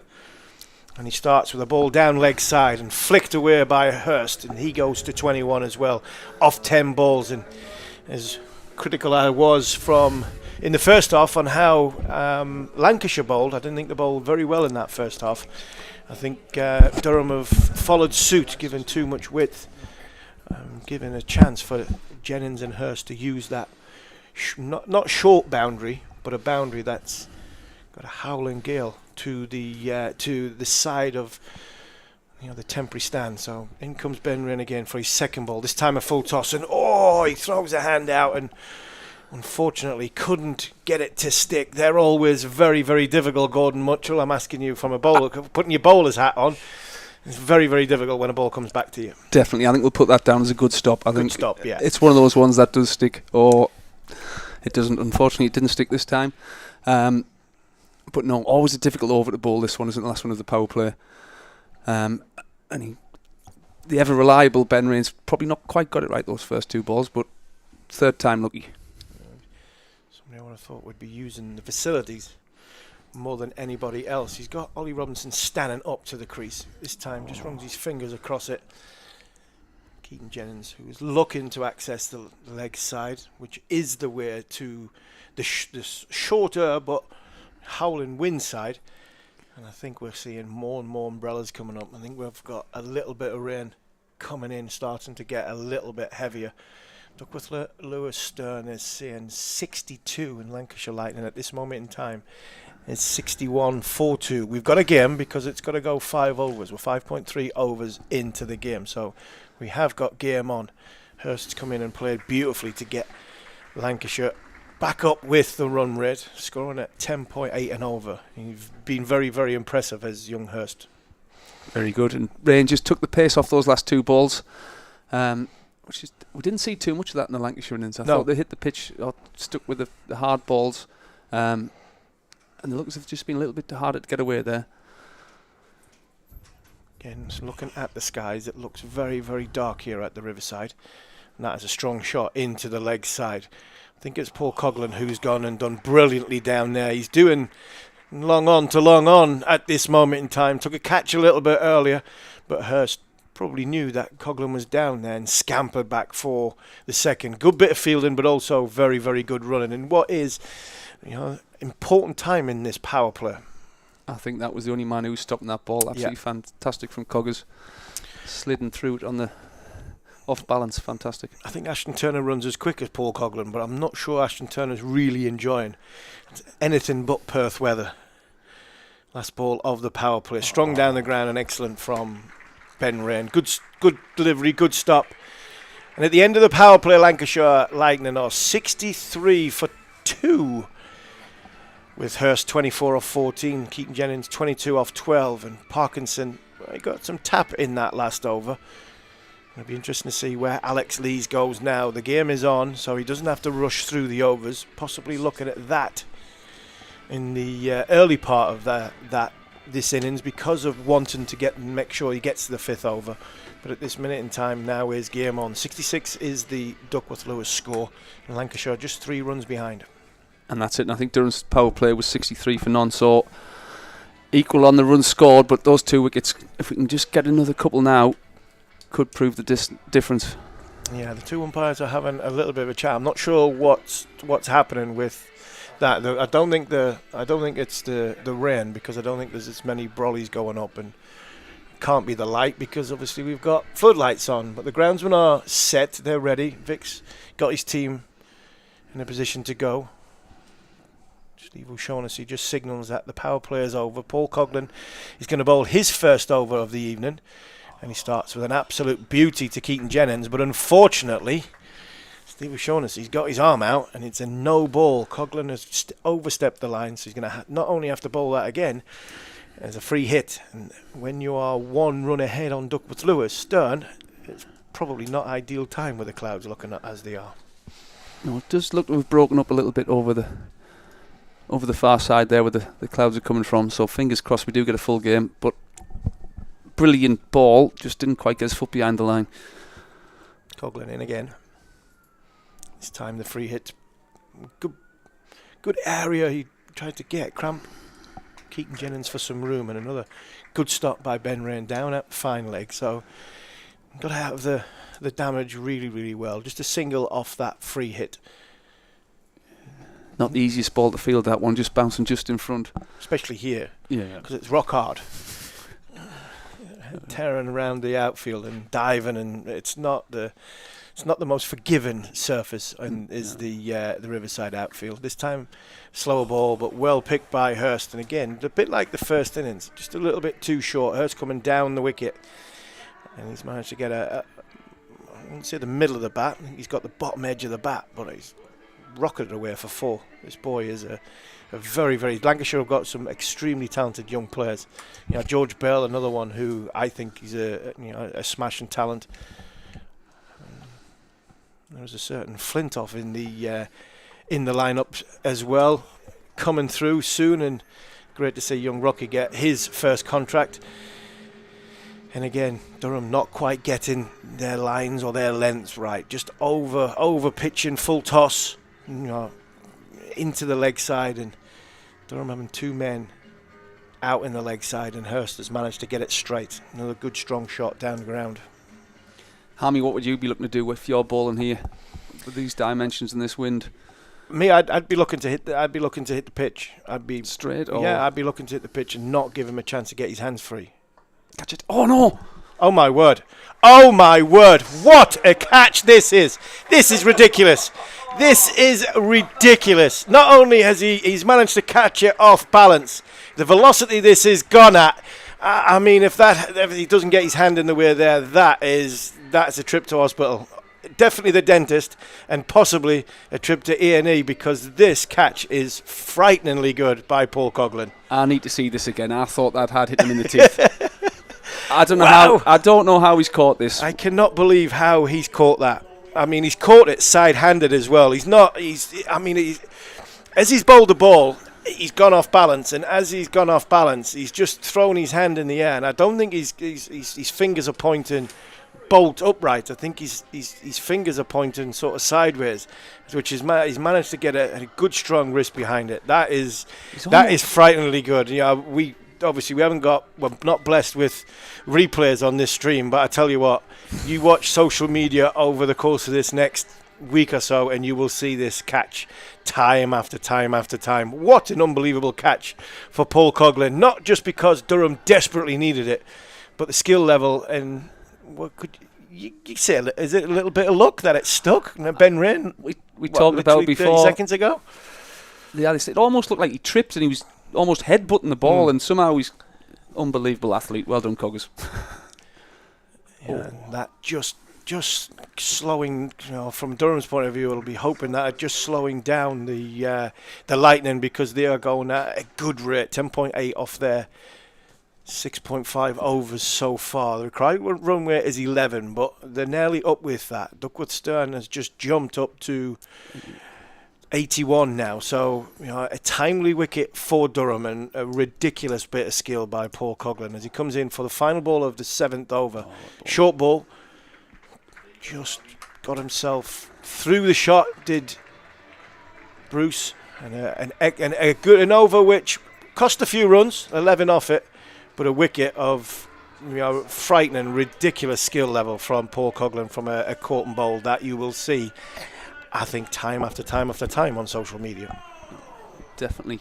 And I watched a little bit of Lancashire versus Leicester, I think, the other day, and they were in a similar position where they lost wickets and they kept coming hard. Yeah. They just backed themselves to play their way, so we need to keep taking these wickets. And that's why they are top of the league. They're top of the league for a reason. They've got 10 points from their 6 games.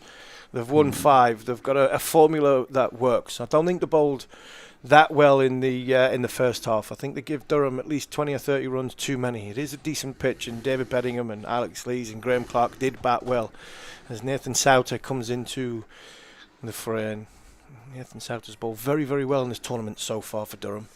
Somebody who bowls leg spin, but he bowls a lot of googlies. Keeps the stumps in play a hell of a lot of times when he's bowling, and he's very, very experienced in this format. Came from New South Wales in Sydney, played for the Oval Invincibles in the 100.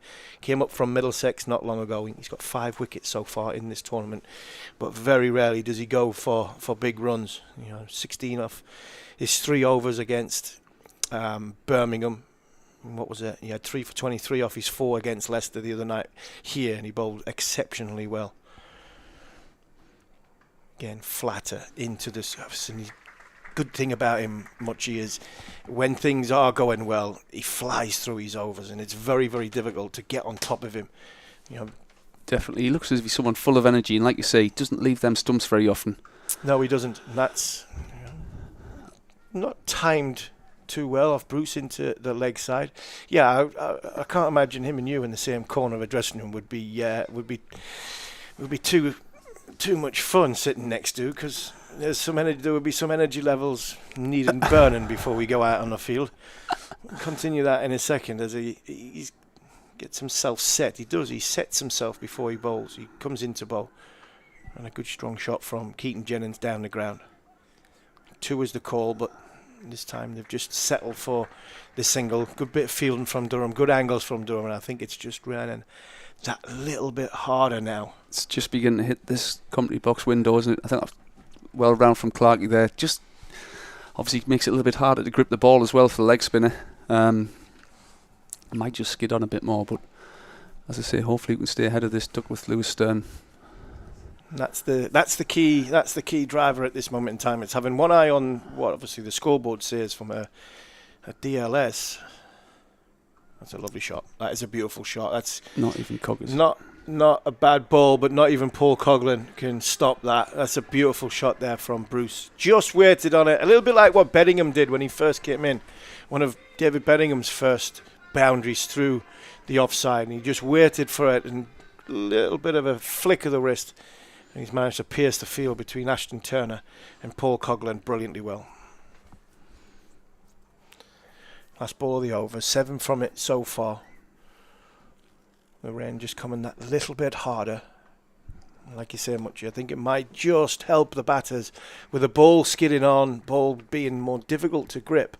It might just help the batting team for the next 10, 15 minutes if this shower doesn't it doesn't pass through quickly. End of the 8th over.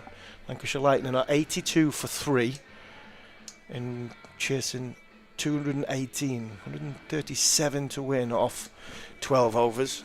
How have you enjoyed your time in the commentary box, Muchie? Being back at the ground, it's different, isn't it? It is different, but I have thoroughly enjoyed it, and obviously being around you three makes it even better. Obviously don't see each other quite as much as we'd like, but that's the best thing about this place, and I think the camaraderie out there from the boys, everyone's so pleased to see everyone when they meet up, and I think that's why it is such a special place. Yeah, it is a special club, and they keep producing good young players, as we heard from John Windows earlier, and Ben ran into the attack, taking pace off it, bowling with a leg side field which has got a huge howling wind that has been used very, very well by both teams, I think, in this contest so far. Durham have got Nathan Souter and Paul Coughlin on the boundary, and that tells you everything, because that's Durham's best 2 fielders. Right-left hand combination. Bruce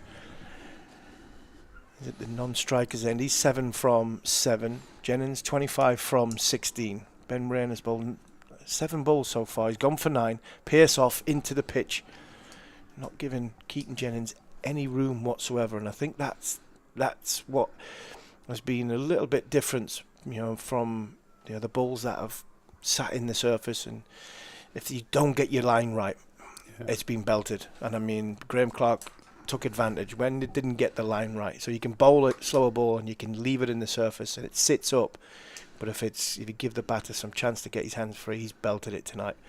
Again, a good ball from Rain into the pads of Bruce. This has been a good over so far. But this is what Durham did very well as well. In that middle period between Beddingham and Clark, when they didn't access the boundary, they made sure they rotated the strike. Yeah, definitely. I think this is a great plan from Ben as well. They're almost giving up 6 and over here with the packed leg side field, and that's it. So good bowling and sensible batting at the moment, but they're going to have to chance their arm at some point. Yeah, 11.7 runs and over required, and Keaton Jennings gone for the reverse. Talking about the leg side field, and Ollie Robinson didn't quite get a hold of it, so they ran through for a bye, but I don't think Ollie Robinson, Alex Lees or Ben Rain will be too disappointed with that. Just getting the singles and keeping that run rate climbing. So it's 11.7 at this moment in time. I don't think it's too out of hand yet because they're going at 9.9, but 95 required, so they're 9 behind the rate. And this time, that's a glorious shot. That's a fantastic shot. What a shot this is from Bruce. He's got down to, I think he's gone for leg side. I think he's gone to try and scoop it onto the leg side. And Ben Rain, good bowling, has seen him go early and followed him. And because, such great flexibility in the hands, he's managed to get it to the offside by just turning his wrists. That is a quality scoop shot. Yeah, and these sort of batters are the hardest ones to bowl to, where they can hit you 360 behind you, back down the ground. It's an absolute nightmare, because Ben Rain again's bowled another good ball there. And fair play, take your hat off. That's a fantastic shot. Yeah, and a change of field now. Mid-off comes up into the circle. Fine leg goes back. Ollie Robinson standing up to the stumps. Good delivery, good area. Just squared Bruce up. Just a little bit of nibble there, I think, Army. Yeah, I just think the surface might be just getting a little bit damp off the back of the this little shower that's coming through. It's not strong enough to get the umbrellas up too much. I don't think the Durham fans will want to give the umpires any encouragement to take them off at this moment in time, but maybe there is just some assistance now where the surface is getting a little bit damper. It was a good area, it was a better area that from Ben Rain. 9 overs gone, Lancashire Lightning 90 for 3 in reply to 218, 129 to win off 11 overs, scoring at a run rate of obviously 10 runs and over, and they need 11.7 as Nathan Souter comes in for the 10th over. Big shot from Jennings down the ground. This has gone miles in the air. Ben McKinney is under it, and he's taking a catch, and that's exactly what Durham needed. Something had to give for the Lancashire Lightning captain, and unfortunately for Keaton Jennings, he's looking to hit it onto, I think he was looking to hit it onto the offside, and he's just clossed it into the air onto the leg side, and Ben McKinney run in from long off to take a very, very, very good catch. Excellent bit of cricket again. Just that pressure. I know they got that 4 at the end of the Ben Rain over, but when you keep looking at that run rate and it's going up slightly, it does make you take the odd risk. And 4 down now, and the experienced Croft walks in. This is a big period in this game. Yeah, it is a big period. The experienced Stephen Croft's coming in. He's seen it. Crofty's seen it all before. Situations, he's won games for Lancashire on countless times from many different situations, and he's got Tom Bruce at the other end, who just played an outrageous scoop shot. I'm talking about outrageous. We've seen probably one of the catches of the season from Paul Coughlin. I've got no idea how he's caught it, and I don't even think Paul Coughlin knows how he's caught it, but it's one you're going to see again time after time, and it was a very, very well needed wicket for Durham. Croft comes in and hits the ball straight down the ground first up, and Ben McKinney is eventually in the game. Twitter's going nuts over Coggers. Yeah, Ashley Thorpe's just giving us his phone, and Twitter is going bananas over that catch from Paul Coughlin. We're just seeing it again on social media, and it's amazing. It really is. Get over to Durham's Twitter page, because that is just frightening. He somehow manages to get his head out the way and stick a paw out, and it just sticks in. It's all instinct. All instinct, and like I say, he's nearly horizontal when he catches it. It is a brilliant catch. His head's obviously fallen to one side, and he's just thrown his arm up in the air, probably in protection to his body, to his face, wherever he's trying to protect, and he's managed to keep a hold of it. Sauter, nearly slipped it through. Ooh. Nearly slipped it through. Bruce has just gone to try and hit that cut shot that he played over so well in the last over against Sauter, and this time I think he's just tried to hit it too hard and just lost his shape a little bit. He's practicing the strike bat shot. I think he was trying to play the right shot, but unfortunately he didn't execute it as well as he would like. Good over from Sauter so far. 4 balls gone, 2 runs from it. Again, another excellent delivery. And just pressure mounting now. Pressure is mounting now. We've seen it just get the better of Keaton Jennings early. First ball of the over, trying to assert himself. And the captain lost his wicket. The run rate now climbing to 12.4. With a ball left, 1 ball and 10 overs to go. Sauter's last ball of the over. Throws it up in the air. Call is 2. But unfortunately, I don't think they're going to manage to get back or even attempt it. So, 10 overs gone in this contest. Lancashire Lightning on 94 for 4. Chasing 218 to win. As Gareth Breeze and Ashley Thorpe take you through the next 5 overs.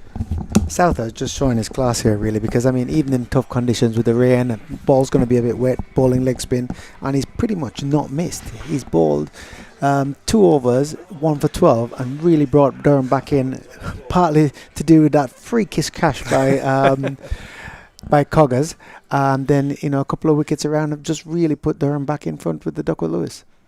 Yeah, important phase here. 5 overs. Lancashire want to have batters to go hard at the end. As Parkinson comes in, left arm round the wicket, he bowls that one into the pitch, and Bruce sends Croft back. We've got Ross up on the camera on the roof who says the rain is getting a little heavier, so Ross, I hope you're staying dry under your little marquee up the top there. There's Parkinson again, left arm round the wicket, and this one slid in, and it's an excellent bit of fielding there, which gets a big round of applause, because what our Durham fans are is they're knowledgeable and they realise that every dot is important right now. I think this is where it's really tough though as a game, because it's no longer like a 5-0 game. It's almost every game now trying to play for this Duckworth Lewis. As Parkinson comes in again, he takes the pace off this one. It's cut away nicely by Bruce, and it will go away for 4. It's a really, really good shot. You can see what he's doing here though. I mean, they're trying to go into the pitch because it's so skiddy. Really trying to obviously take the short side or the shorter side with the wind out of it. But 2 really good shots. Nathan Souter has done it, brilliantly so far. He's, as I said, he's hardly missed, and he's pretty much just gone top of the stumps into the pitch and straight. So for me, it's been really good. But just to continue on that point, when you got this Duckworth Lewis, it's almost like you're chasing, because it's still not that far. They've pushed it 18 runs ahead. But everything seems like a 1-over game, doesn't it, with Duckworth Lewis around? And there's a big swing and a miss, and Parky's off, celebrating, punching the air. And he picks up a big wicket of Tom Bruce. And this is the hard thing when you've got Duckworth Lewis there. Actually, you've still got to get the best part of 220. These little moments, and every wicket for Durham is absolutely vital. Yeah, and that's just going to push it a little bit. I dare to say, to put the commentator's curse on, but that wicket there has just pushed it really very much more in Durham's favour.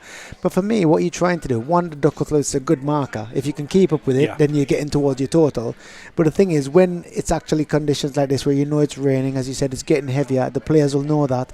They need to get ahead. Durham's got a few wickets which push the Duckworth Lewis ahead, so they're trying to take the risk to get back up to Duckworth Lewis. So as you say, it's almost like a game all the time going down, so every 6 balls like a separate entity.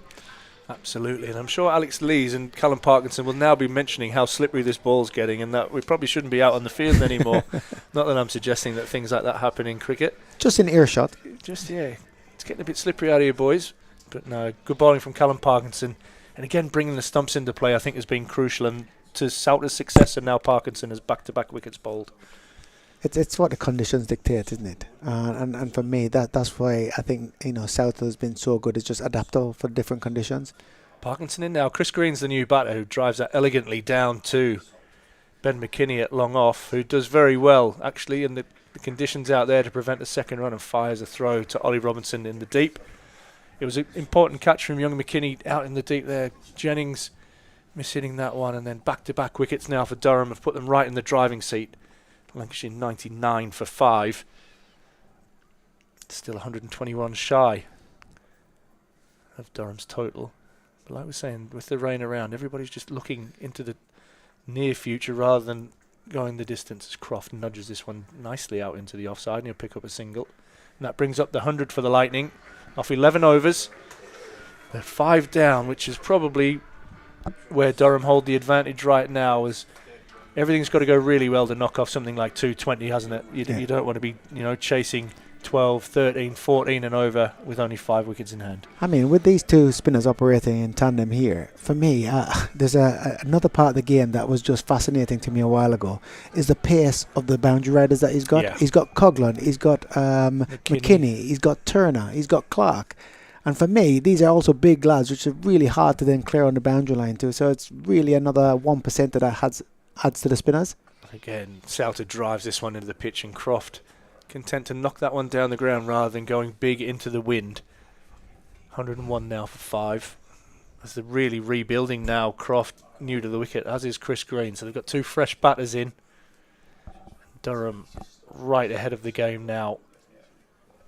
Started again just like he has. I mean, there's no reason to change his, what he's done has been so successful, and I think that's a really good in this day and age of all the variations and stuff. Sometimes I think they're there for when you need them, not just there to use because you feel like you've got them. He'll come in again now, and again at straight. This time Green gets his hands through that beautifully and nails it through the covers. Maybe actually just a little bit of width there on offer, but you've got to take your hat off to Chris Green, who's come in and hit his second ball beautifully through the covers for 4. Probably the first ball he's missed in terms of length. I think with the deep point, if he does get a little bit wide back of length, I think you can deal with that, but I think that one probably just a bit more on the fuller side. Yeah, he normally challenges the top of the stumps every ball, Nathan Souter, and has been very successful over the last few years and been a key member of this Durham side. 105 now for 5. And he's back on the money there. But Chris Green drives that again nicely out to Ben McKinney at long off, who runs in, and Ollie Robinson must have been out of the floodlight, was it? Because he's totally missed that. It must have been. I mean, I keep up his caliber. Yeah. An apology from McKinney and an apology from Ollie Robinson, and they're all friends again. It's lovely. Here on Father's Day Sunday, Seat Unique Riverside, Durham, trying to hammer home the advantage here as the rain is still falling. Umpire's happy to continue at the moment, as is Ross upstairs, but Ross hasn't got a choice. And Souter is driven hard and firm down the ground, and Croft finds a boundary, and a much-needed boundary for the Lightning. It's nice to see Croft is still going, actually. Yeah. I mean, for somebody who we've had so many battles with over the years from when we used to play, and he's just showing that, I mean, there's still space in the game for older, wiser head. Looking after himself physically, but still there, giving Lancs a chance. It looked like he had a little fitness test on that note before the start of play, but obviously fit enough to field. I thought he might have got a ball actually today with his random little off spinners and knuckle balls. And Souter beats the lot, and this one will go through and away for byes. Ollie Robinson hands on head, and another crucial 4 runs to the Lightning. That's just gone through bat and pad there. Beating everything. Difficult take. Really well bowled by Souter again, but so unlucky. That's added another team runs to the Lancashire total. Where they're now 100, they're probably still 20 behind Duckworth Lewis. You're absolutely right. So you should think that Durham is still quite in command of this game from that point of view, if there was to be a shortened game. Still some experience out there with Croft in the chase, and Chris Green, who's franchised all around the world. The spinner from Australia, and this one's punched off the back foot by Croft, and they'll settle for a single. So McKinney does the fielding at long off, and that ends the 12th. 115 now for 5. Still 104 required for victory, with just the 8 overs remaining. And Durham go to Mr. reliable. Is that Ben? No, it's I think Parky's Parkinson's gonna coming back in. continue, So yeah. probably trying to get through here. Parky's probably picked up 2 wickets. He's been probably the form bowler tonight. 2 for 26 off 3 overs. So you'd think, having those runs on the board, I mean, wicket's the key. So definitely go to your wicket taker. If you pick up another one here, that's probably game sealed, isn't it? I think you bang on. I think they're looking to try and make Lancashire attack these spinners and try and pick up that wicket that just puts that nail in the coffin here. As Parkinson comes in, and Croft does. He obliges and hits it straight down deep mid-wicket's throat, and he's gone. Ashton Turner takes a comfortable catch. Parky's off on his usual celebration, fist pumps. I'm surprised there's not a somersault and all sorts involved. But he gets excited. The Durham fans are excited, and Lancashire is 6 wickets down. Well, that's hit out to those boundary riders that we were talking about. I mean, that's probably the first cloth shot I've seen into this side of the field that hasn't actually gone. But again, it makes such a difference when you got really brilliant fielders on the boundary, spinners in this format. You get hit out to the boundary riders saving boundaries, taking brilliant catches on the boundary. I mean, I was really lucky when I played to have somebody like a Ben Stokes out on the boundary. Probably the only reason I kept playing, because Ben Stokes taking catches and stopping balls hitting really hard at him out in the boundary. But that was so good to get Parkinson back into the attack there. And I think that wicket's pretty much sealed it. I'm going to take the gamble and say that we've probably... There you go. Breezy's locked it in. Durham have won already. Let's walk home. But if you just going back to the boundary riders, they're not only great athletes, but they're all probably 6'4" plus. So there's definitely an added help there on these boundaries. But another crucial catch, as Balderson is the new batsman, and Parkinson this time over the wicket to Balderson, who's left-handed, and he squeezes this one out behind point, where Ashton Turner does the fielding. And he gets off the mark immediately. But what have we got there? Is that 146? I think Duckworth Lewis has jumped up to there, and Durham around 30 runs ahead at the moment, and right in the driving seat as the spinners have taken real control here in the middle of the innings. They say Parkinson now 3 for 27. Souter just going at just over 7s, 1 for 23. Even in the wet conditions have been vital to the success here, as Green hits this one out into the covers and collects a quick single. Clarkie's gone basically block hole for those 2 balls, almost like finishing this off here. I think that's been really good. It's a skill that I think spinners sometimes neglect, that ability to get under the bat, and I think it's such a key quality to have, especially if you're under pressure. Yeah, it's a good defensive delivery, and this time his slug swept out into the deep, and it looks like it's going to pick the gap, but Ben McKinney, talking about athleticism, does excellently out there in the deep and prevents that going for 4. And it will just be the 2 to Balderson, who slug swept that one. I actually think we're going to go all the way here, Ash, in terms it's bizarre, isn't it? But yeah, from all the forecasts around that we've seen on the various apps that we've talked around, as Balderson chips one this out into the leg side, and Chris Green says, we'll settle for 1 here, thanks. I'll keep the strike maybe in the hope of hitting 2 the leg side boundary. But yeah, you check on the BBC, the Apple, the Met Office, all said we weren't getting cricket later on this afternoon, but we're still here, we're still going strong, and only a few overs remaining in the day as Parkinson comes in, and Green again drives this one nicely, and Lees does the fielding in the covers, and that ends Parkinson's spell. 3 for 31 from his 4. He's been absolutely crucial here to Durham.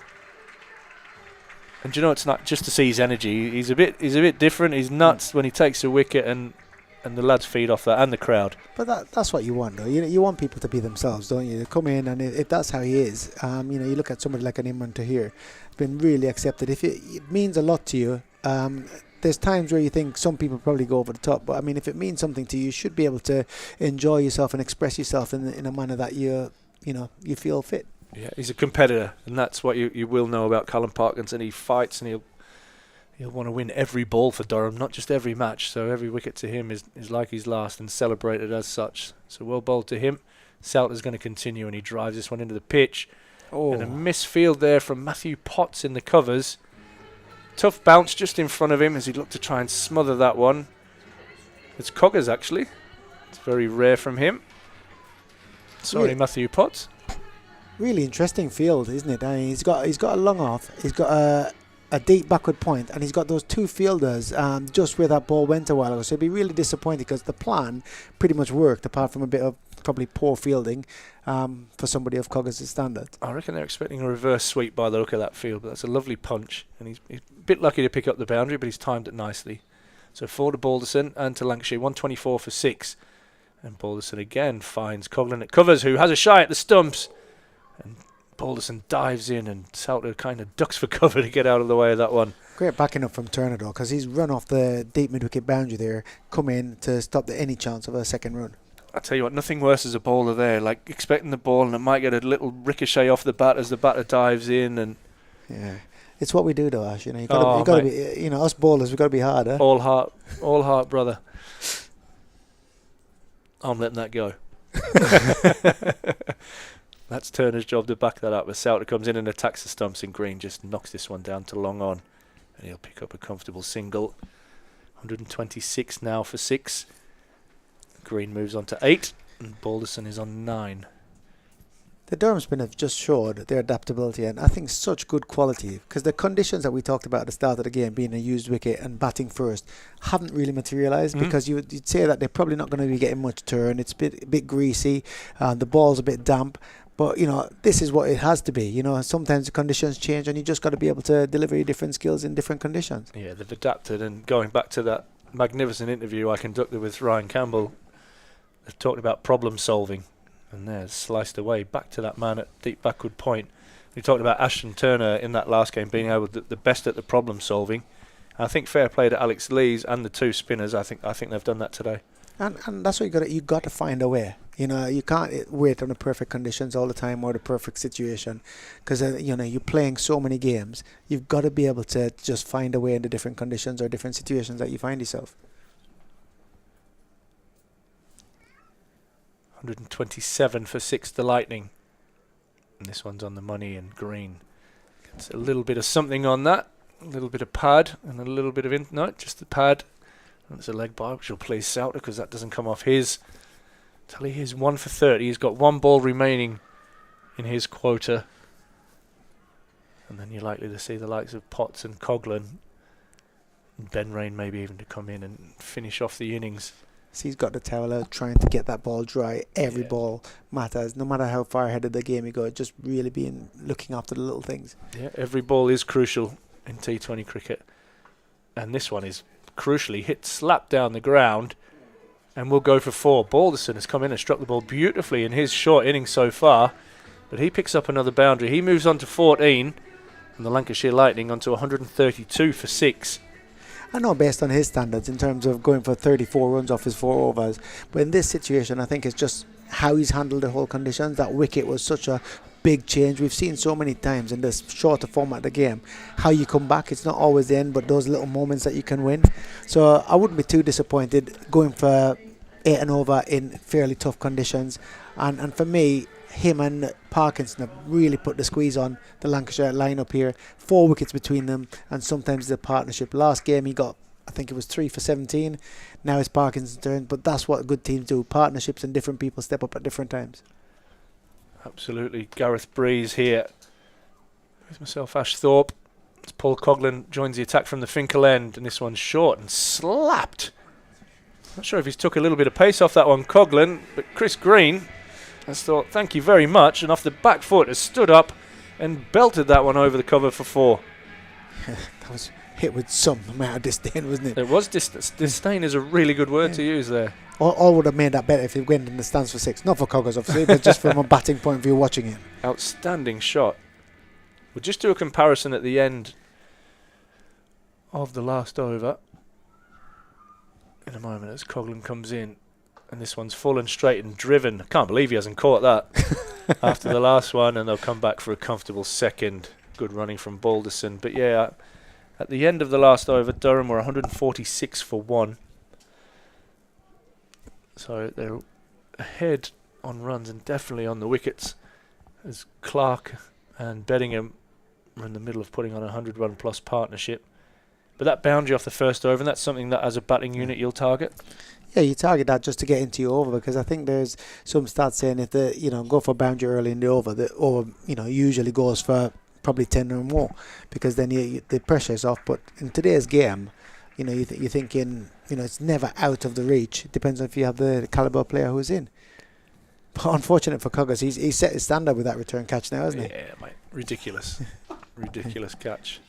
I think Andy Sixsmith's loving it next door as well, by the way. a lot of people don't realise, though. I mean, there's the talk of a possible injury. We've seen so many times where there's been some horrific injuries. Luke Fletcher, prime example, you know, in the game today. So you have to, you know, spare a thought for the bowlers sometimes. Good from Coughlin as he bowls, and that one's just pushed to mid off for one. They'll be more than happy with singles at the moment, Durham, and it's really, you're looking at what's the required rate, the best part of 15 and over at the moment for the Lightning. And Durham at the moment well on top. Andy Stokesy's retweeted that, and he hasn't sworn. What the heck? Joke that. So yeah, that's from his captain Ben Stokes. As Coughlin comes in, this is clipped away nicely, and that will run away for 4 from Chris Green. It was that catch was very Stokes-like in terms of what I mean is just doing things that probably not many other people can do. And for me, you'd think he would be somebody you think would be able to catch that and probably not even break a sweat. But, you know, it was just a phenomenal piece of cricket, really. It was that moment, wasn't it? Nobody actually was really sure what had happened until he kind of held the ball in front of his face, and he's actually caught that.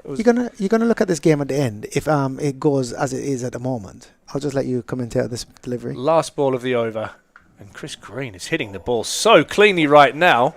And I tell you what, this game isn't done with Chris Green in this form at the moment. He hits that for another 4. He's raced on to 23. Lancashire on 148 for 6. And they still require 71 from the last 5. And I'll give Gareth Breeze his last word before we hand back to Stephen Harmison and Gordon Mutchell to take us home. No, I'm just saying a lot of people are going to see this, but the real turning point in this game was probably that special moment from Coggers. Because, you know, to take a catch in that, Lancashire just moved ahead. They'd just gone for a few boundaries. They'd gone ahead of the Duckworth Lewis.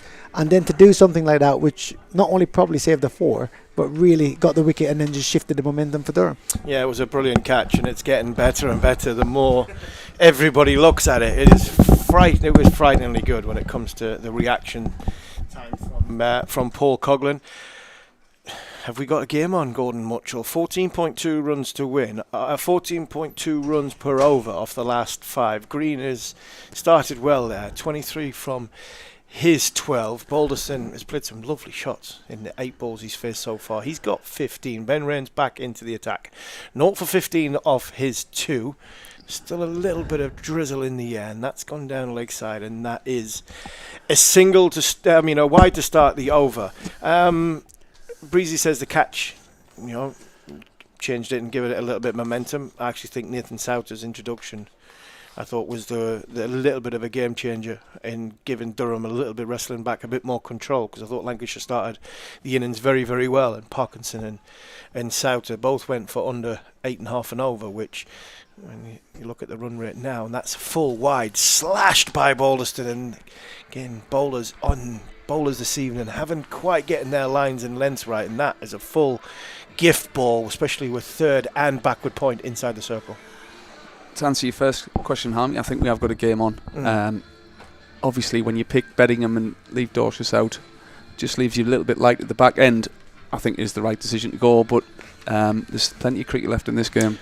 Yeah, there is plenty of cricket left in this game, and Alex Lees is every time a ball will be going to the boundary and close to there's a concrete step all the way around the perimeter of this ground where the base is.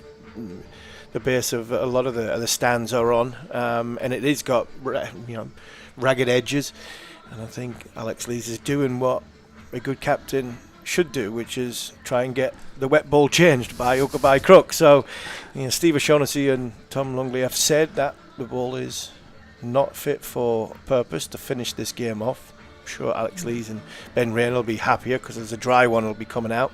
But you're right, 13.7 runs in the modern day game is not a huge amount. They're going at 10.1 at this moment in time, and a player like Green as well as young Balderston, I definitely think there is still game on here. Yeah, I think those 6 wickets are an important thing. If we can get 2 more wickets now, that puts us well ahead of the 8 ball. But while these 2 are still at the crease, Yeah, I don't think they can. They can't afford to lose another wicket. These two have got to get the 66 runs to win. Not because there's not much coming in after. You just the minute you take a wicket, you're chewing up 2 balls and 2-3 balls that I don't think Lancashire can afford to chew up. I think they've got to make sure that the 2 that are at the crease at this moment in time are the ones that are potentially going to get them in a match winning, and if not, a victory, which would be, this time down leg side, a victory which will be well deserved if they can get themselves over the line, because I don't think it's been, especially with the ball, I don't think it's been the best show from Lancashire. I think Durham have been slightly better, but I don't think Durham have been great at their plans, and I think that's largely down to the conditions, the wind, the rain, and everything that goes with it. So I always stick up for the bowlers, but the rain is getting heavier. Yeah, it definitely is. It just looks as if the wind's dropped, actually. That flag on the far side there is not blown quite as hard. The players' trousers were waving in the wind before they seem to have stopped, so that might help us a little bit. Rain in again, short ball. Not going to quite get out to Coggle it out in the deep. We'll mention it and keep mentioning it. We've mentioned the rain a hell of a lot in this second half, and we've mentioned Paul Cogling's catch a hell of a lot in this second half as well, because it was an absolute, it was ridiculous. It was instinct, but to get his hand up as quickly as he did and manage to cling on to it was something special, and it's something that you will see time after time after time on social media platforms over the course of this next week and beyond. What Ben Wren brings in, he's this extra man come inside the circle now on the offside. Come for the full ball, and I think it's Souter who's diving across to stop that, and good ball, well executed from Ben Wren, and the towel is getting utilised more and more as this rain comes down a little bit heavier. That's it. I think Ben Wren's brilliant in these situations, changing his pace, not letting the batters get into that rhythm. And he's been brilliant for Durham the last few years, hasn't he, since he's come back? Yeah, he has. He's took over from Chris Rushworth. When Rushy went to Warwickshire, Ben Wren really did step up. And he stepped up here again in this over. That's the second or third good Yorker where he's nailed the white line, not give Green or Balderston a chance to get their hands underneath, their bat underneath the ball, and utilise the hands and the wrists, and how strong and good these players are at hitting that full ball in the modern day game. Definitely. We talk about Jeff Cook's talent ID. I remember when Ben got released, I think 2 weeks before he'd been released, Ben had just started bowling pace, and he said this guy's going to be an unbelievable bowler, and at the time he was an opening batter, and I think Jeff probably had to say whether he got released or not. But for what Ben's gone and done at Leicester, come back, same as Rushy he did the same. Fell out and then he's come back in. It's been the making of both of them, and what fantastic careers they've had. Yeah, absolutely. End of the 16th over, Lancashire line, and 158 for 6, and that unfortunately was the sign of the times during them days. Muchie, we've had John Winders in the studio talking about what Durham, the embarrassment of riches that Durham have had throughout the years from young players, but some of them good young players and them talented young players were let go by Jeff because it was good for them. It was good for their development, because the team at the time, Durham's team at the time, we had a lot of older players who played a lot of cricket but did play. They were durable. The likes of Divinito, Benkenstein. During my time, Breezy played a hell of a lot of cricket. Blackie was there during the time when we were successful and won it. Like see yourself, you didn't miss many games. Onions, Plunkett, the list goes on. Throw in some sprinkle of overseas there. And the odd one got through. The likes of Rocky and Scott Borthwick, Ben Stokes, they got through, but there was quite a few had to go away to come back, it's always good to see them come back. Potts into the attack, and he starts with a full ball, and Balderson gets it through. Square leg, but there were good times then as well. 100%. Well, I mean, I was in the second team for a lot of that time, and yourself was playing in the second team from time to time in international ball. I mean, we had almost a first team as a second team for about 2 years. I was lucky to be captain. It's easy to be captain when you've got Harmison, Colleen, Plunkett, and a few others to just rely on in a second team. And like you say, I think we're getting almost back to that now with the sort of second team we've got here now. We've got ready-made cricketers ready to come in. Whereas, like you touched on before, when we had some financial problems, give some young local lads an opportunity, but we probably didn't have that strength and depth to fight for trophies on the first team pitch. Yeah, and that's the beauty of what the likes of Tim Bostock, Marcus North, the Lord Botham has given this club since we did have them financial problems. Borthwick, he left, Jennings left, Stoneman left, one or two others left, and a few of them have come back. The youngsters had their chance, and one of them was Matt Potts, who's bowled a ball. It's gone wide of the line. Has it gone all the way for six? It's gone for six. Yes, gone all the way for six. Steve Shaughnessy has signalled six, and Chris Green has just got a bit of width there from Matthew Potts. He didn't quite get it into the white line. Green obviously using the width and using his hands, and managed to, like David Bellingham did in that first innings, just use the pace and guide it over the top, and he's managed to hit it a long way into the wind. 50-run partnership from Green and Balderston, and it's one that's just given Lancashire Lightning a sniff in this game. Still 14.7 runs and over, 3.4 overs left in the game. 54 runs to win, but a 6 off the second ball. Matt Potts' over is definitely what Lancashire Lightning needed. That's a big hit. That's a strong hit. That's down the ground. That's into the dugout. That's a fantastic cricket shot from Chris Green. 6 all the way off Matt Potts. 2 fantastic shots. I think first one he was a little bit unlucky to get hit for a boundary. With that one he just missed his length, and Green's got under it and hit it straight down the ground for 6. I think we need a wicket here, Harmy. Yep. How are we getting the wicket? Yeah, Durham need to get the wicket. A little bit of hope that Green or Balderston chips one up in the air. Like I said before, I think it's about these two. I think this is the game. I think if these two are still there, 3.3 overs time, Lancashire have a chance. 48 runs, they definitely have a chance. If there's a wicket goes, then I think it's Durham's game, and I think then it would be, like Gareth Breeze said a bit earlier, it would be game over. But while Green's there, while Balderston's there, and the touch that they're in, I think they have a chance. How they get a wicket, I think they've got to go back into the surface. I think really they have got to go back into the pitch. Hit the pitch hard, or take the pace off the ball by hitting the pitch. But that's not, bang it in short, because it's been just sitting up.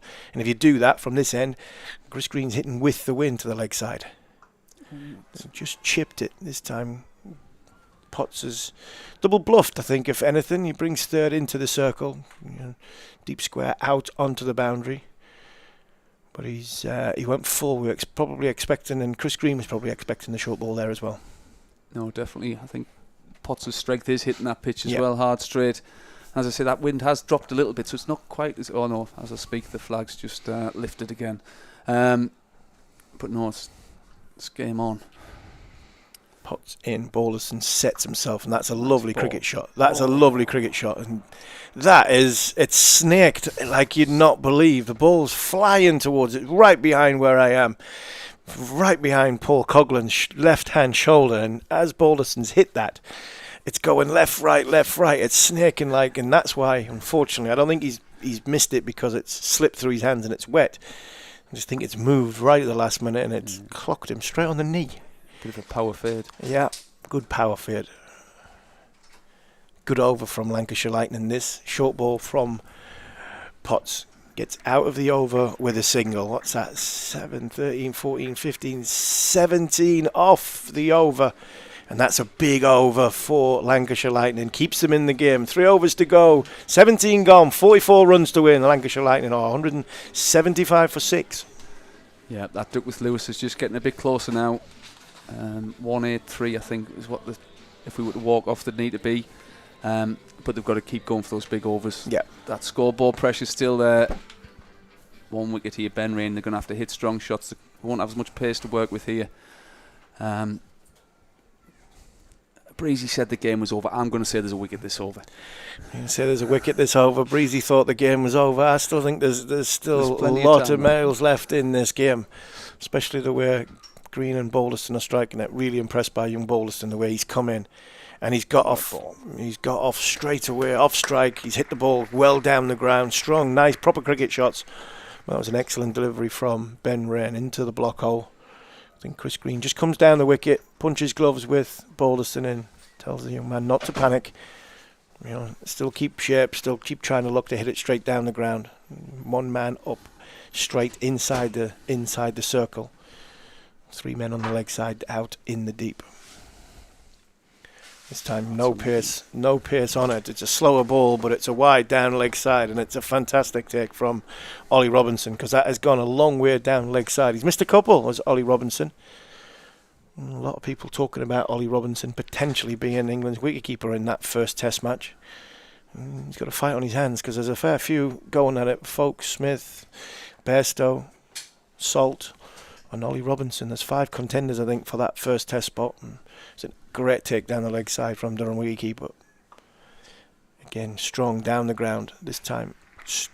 Souter, I think he's struggling a little bit. I'm not sure if he's got a dodgy knee or there's a scab there that's just been, as much as you'll know diving around in the field.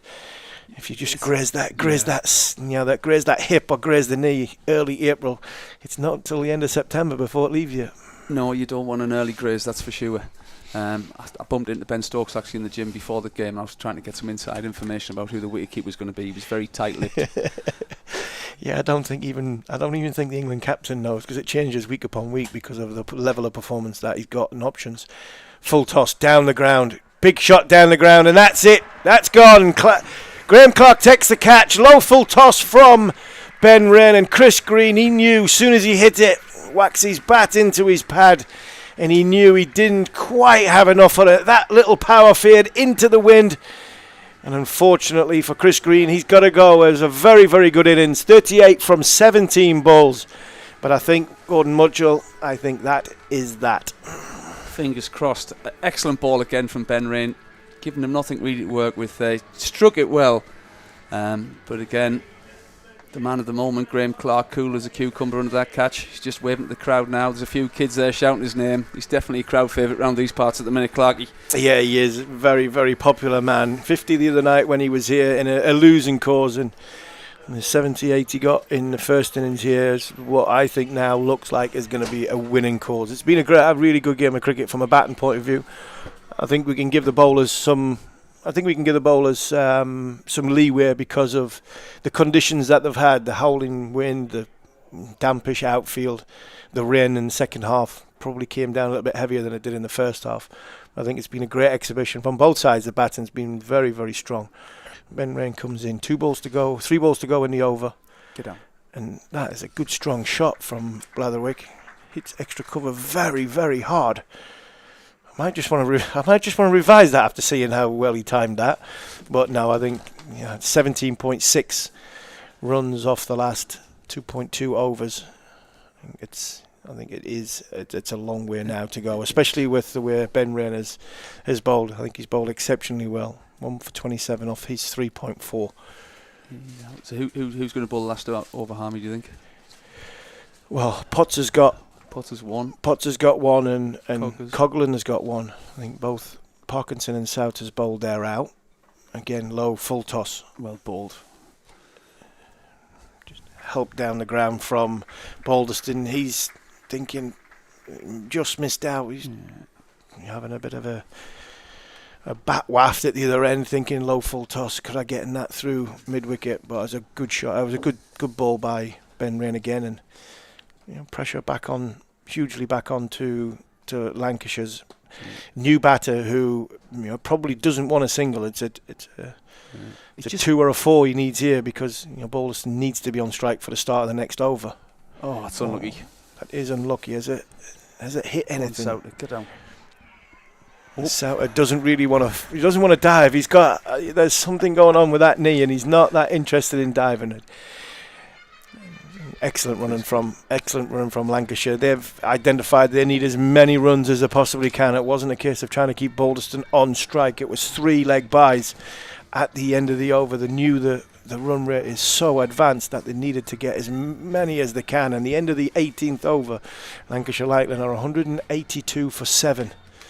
Yeah, you don't want to dive, do you? You're running towards the rope, and you feel the blood that's gushing out your knee, and you're going, oh, don't just go for 4.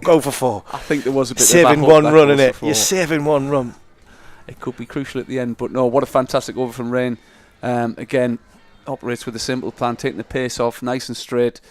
4 for 28, 1 wicket, an important wicket there of Green. It's It's a great effort from him again. Matt Potts into his final over, 0 for 39. Expensive evening for Matt Potts from his 3 overs, and he starts with a full delivery wide, and Steve O'Shaughnessy puts his arms out. I think Blatherwick slipped as he was trying to hit that one. Matt Potts is not happy with the Lancashire umpire. He's got a little bit of a teapot on. The former Lancashire batter, Steve O'Shaughnessy, great man. To be fair to Shawnee, he gave a lot of wides like that in the first half as well. I think that he's not giving too much away from that line. Full toss, a bit high on the bat, over the top of extra cover. Ben McKinney's gone scampering past it, and they've only managed to get 2. What a fantastic throw that was from McKinney out in the deep. That's a long way out there. That was a good throw, and he's got those fancy wheels on as well. I think he needed used the full spike well there. He did. I'm not sure a young lad in our day would get away with wearing a pair of shoes like that on your debut. I think David Boone might have slapped me over the back of the head if I'd done that. He told me to get my hair cut once when one of my early games, because I had big long sort of headbanger's hair. And, in the late 90s, I didn't appeal, and he was staring at me and growling at me from slip, and he come end of the over. What did you not appeal for? That was stone dead. I couldn't see me hair was in my eyes. Matt Potts in, good Yorker. Get there, Coggers. Got it down the ground. Coughlin is coming in, trying to go back for 2, but no, it was good fielding from Paul Coughlin. And when I told Booney that my hair was in my eyes, he marched me to the barbers and told me to get it cut very quickly. And we've all seen Police Academy 1 when they're all going for the shaven head. Unfortunately, that was my next haircut, because I didn't miss another LBW. The raft of the little Tasmanian was something I experienced it once or twice, but I didn't want to experience it too much. In comes Potts again, down the leg side, and that's going to be given another wide. Another wide. Matt Potts is just slipping a touch on the front foot, asking for some sawdust, which I'm not sure really helps. I think it makes it worse. Maybe makes it more slippery. But we're going to have a little bit of a break in play. Lancashire need 19, just over 19 runs and over. 32 off 10 balls. It's been a fascinating game, Muchie. It's been one that I think I've enjoyed from watching some of the batters play. Beddingham was a lovely innings. Great to see Graham Clarke in form. And even from Lancashire's point of view, I think Lancashire have batted very, very well in the pursuit of a total which 218. It's a mammoth total, especially in at this ground when. 170, 180 is normally a good score. Nobody's really got a big score for Lancashire, but Jennings, I'm really impressed by Hurst. I thought Hurst batted very, very well, and obviously the overseas player in Green who hit the ball especially straight very, very well. Yeah, no, absolutely. I think the crowd have braved the conditions, and they have been given a real good value for the money today. Fantastic wicket as well. When the balls come on and made for a good cricket match, whoever played the best today was going to win. There wasn't any sort of demons in the wicket which could potentially change the course of a game. So no, really good. Yeah, the elements were what probably didn't help the bowlers. The dampness of the outfields, the dampness of the ball, the howling wind always down obviously one side. So if you batted smartly and you use left and right hand combinations well, you were always within an easier hit to the boundary. I think that you can see why Lancashire are top of the table. They've got a very, very good side from a batting department. They're just probably one player that didn't go on and get that big innings, and that's why they're going to end up probably 10-15 runs short. No, that's it. And Breezy touched on it. There's those little moments in games that do change, and I think that's where Durham haven't quite had the look of the rub of the green in the past few games. The sort of catches just fell short for the opposition, and every time we've hit a strong shot, we've sort of held out to the man. So today, fingers crossed, we do get the rub of the green and get that first win at home, and hopefully the start of a good run. Well, we've got a bit of a break in play. Matt Potts has managed to get himself some sawdust. It's been expensive tonight. Matt Potts, 3.2 overs, 0 for 44. talked about Ollie Robinson a little bit earlier in contention for England, but I think Matt Potts is well in contention. Probably will play in that first Test match, barring injuries and getting through the 2 championship games that are coming up. Jimmy Anderson's last ever Test match. He'll be at Lords. And Potts is now back to start the game. Good hand from Alex Lee. Strong hand at extra cover. Definitely saved 2 runs because that was flying away to the boundary, and another good shot. Balderston really has played well. Since he's come in, he's not chewed up any balls. He's not looked to get himself started. He's hit the ground runner. He's played some beautiful shots down the ground. Hit a lot of fielders. To be fair, Durham have saved a couple of runs at mid on and mid off and extra cover. And there again into the leg side. Good bowling. Low full toss from Potts, only managing to get that single into the longer side of the field. Lancashire 190 now for 7. 8 balls to go in the contest. 29 runs to win. Yeah, it's go time now. They're going to have to. Yeah, finish this. It's a 6 hitting competition from now. They need as many as they possibly can. Can Potts get out of the over? Oh, that's a fantastic. Oh, he's give wides. Oh my word, Pats is not happy here. I think Bladerick is. I think that's 4 runs. He's definitely going to be looking at the umpire and going, "Hold on, I've got something on that." But to be fair, the state of the game and the way the game is, it's better for Lancashire that being wides because he gets an extra delivery. Matt Potts is not happy. He thinks Bladerick is getting something on that. And I actually agree with him. I think he played that shot perfectly. He's gone to scoop it on the leg side. And I think at the last minute, he's tried to change his hands and he's managed to get a little glove on it. And it's gone flying past Ollie Robinson. You're very happy if you're a Lancashire player there, I think. Yeah, definitely. And that's a strong shot. Just 1. Strong shot for 1. Fielder in the deep. 23 to win from 7 balls do the Lancashire Lightning. It would be nice to see a replay of that one, actually, because I don't think Ollie Robinson's missing the one that's missed everything. I was going to say, yeah, it's had to have deviated because Robinson, I don't think, is standing as still as what he was. He looked quite startled. Even more startled was Matt Potts. And again, low full toss into the leg side. And the extra balls cost 2 runs. That extra ball. Balderston dives in. He goes to 32 off 21. He really has played a brilliant innings. But unfortunately for Lancashire, he's not going to be on strike for the last over. And the last over of the game, Lancashire Lightning need 21 to win. I'm looking at, and the cut-off point is 17:30. So the cut-off point, and it is exactly 17:30.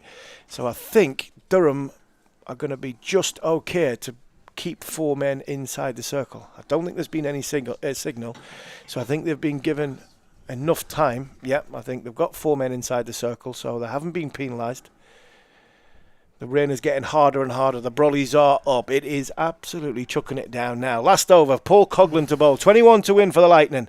Low full toss, got up in the air, a long way up in the air. Ben McKinney stands underneath it. He's trying to, gone for 6, a massive 6. It's a brilliant start to the over if you're Lancashire Lightning, and Gareth Breeze is standing in the corner of the room after giving this game up about 25 minutes ago, and he has now got a big teapot on. That's a big hit, Mochi. That is a big hit, and he just missed again. Small margins in this game, and that's a fantastic strike. 200 up for the Lightning. 5 balls to go inside. 5 balls left in this game. 15 to win of 5 balls, and that is in the slot, and that is out the park. That is a fantastic shot there by Bladerick. 2 6s in 2 balls. That was in the slot. That was, the ball before was a low full toss, but that, I'm afraid from Paul Coughlin's point of view, has hit the headline today for a ridiculous catch. That is in the slot, and that is 2 6s off the first 2 balls. 9 to win now from 4. 2 fantastic strikes. Trying to go block hole. Harmy, do we change our plan here? Do we keep backing ourselves to get 2 right? I think you still have to try and aim for this, keep the stumps into play. You still try and keep the stumps into play. I think that's what's back going. You back your skill sets. Coghlan in again. Bowled him. Middle in leg stump, out of the ground. As if you know what you're talking about there, Exactly. Harmy. Back Keep them into- stumps in back- play. That's the wicket that Durham desperately needed. There's still game on. It's 9 off 3, but it's a beautiful ball from Paul Coghlan. You could see the relief in his face. It's just angled back in. I think Bladerick might be thinking that when he sees that again, was that another one that was in the slot? It was angled back in.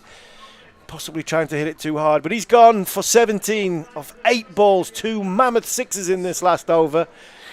Lancashire Lightning start with 6 wicket in the pursuit of 21 off the over. They need 9 off 3.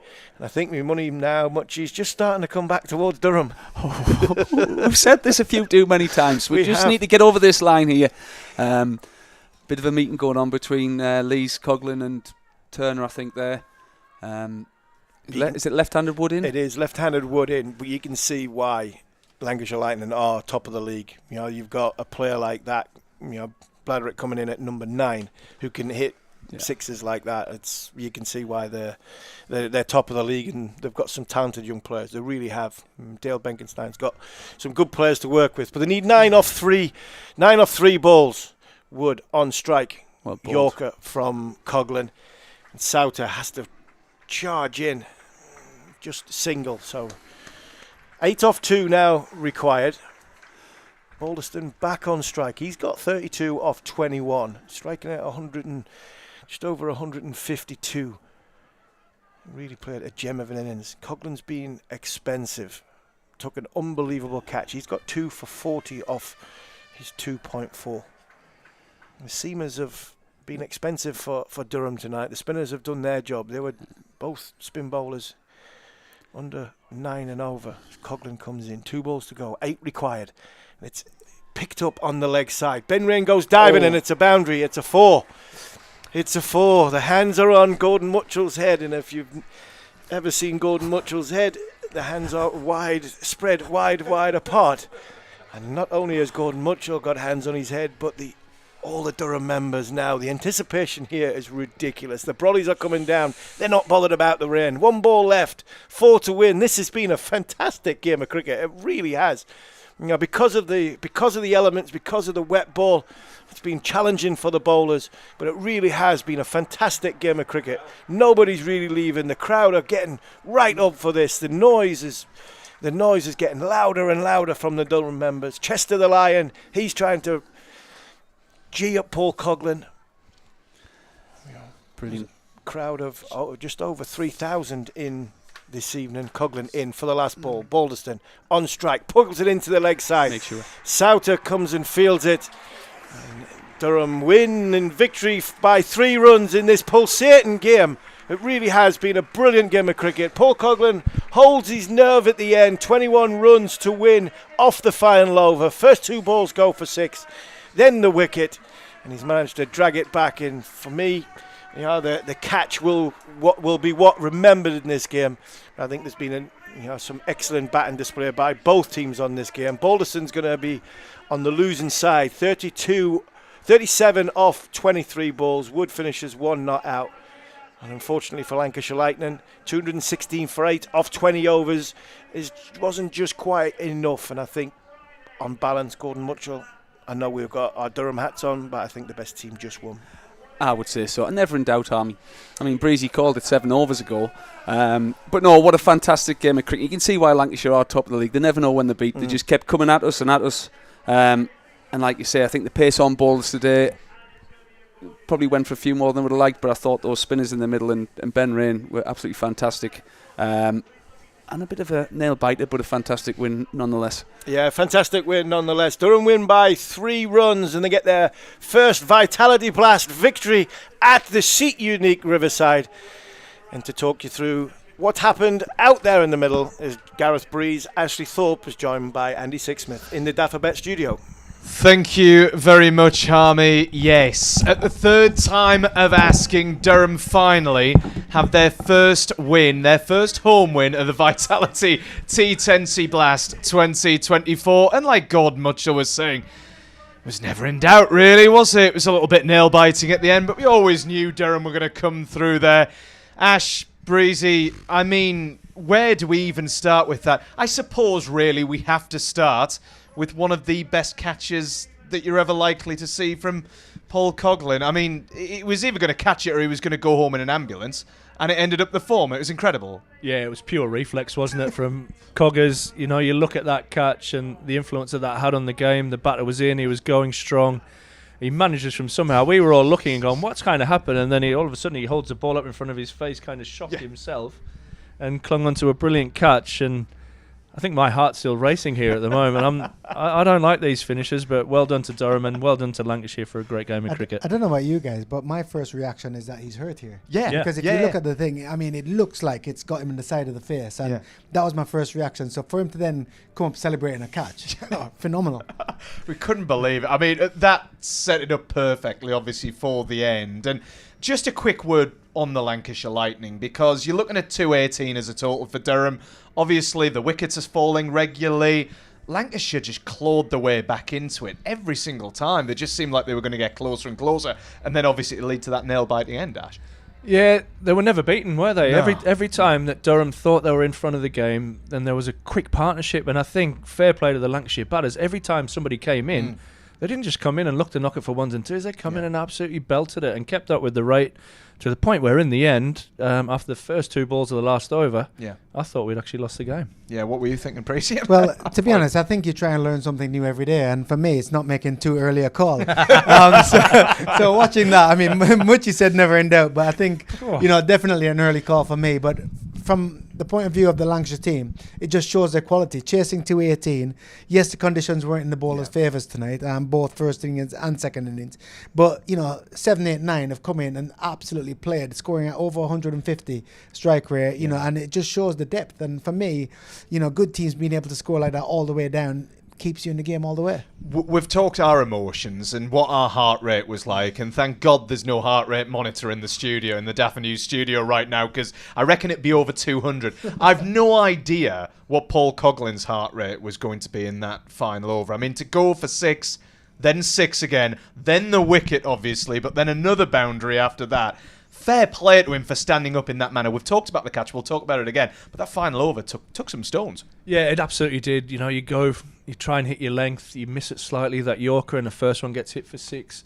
The second one that gets hit for a bigger 6, and you're thinking, where do I go here? But composed himself, probably went hard into the pitch, which brought the natural variations of the pitch into play and scattered the stumps everywhere. Then you think, oh, we've got this again, and then the ball skates off for another 4, and then we're like, oh man, what is going to happen here? But that's the beauty of T20 cricket, and that's why there was a crowd of over 3,000 in here today. Absolutely, and they were loving it at the end. And obviously you could just see what that win meant, not just to Coggers, but to the entire Durham team, to pick up, like I said, Breezy, the first home win of the season when that final ball didn't go for a boundary. Yeah, it can be a little bit demoralising. If you think you put on 218 and then you lose, it can be, so hard. But for me, we said it earlier, that, I mean, usually when you get a total of 200, it's either you win by a massive margin or it becomes a tight game. And we've seen that again here today where, the game dictates that you have to go about it in a particular manner. But for me, it's credit to the guys. I mean, we've talked so much about how people have batted well on both sides, but I think it's really, really tough today. I mean, you've got quite a few bowlers here in the studio, but for me, those conditions, that's when you really need to be at your best. And the bowlers, I feel for them a little bit tonight. The Lancashire guys had to bowl with a howling wind across the ground, which, you saw we capitalised on when we batted. But also for the Durham lads, I think really tough conditions to bowl, not only with the wind, but then the rain. I'd say probably 15, 16 out of the full 20 overs. Yeah, it never seemed to stop. I mean, at various different points, I think, Ash, you poked your head round the door where I was sat and you were saying, rain, heavy, it's on Ross's head, our cameraman upstairs. I mean, Ross, fair play to you, mate. Hopefully you've made your way back inside now and you're drying off somewhere next to a heater.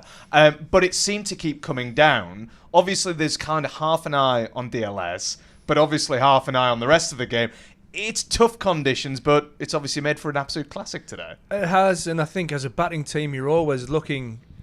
You kind of almost take your eye off the bigger total, and you're kind of just chasing that total, what's in front of you, and you're kind of playing over by over, which maybe played into Lancashire's hands a little bit as well. They're not looking too far ahead. also with that, Gareth's mentioned the wet ball. That's tough. You know, Durham spinners I thought were absolutely outstanding in those conditions with the wet ball. The seamers missed their margins a little bit at the end and probably went for a few runs. But in the end, the hard attack, we survived and we got the points. It was a huge sigh there. Got to give credit to, Ben Rain bowled really well through that period. He had Souter and he had Parkinson. And I think sometimes that's how a bowling unit operates at its best. You know, some guys pick up, some guys are not going very well. But by giving Coggers 20 odd to deal with the last over, then that's the team that have won that game. Yeah. So, you know, brilliant from the Durham lads. You mentioned that we've kind of got to go back to it because it probably was the turning point as well, the catch. It wasn't just how good it was a turning point. There's been some sensational reaction. I think you guys mentioned it on comms, on social media. I mean, Stokes has obviously just tweeted out about it 20 minutes or so ago. There was one, and I need to kind of point this out, where someone's replied to my retweet, I think, on it, and say, well, it's not a great catch, it's reactions. Breezy, Ash, over to you. I'll tell you what, put yourself in that position. You've run in, you've bowled, and the big man Harmy will tell you the hardest thing to do is try and catch a ball in your follow through to actually get your bearings. And he's absolutely right. It was a reaction, but to get his hand there and then to have the skill to kind of reverse his hand and catch the ball, hold on to the ball in his follow through as he's hit the ground as well. There's a lot of skill involved in that. Trust me. Look, it's hard enough as a spinner when you're not getting that far down the wicket. But as I mentioned earlier, you've seen some horrific injuries. Yeah. And for me, that could have gone the other way. But for somebody to actually question whether that was skill, yes, it's a bit of reaction. But this is why these guys are athletes. This is why they're trained to have that kind of reaction, because the game is dangerous. You know, you've got a projectile coming at you, sometimes at over 100 miles an hour. That was probably like a traceable, and he's managed to do that. But that's why you train. Yeah. And, you know, you've got to give these guys credit. They're athletes, you know. We've seen some tremendous catches here. Where does that rank for you two among the very best catches that you have seen live? Now that you've seen it live, you've seen all of the replays of it, where does it rank, Breezy, for you, would you say? It's definitely up there. As you say, it's a reaction. You've seen so many like really good diving catches, but for me, that is, without offending anybody, that was really freakish, and I think that's just really brilliant there from Coggers. Ash, what about you? Where's it rank? Yeah, absolutely right up there. I mean, we've been blessed, haven't we, with some amazing fielders here with you know, Collingwood, Stokes are the two kind of names that you would go to. And if you ask any of them, well, look at Ben's tweet, for example. He was absolutely, you know, it was a freak, I think he used as a word, but absolutely great catch. And, you know, like you say, hat off in these conditions as well. Like I say, it was greasy and amazing catch. Yeah. Amazing. I'm just pleased he caught it, because if he didn't, it wouldn't have been as pleasant an evening, I think. No, I don't even think it bears even thinking about, does it? What would have happened if the hand hadn't actually stuck the ball? But listen, let's look at the win overall. How much is this almost a weight off Durham's shoulders? Because the longer we go into the season and the win isn't here at the Seat Unique Riverside, it does start to hang a lot heavier around the neck. So the lads will be in there celebrating what was a classic win, a nail-biting win. But I imagine there'll also be a little bit of relief, won't they, in the sense that they've finally got that noose off from around their neck? Yeah, to win at home, you want this to be a fortress. Yeah. You know, there was a bit of chat around that Durham have never got to play on the same kind of pitch 2 games in a row. So first thing I will say is Vic's produced a brilliant pitch out there. To have, you know, best part of 400 plus runs scored on that is amazing. The two teams have played well. But not only to win at home, but to knock off Lancashire, who are top of the table. You know, that's got to be a great feeling in those change rooms right now. Yeah, I mean, Breezy, like I was just about to ask you there about it. It's not just beating any team. It's beating a Lancashire team that, like we've said, never know that they're beaten. They're top of the North Group for a reason. They've got players out there in the T20 World Cup, yet they still keep coming. That's going to give Durham immense confidence going into this next batch of fixtures. It is, and in the shorter format, that's what happens. Yeah. Teams are never that far apart. And for me, it just shows again here that although they're top of the league because they're playing some consistent cricket, on the day, they can be beaten because other teams have good enough players that they can perform. But there's 2 things I would like to touch on. I think when you talk about Vic there, it's easy to talk about all the pitches and everything and the negative stuff around it. But I think it's also great that he's been able to come back from that and, you know, have a surface that we've been able to have a fantastic game here. But the tough thing, I think, for the players is when you're playing at home and if there's a lot of chat about that. So I want to credit the players for being mentally resilient enough to actually come out and play the way they did and not think about the surface, because that could have easily been an excuse. Oh, well, you know, we don't know what we're playing on. So for me, that is the epitome of professionalism, the way they've gone about that today. Absolutely. It's like a sensational performance, like you say, not just from the players to deal with the conditions, but the ground staff as well, to produce a pitch like that. Look, we'll round things off, lads, and I'll ask you kind of one each. First and foremost, Harmy mentioned a word pre-match, and it was that M-word, momentum. I know it's only a single solitary win, but how much momentum does that give Durham going into the next couple of fixtures? I think momentum and confidence. You know, they've knocked off Lancashire, who are top of the table. Yeah. We host Yorkshire next Friday, which should be a huge game. If we can get a win there, you know, the boys will be on a roll. T20 games come around thick and fast, and that's what you want to be. You want to go from win to win, because losing is equally a really bad habit, and that can roll on. So the more wins we can get, the better. And you want to be in derby days, I guess, Breezy, and Yorkshire doesn't come much bigger than Durham, Yorkshire here in Chester Street. And you know, we'll have another Durham coach coming up, you know, in Otis Gibson. Yeah. But for me, I don't think it's so much momentum in this case. I think it's that belief and that confidence. Yeah. Because as you said, you know, momentum comes with, you know, consistent amount of wins, which we haven't been able to get. Yeah. But that belief from beating a team like Lancashire, you know, shows that you can kick on and do more. Well, it's been an absolutely sensational afternoon of cricket, of sport here in Chester Street. Thanks, as ever, to all of our team, of course, to Ash Thorpe, to Gareth Breeze, to Gordon Mutchell, to John Windows, and, of course, to Steve Harmison as well. What a day, what an afternoon here at the Seat Unique Riverside in Chester Street. It's been an absolute blinder of a game. It's been a blinder of an afternoon for sport, and I'm sure Paul Coughlin as well will be going home with his hands stinging, not just from all the high fives, but from that absolutely incredible catch. But certainly it's third time's a W for Durham. They go home with their first home win of the Vitality T20 Blast 2024. It's on to Derby Day next Friday. From me, Andy Sixsmith, from all of the team here at Durham Live, thank you for watching. Take care. See you soon.